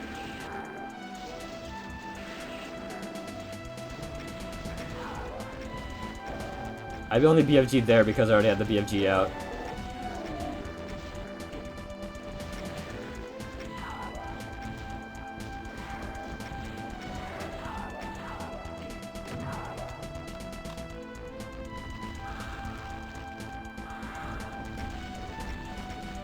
But yeah, this map is not very hard in the D2All. You have so much cell ammo.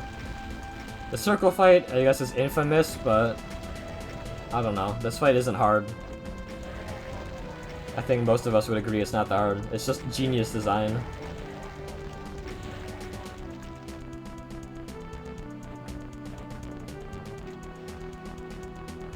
And I don't think anybody who's tried to make a fight based off the concept of rotating cover has been as successful at recreating it like the original here.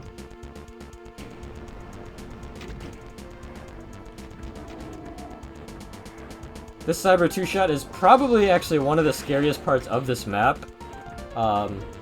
Just because he's, you know, he's blocked in by monster block lines, and monster block line Cybers are always kind of scary to 2-shot, especially if they're on a block map line.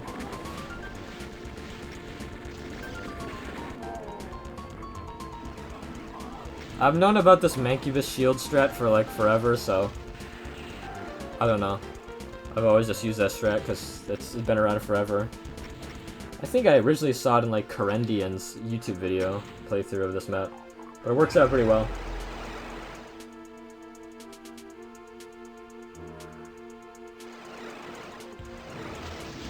This BFG shot that I just shot right there is very important because 3 Cybers will spawn on those 3 squares on the floor there. If the teleport destination is blocked, they may never spawn in, so this is an important BFG shot I take here. Make sure they're all clear. Because I have, in practice, had a Cyber not spawn in. I absolutely go flying here. This was hilarious.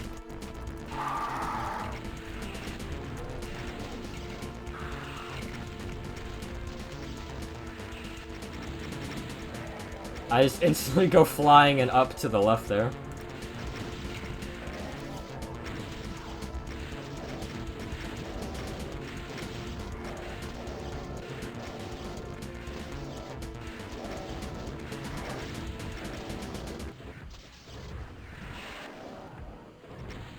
That Cyber Rocket almost got me.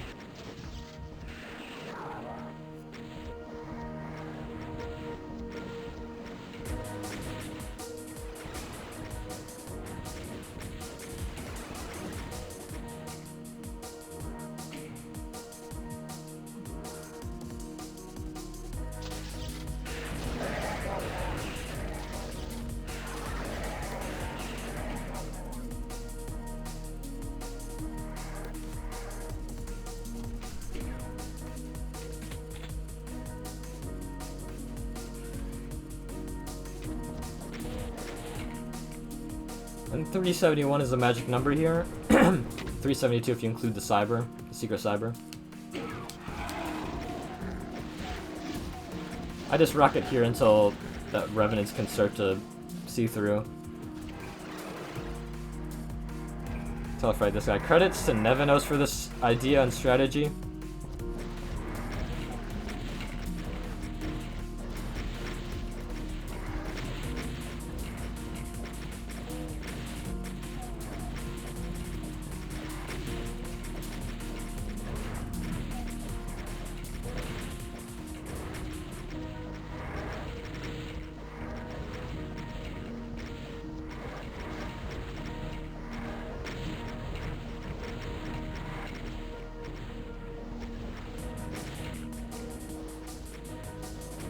Revenant Raka just wouldn't quit it.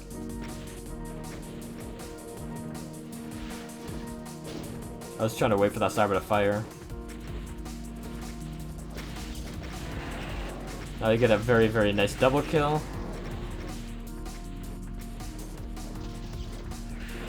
It was interesting that BFG shot just kind of cleared out 2 Barons and 2 Cybers.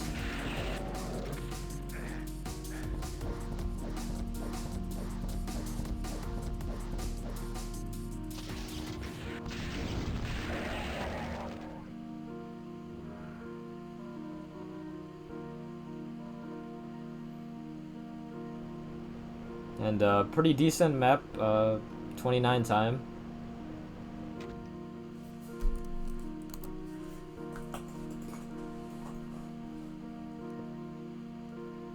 Hey Shep. Yeah, a lot of the Cybers do the infighting in the back with the Revenants and Barons. Thanks, Shep. Yeah, you do gotta avoid the death pits in the Invul and Arena Star. You have to kind of carefully move around them. Imagine losing a run to that.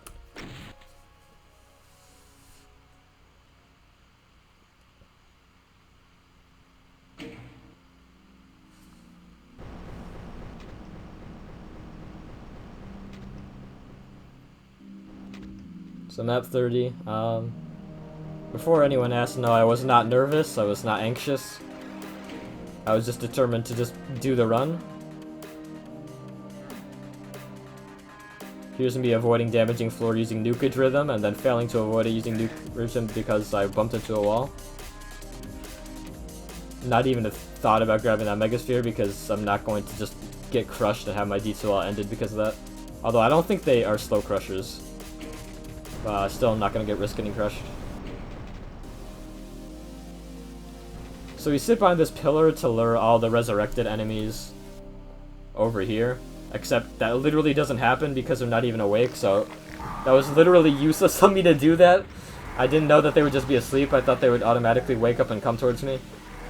It's okay though, because everything still worked out. Wow, that I look so dumb for using that strategy now.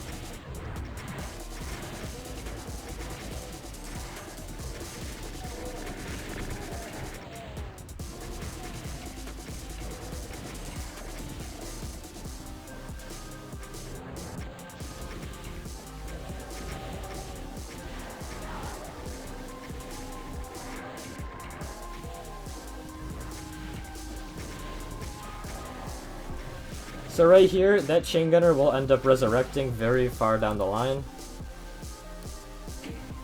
Or one of these Chain Gunners will, I don't know who.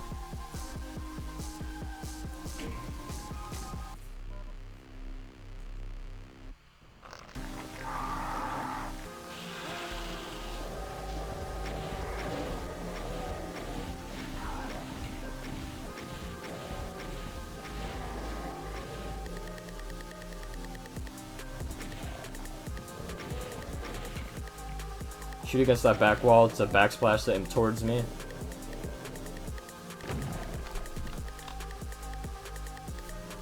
Supplying some rockets here, some health. I just want to know when that Chain Gunner resurrects. I guess we'll watch the kill count.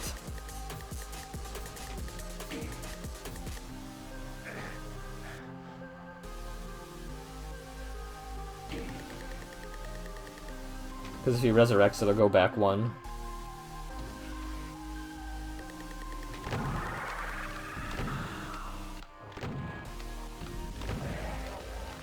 But yeah, most of this map I just do normally.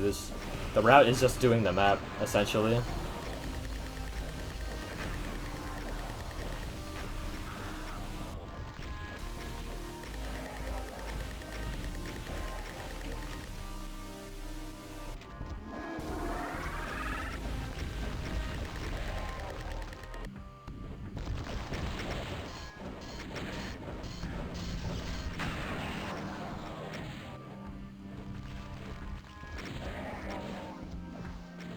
So the Chain Gunner resurrected, actually. Oh, fuck. Okay, my bad. Let me speed it back up to that point. I guess we're not rewinding.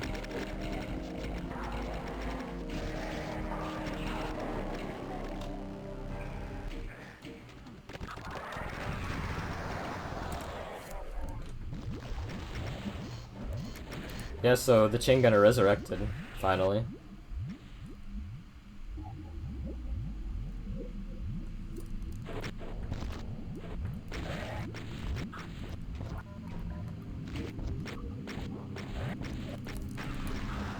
Let's see when he does it, and which one it was.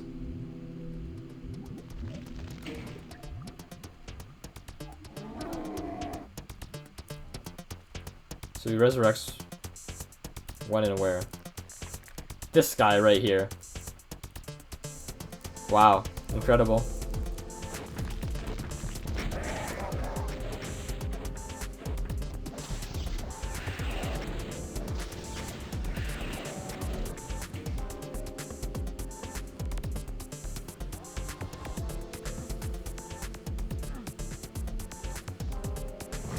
So I would have known that that guy got resurrected if I knew I was supposed to be at 133 kills after that second fight there. But I never bothered to make sure that kill count was supposed to be that after that fight, so I was completely oblivious to the Chain Gunner being rezzed until the very end of this first half of the map.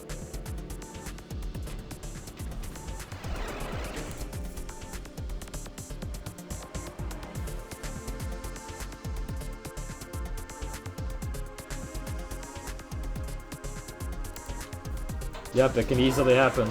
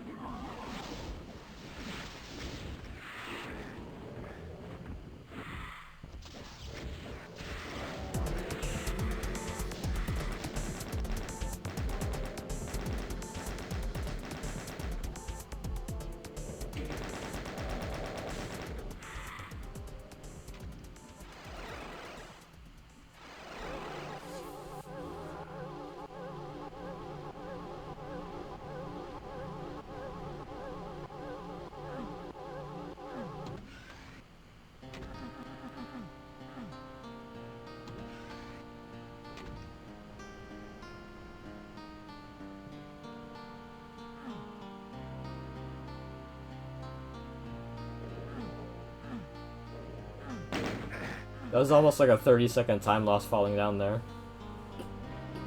If I'd never hit that switch.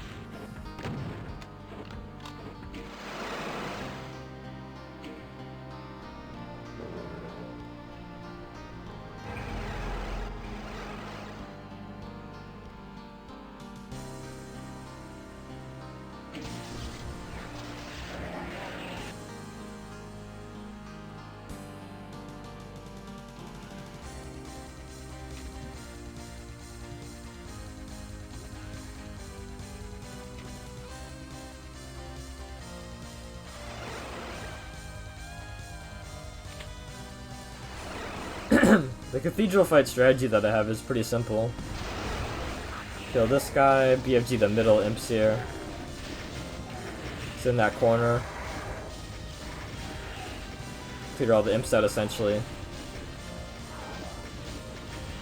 Really bad stuff nearly happens here.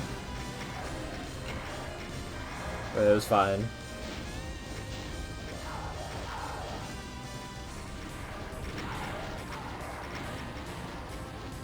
I think this shred is really solid.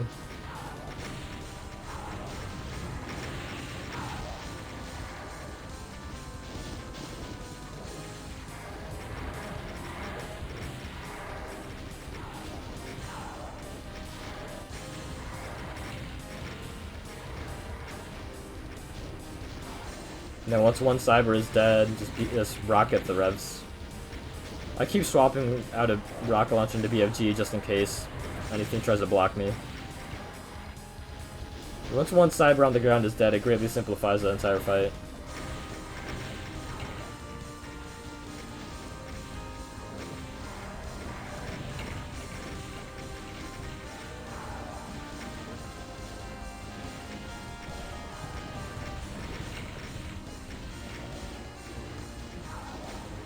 So here's attempt number 1 to get up the stairs, Hell Knight foils it. Here's attempt number 2 to get up the stairs. I just get caught in more Hell Knights. So then I'm like, well, fuck that side, I'm just gonna go up this side.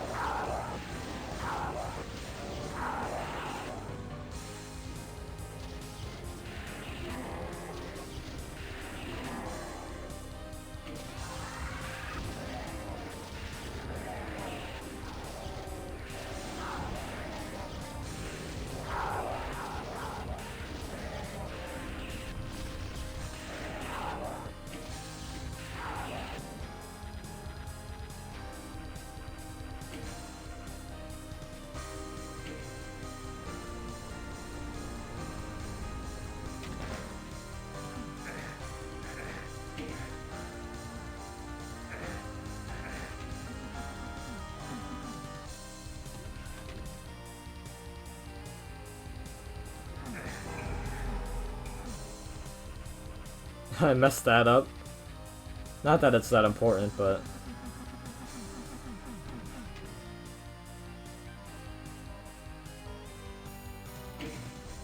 who did I take this strat from? I think I may have taken it from Derek's map 30. I love this map, but if you just hide down here, all the chain gunners will come towards you. I don't execute this strategy perfectly here, but it's whatever.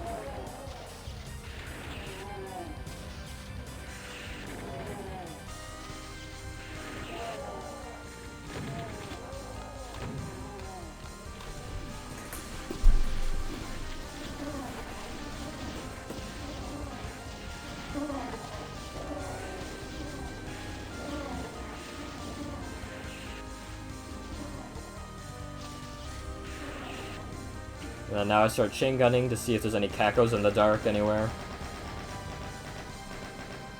No chain gunners wandering around here. Then I'm like, oh shit, what happened? Once it's pretty clear that there's nothing here, it's like, okay, well, time to check everywhere in the map.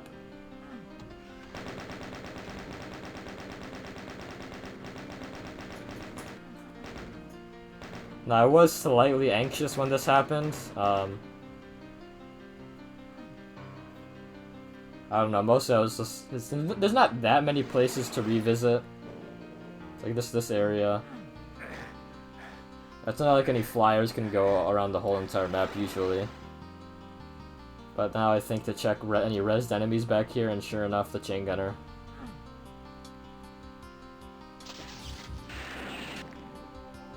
And 565 is the golden number here.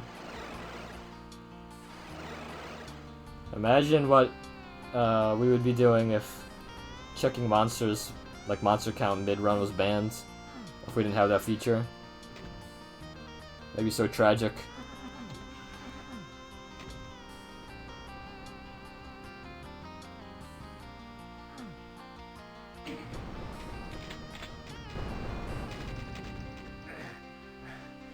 Couldn't find the other stack of cells.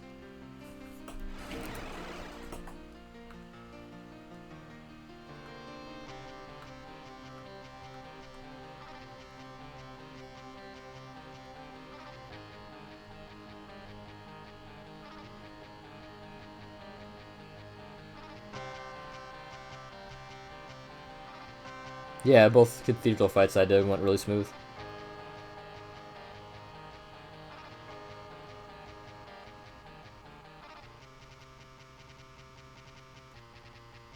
Yeah, I only used one Megasphere in the cathedral fight. I never really took any damage.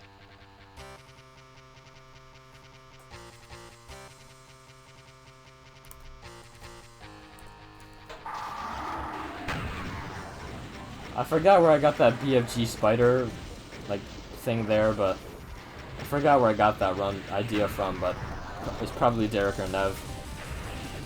But it clears out some space right off the bat.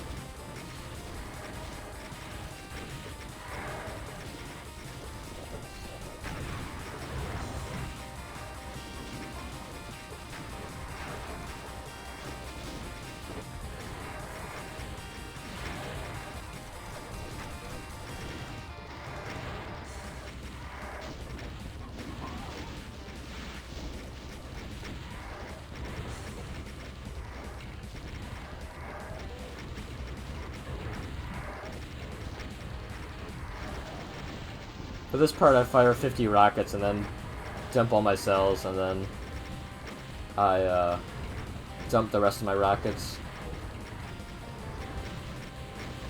Because you don't want to wait until the very end to dump all your cells, because you kind of want to dump your cells when you still have like full bushels of enemies to BFG, so no tracers going wasted. So that's why I switched to BFG now, because there's still a ton of enemies. So tracers should not be missed. They should all be hitting something.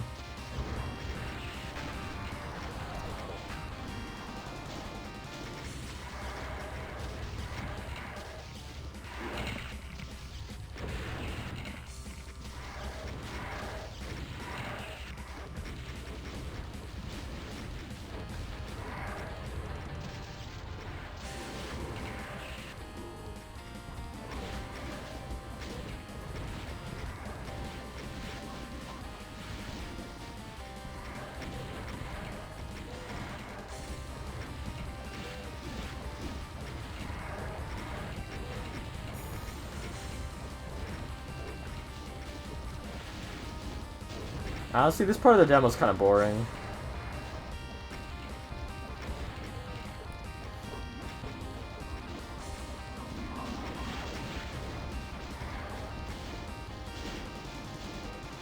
Once you're low on rockets, it's time to go back and grab these rockets. These rockets are risky to grab, but it's best to grab them early on in this part of the second half of the map. Better risk your health now than later, you know?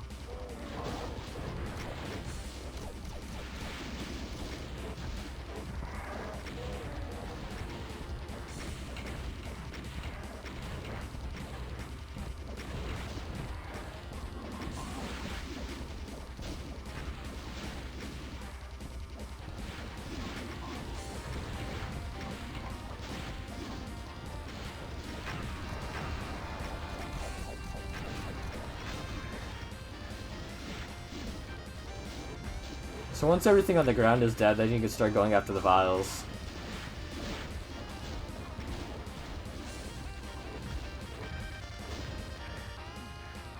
One of them gets me here, but it's not that big of a deal. But I decide, okay, I won't test that set of vials. Let me just do this side instead. Maybe they're nicer.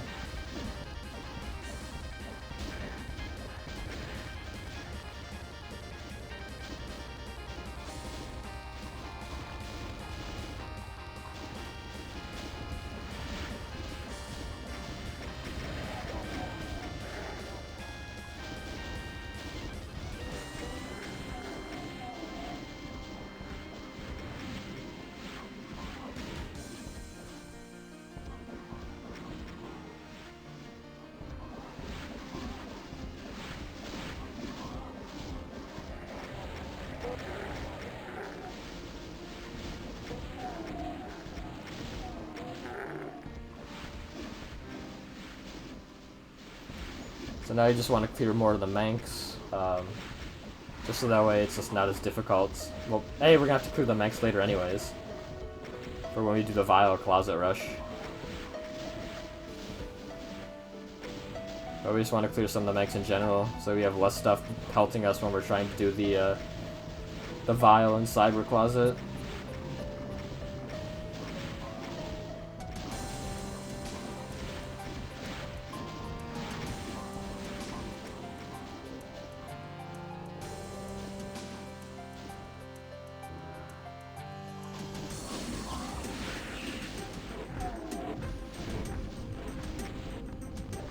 So this actually could have gone so much worse than I actually did.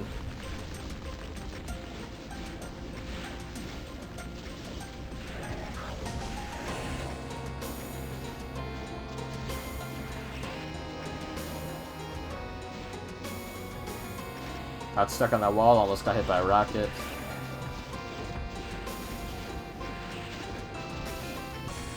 And I don't even care about trying to line up good shots here. I'm just trying to just kill them as quick as possible.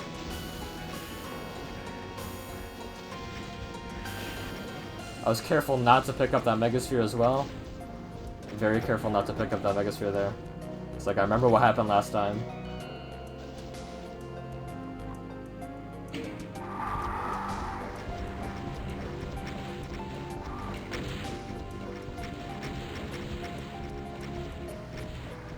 My dodging started out pretty good here, but then it fell off.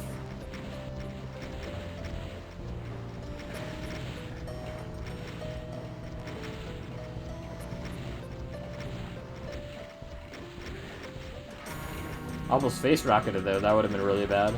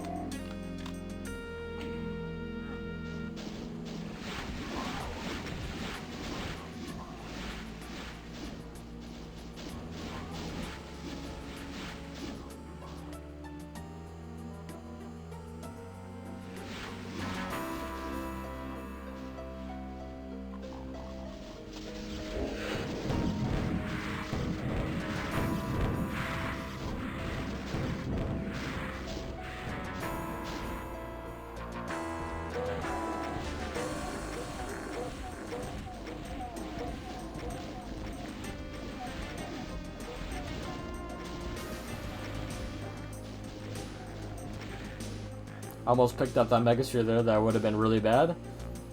Especially because later we used up that Megasphere after eating a Cyber Rocket. So that was very dangerous by me. Very clumsy, careless.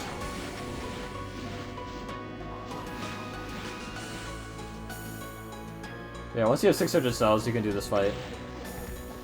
You just need 600 cells because you just really need to eliminate as many nobles as you can. Start off with 5 rockets and then just BFG the rest.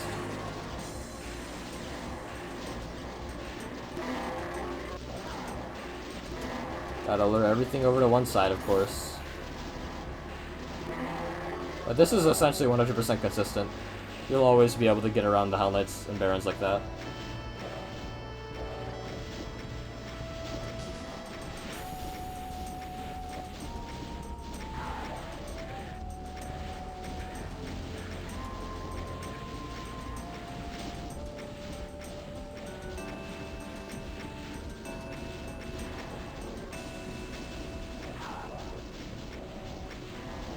Let's speed this up.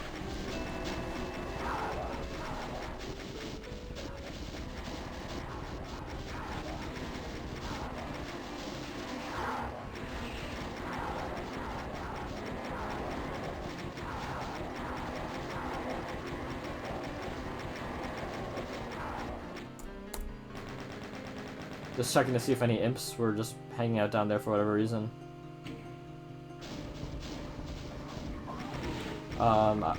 I picked up some extra rockets before I left that Noble Drain fight, and that actually ended up being fucking huge, picking up those extra rockets. Of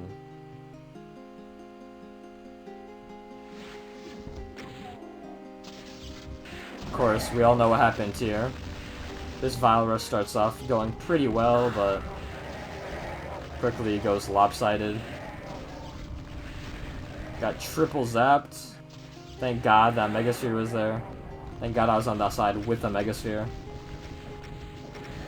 Which I didn't think about at all but before I did the Vile Rush, but good thing that I chose this side to attack them from and to hide behind this corner.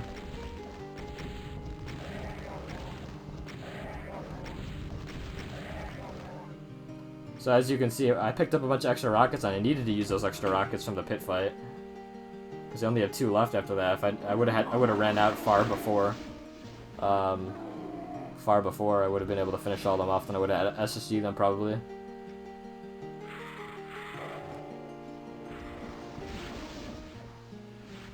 This Cyber coming out so early and so quick was kind of weird. This one too, I'm like, what the hell? Did these guys not infight anyone?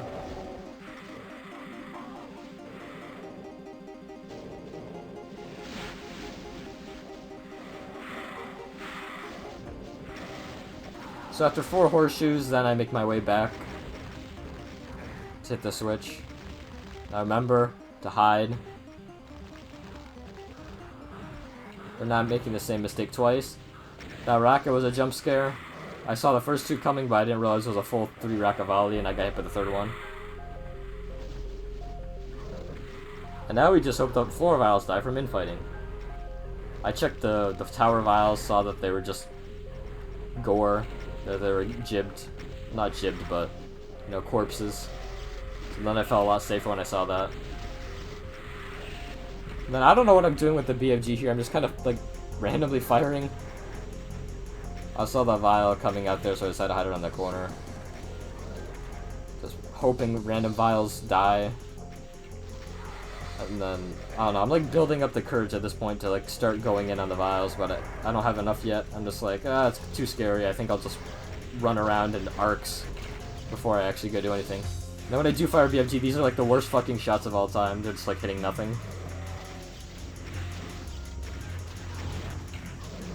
And I end up having a little bit of cell ammo issue later too, probably because of this. Eventually I had more confidence to start BFGing the Rev Horde because I'm like, okay, well, it doesn't look like there's any vials, but it's probably still good to BFG the Rev Horde. Grab that Megasphere at 94 health because we're playing it safe.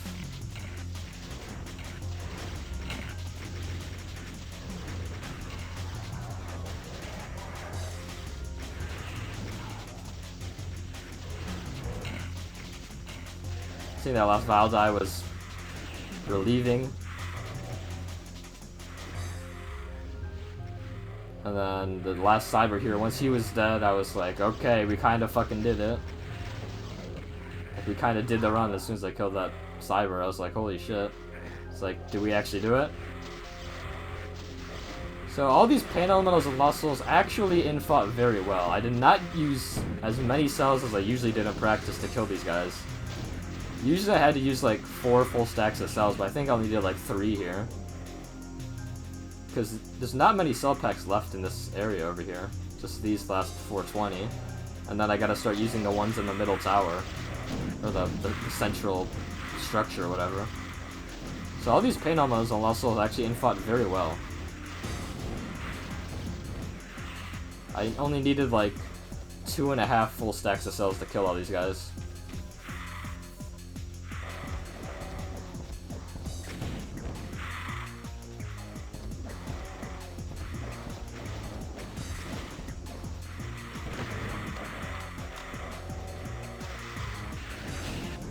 Everybody says this part was scary, but I don't really think so. It's like, I had so much health that I don't really think I was gonna die to Lost Souls with that much health, even if I did get stuck for a little bit. Although if I did die like that, that would have been the greatest tragedy in 5,000 years.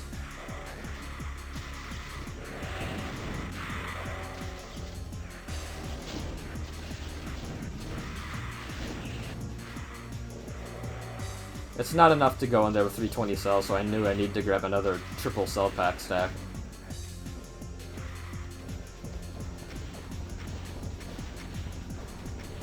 Clear out the Lost Souls with rockets. 1 good double kill. 2 good double kill. And then fail. That's okay.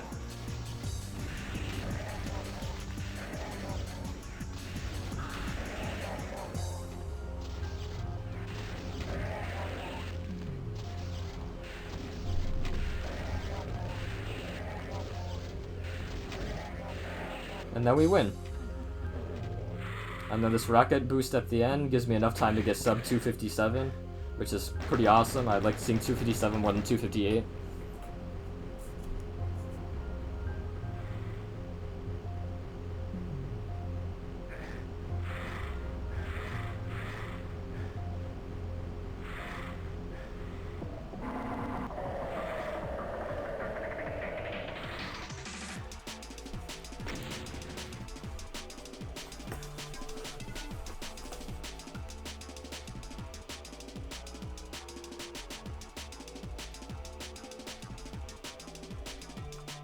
Yeah, I agree, Sam. The ending is kind of boring. At least the first part of the ending.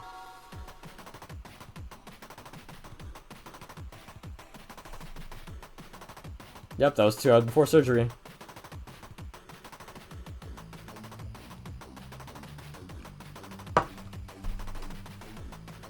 I don't know what to do now. That's pretty fun though. Pretty cool demo. Pretty fun run.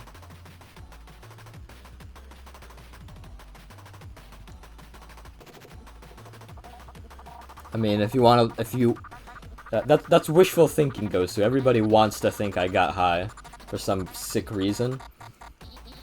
I literally just went to sleep after surgery. I don't think I was ever really that drugged out at all.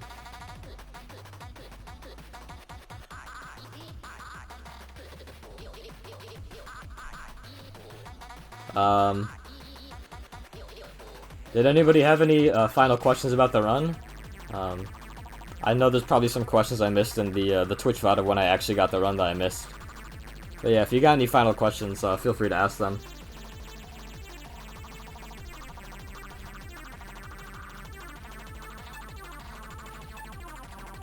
Never optimizing it.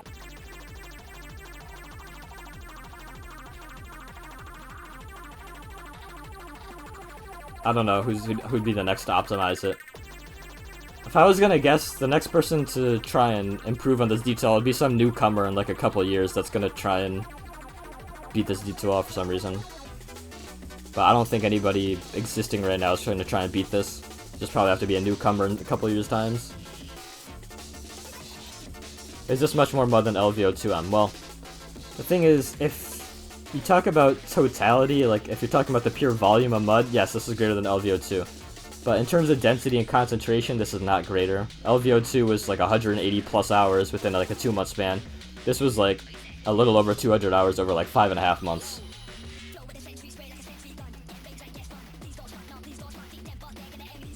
Never doing UV speed.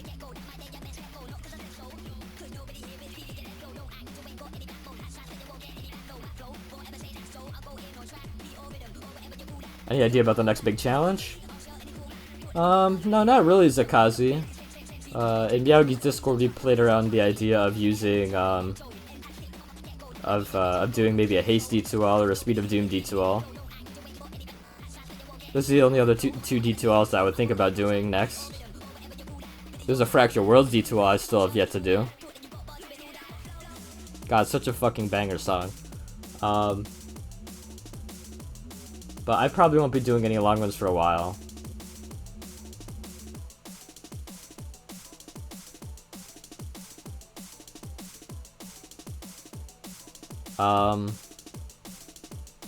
So I don't know when I'll be doing my next big run. I really don't want to do it during the school year, which is starting in 2 weeks exactly. So it's probably just time for a period of chill runs for at least 3 to 4 months. It's either that or I find a way to do a long grind and do it healthier than normal. Like play like once or twice a week somehow and still manage to be good at it. But it's really hard for me to break out of the style of like, okay, if I'm doing a really hard grind, then I just want to hammer it like at least once every couple of days. And a lot of the times I hammer a run, it's like sacrificing sleep for it, so I don't really want to do that anymore. I just don't think it's good to do. It's just not healthy for me. And I'll probably end up doing it again, despite what I'm saying right now. Despite what I've been saying for the last couple of months, but it's worth trying, you know? It's worth trying to live a bit healthier. Oh yeah, you're trying to do Degrassi, Roastrock. Your like monthly stream, one stream a month.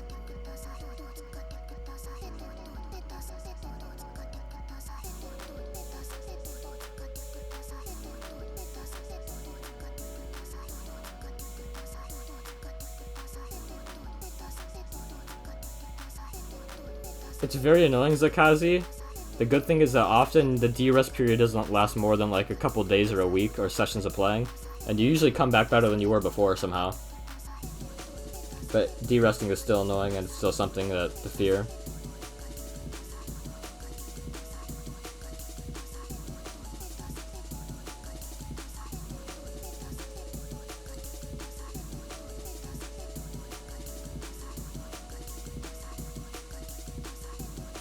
You're gonna move again? Congrats, I guess. On moving again. I'm trying to get somebody to do it, Roaster Rock. I'll try coaxing Star into doing it. We'll see if he actually does it. Anybody? I keep mentioning it, you know, I'm not actually directly telling one to do it, but I keep mentioning it. Hopefully somebody will think it's a cool idea to do. Subtly trying to get somebody to do it.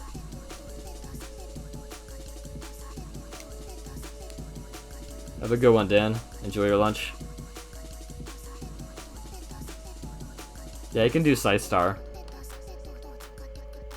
I'm just more interested in table fill runs, D2Ls.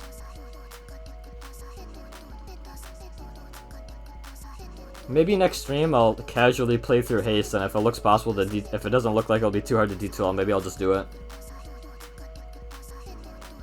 before the end of summer. And not really care about time that much. Detailing one by one's impossible.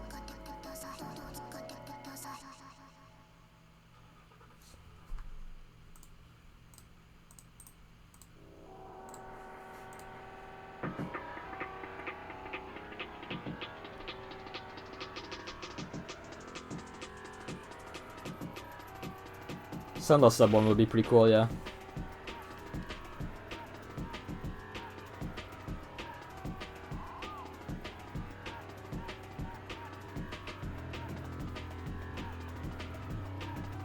No, it doesn't, because you can't access map 33 through the main levels. It would just be 1 to 32 for a D2L max, and then 1 to 30 for speed. Well, max is kind of impossible because of map 30, so a true max is impossible, but if somebody defines, like, map 30's max rules, then just roll with that, and you could do detail max just by those map 30 max rules. Oh, that's cool, Star.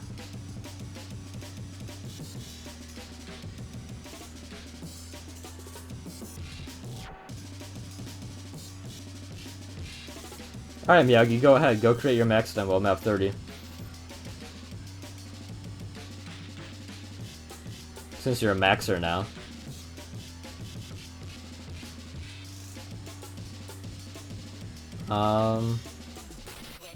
But yeah, it's so cool to follow D2Alls on episode runs.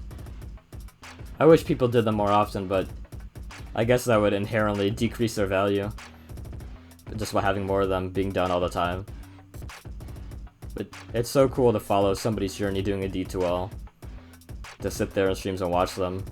And see them to start from probably not much progress to making a lot of progress to eventually doing it. And being in the stream when they actually get it.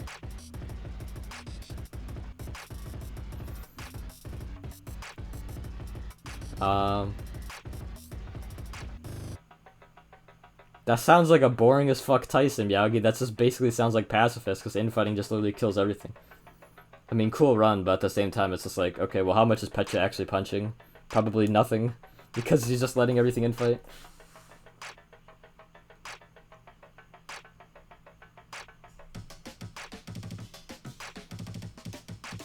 My point, Miyagi, is that you should go back, like, go live again and just stream No Yi D2All.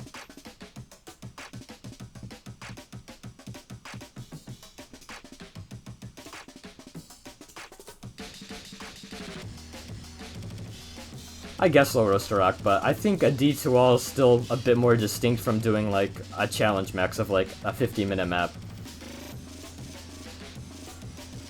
Because in a D2All, usually you see, like, a lot of changes in setting and theme and scenery. And it's long, so, I don't know, you feel like it's more of a journey. In that aspect, I guess, like, just like the actual game feels more like a journey. I don't know.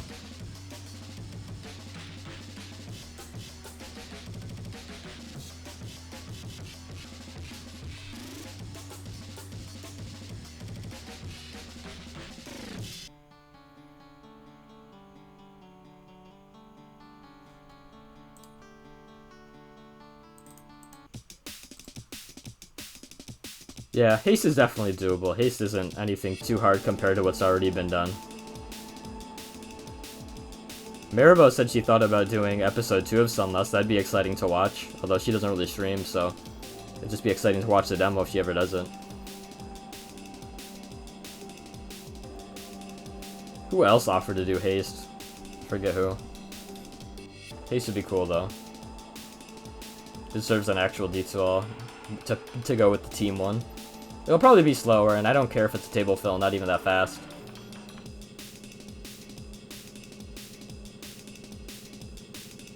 But yeah, what other stuff is there to D2L?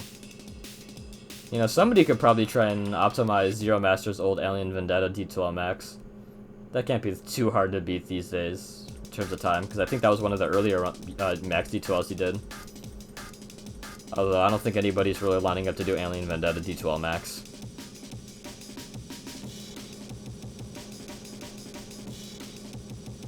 Oh, Ankh did max the empty speed. My bad. I think Alien Vendetta's a great WOD, Roaster Rock. Especially Kim Mald's maps. Kim Mald hit on like 3 out of his 4 maps. Like, he absolutely knocked it out of the park on 3 of his 4 maps, in my opinion.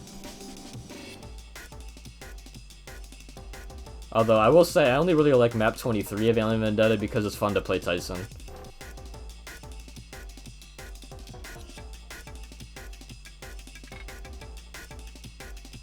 Shoutouts to Kim Andre Mald having Anders placed masterminds in the exit rooms of all those maps besides map 9.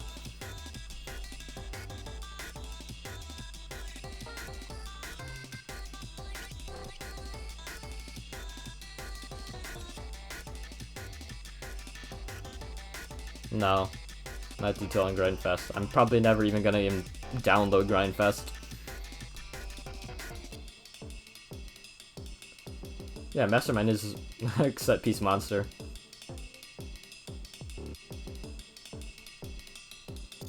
Yeah, D2Alls, I don't know. Somebody else needs to think of more WODs to D2All. And don't make it a basic WOD like freaking, like, no offense, like Nostalgia or something. I'm sure Nostalgia is a great WOD, but I don't know, I wouldn't D2All it. Not nearly exciting enough, I think. Was he actually going to do Resurgence, and was it going to be max or speed? Because max sounds very long and very difficult. Or mostly just very long. Speed, maybe, its routing potential, like trick potential might be fun. I'm not going to D2All Doom 2, that's just pure suck to try and do.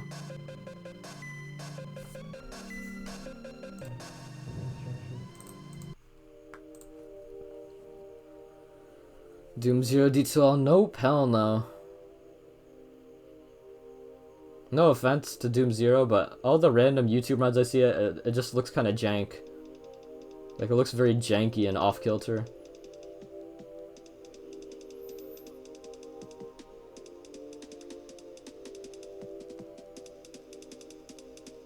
Both Days Vaults. If you just D2All the first Days Vault, you're just doing it twice in a row. I guess that was the point of you saying it, though. Oh yeah, all three of those WADs have that in common. Never mind. My bad.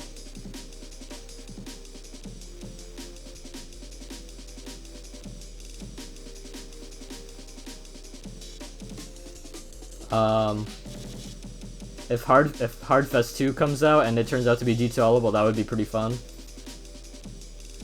The first Hardfest can't be D2Alled.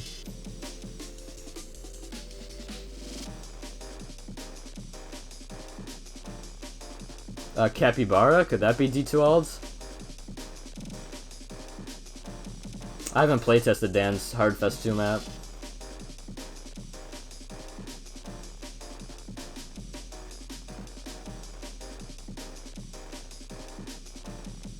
Good luck with Cosmo 5 tasks. Who's gonna actually do Cosmo, like Cosmo Map 05 Max? Because Ank was trying it for a bit. I don't think I ever saw him get past the Map 2 section. You figure somebody has to try and give that another go at some point, or Ank himself will. That would be a pretty insane run.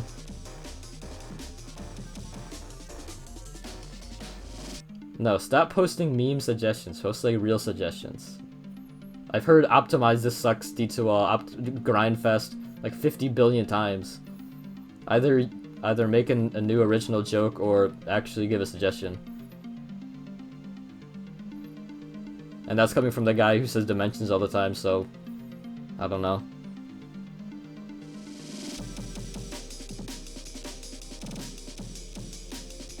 Wow, Bread, that sounds terrible. Imagine doing the whole WAD and then you just skip the exit and you're fucking soft locked.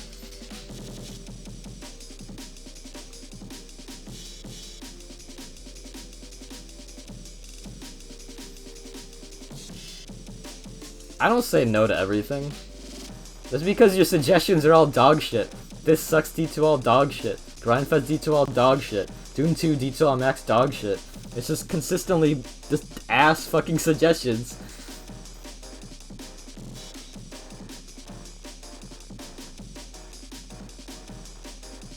People have started maxing Dark Tartarus maps. Although I'm not gonna play GZ Doom just to max a Dark Tartarus map.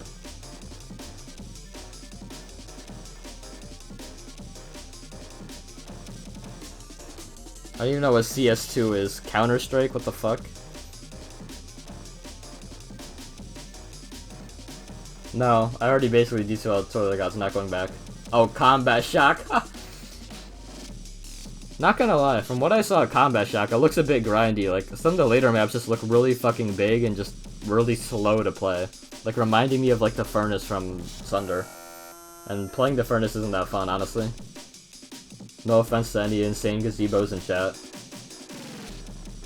It's just not fun to speedrun. Preacher... Isn't Preacher like a fucking meme? Like, it has goofy sound effects and stuff? I don't like the theme of Preacher either. It's like Wild West, and... I don't know, I don't like Wild West theme. Lost Magic, it's not difficult enough for me to play or consider.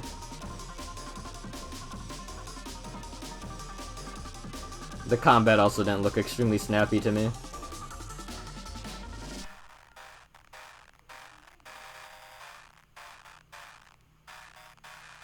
Yeah, Haste is definitely number one for thing I would detail next. That or Speed of Doom.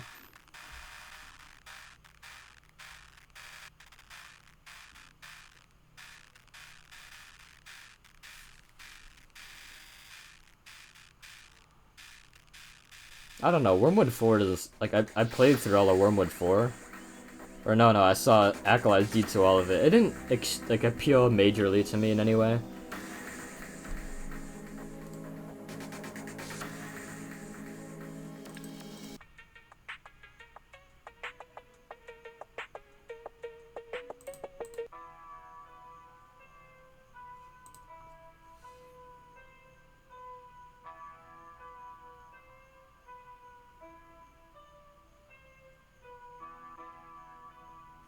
Summer of 69 is like Sunlust, but not as good, so no, I'm not gonna do Summer 69.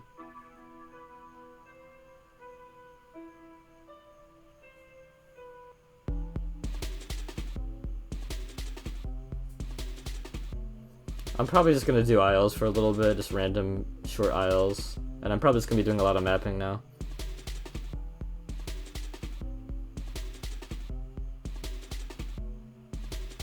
There are 1,000 WADs like Doom and Spain only that I could do market. But if you look at the WADs that I actually play, I think Doom and Spain falls far short of the type of maps that I like to play. In terms of style and everything. No, not Italo. I don't think I'm gonna go back to Italo. I just fucking hate map 18. Map 18 is so dog shit for an episode run.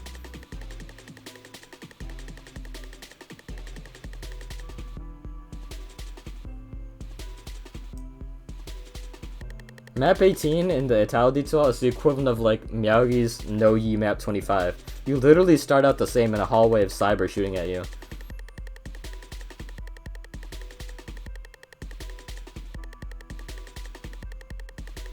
I don't even know what counterattack D2All is.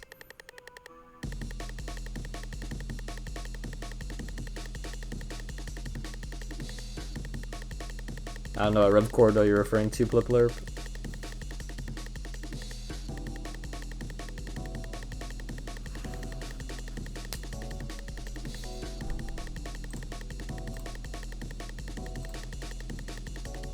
Oh no, that's map 10 I think you're thinking of.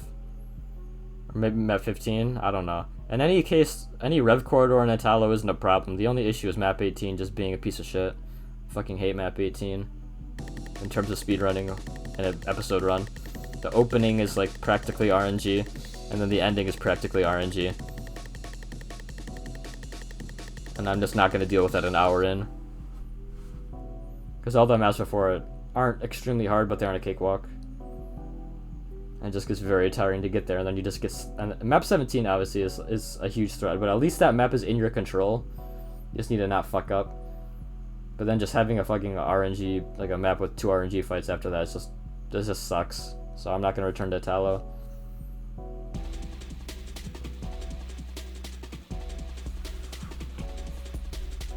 Well, I'm going to end stream now. Thanks everyone for watching. You're all awesome again. Thank you all for the support during the run. I'll probably stream a couple more times before the school year starts. It'll probably just be casual stuff though. Or maybe just routing haste even if I don't end up doing it.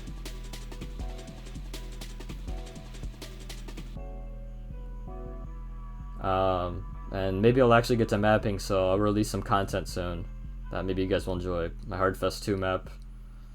I don't know what else I'll make. But yeah, have a good one everyone. Enjoy the rest of your nights, days, wherever you are.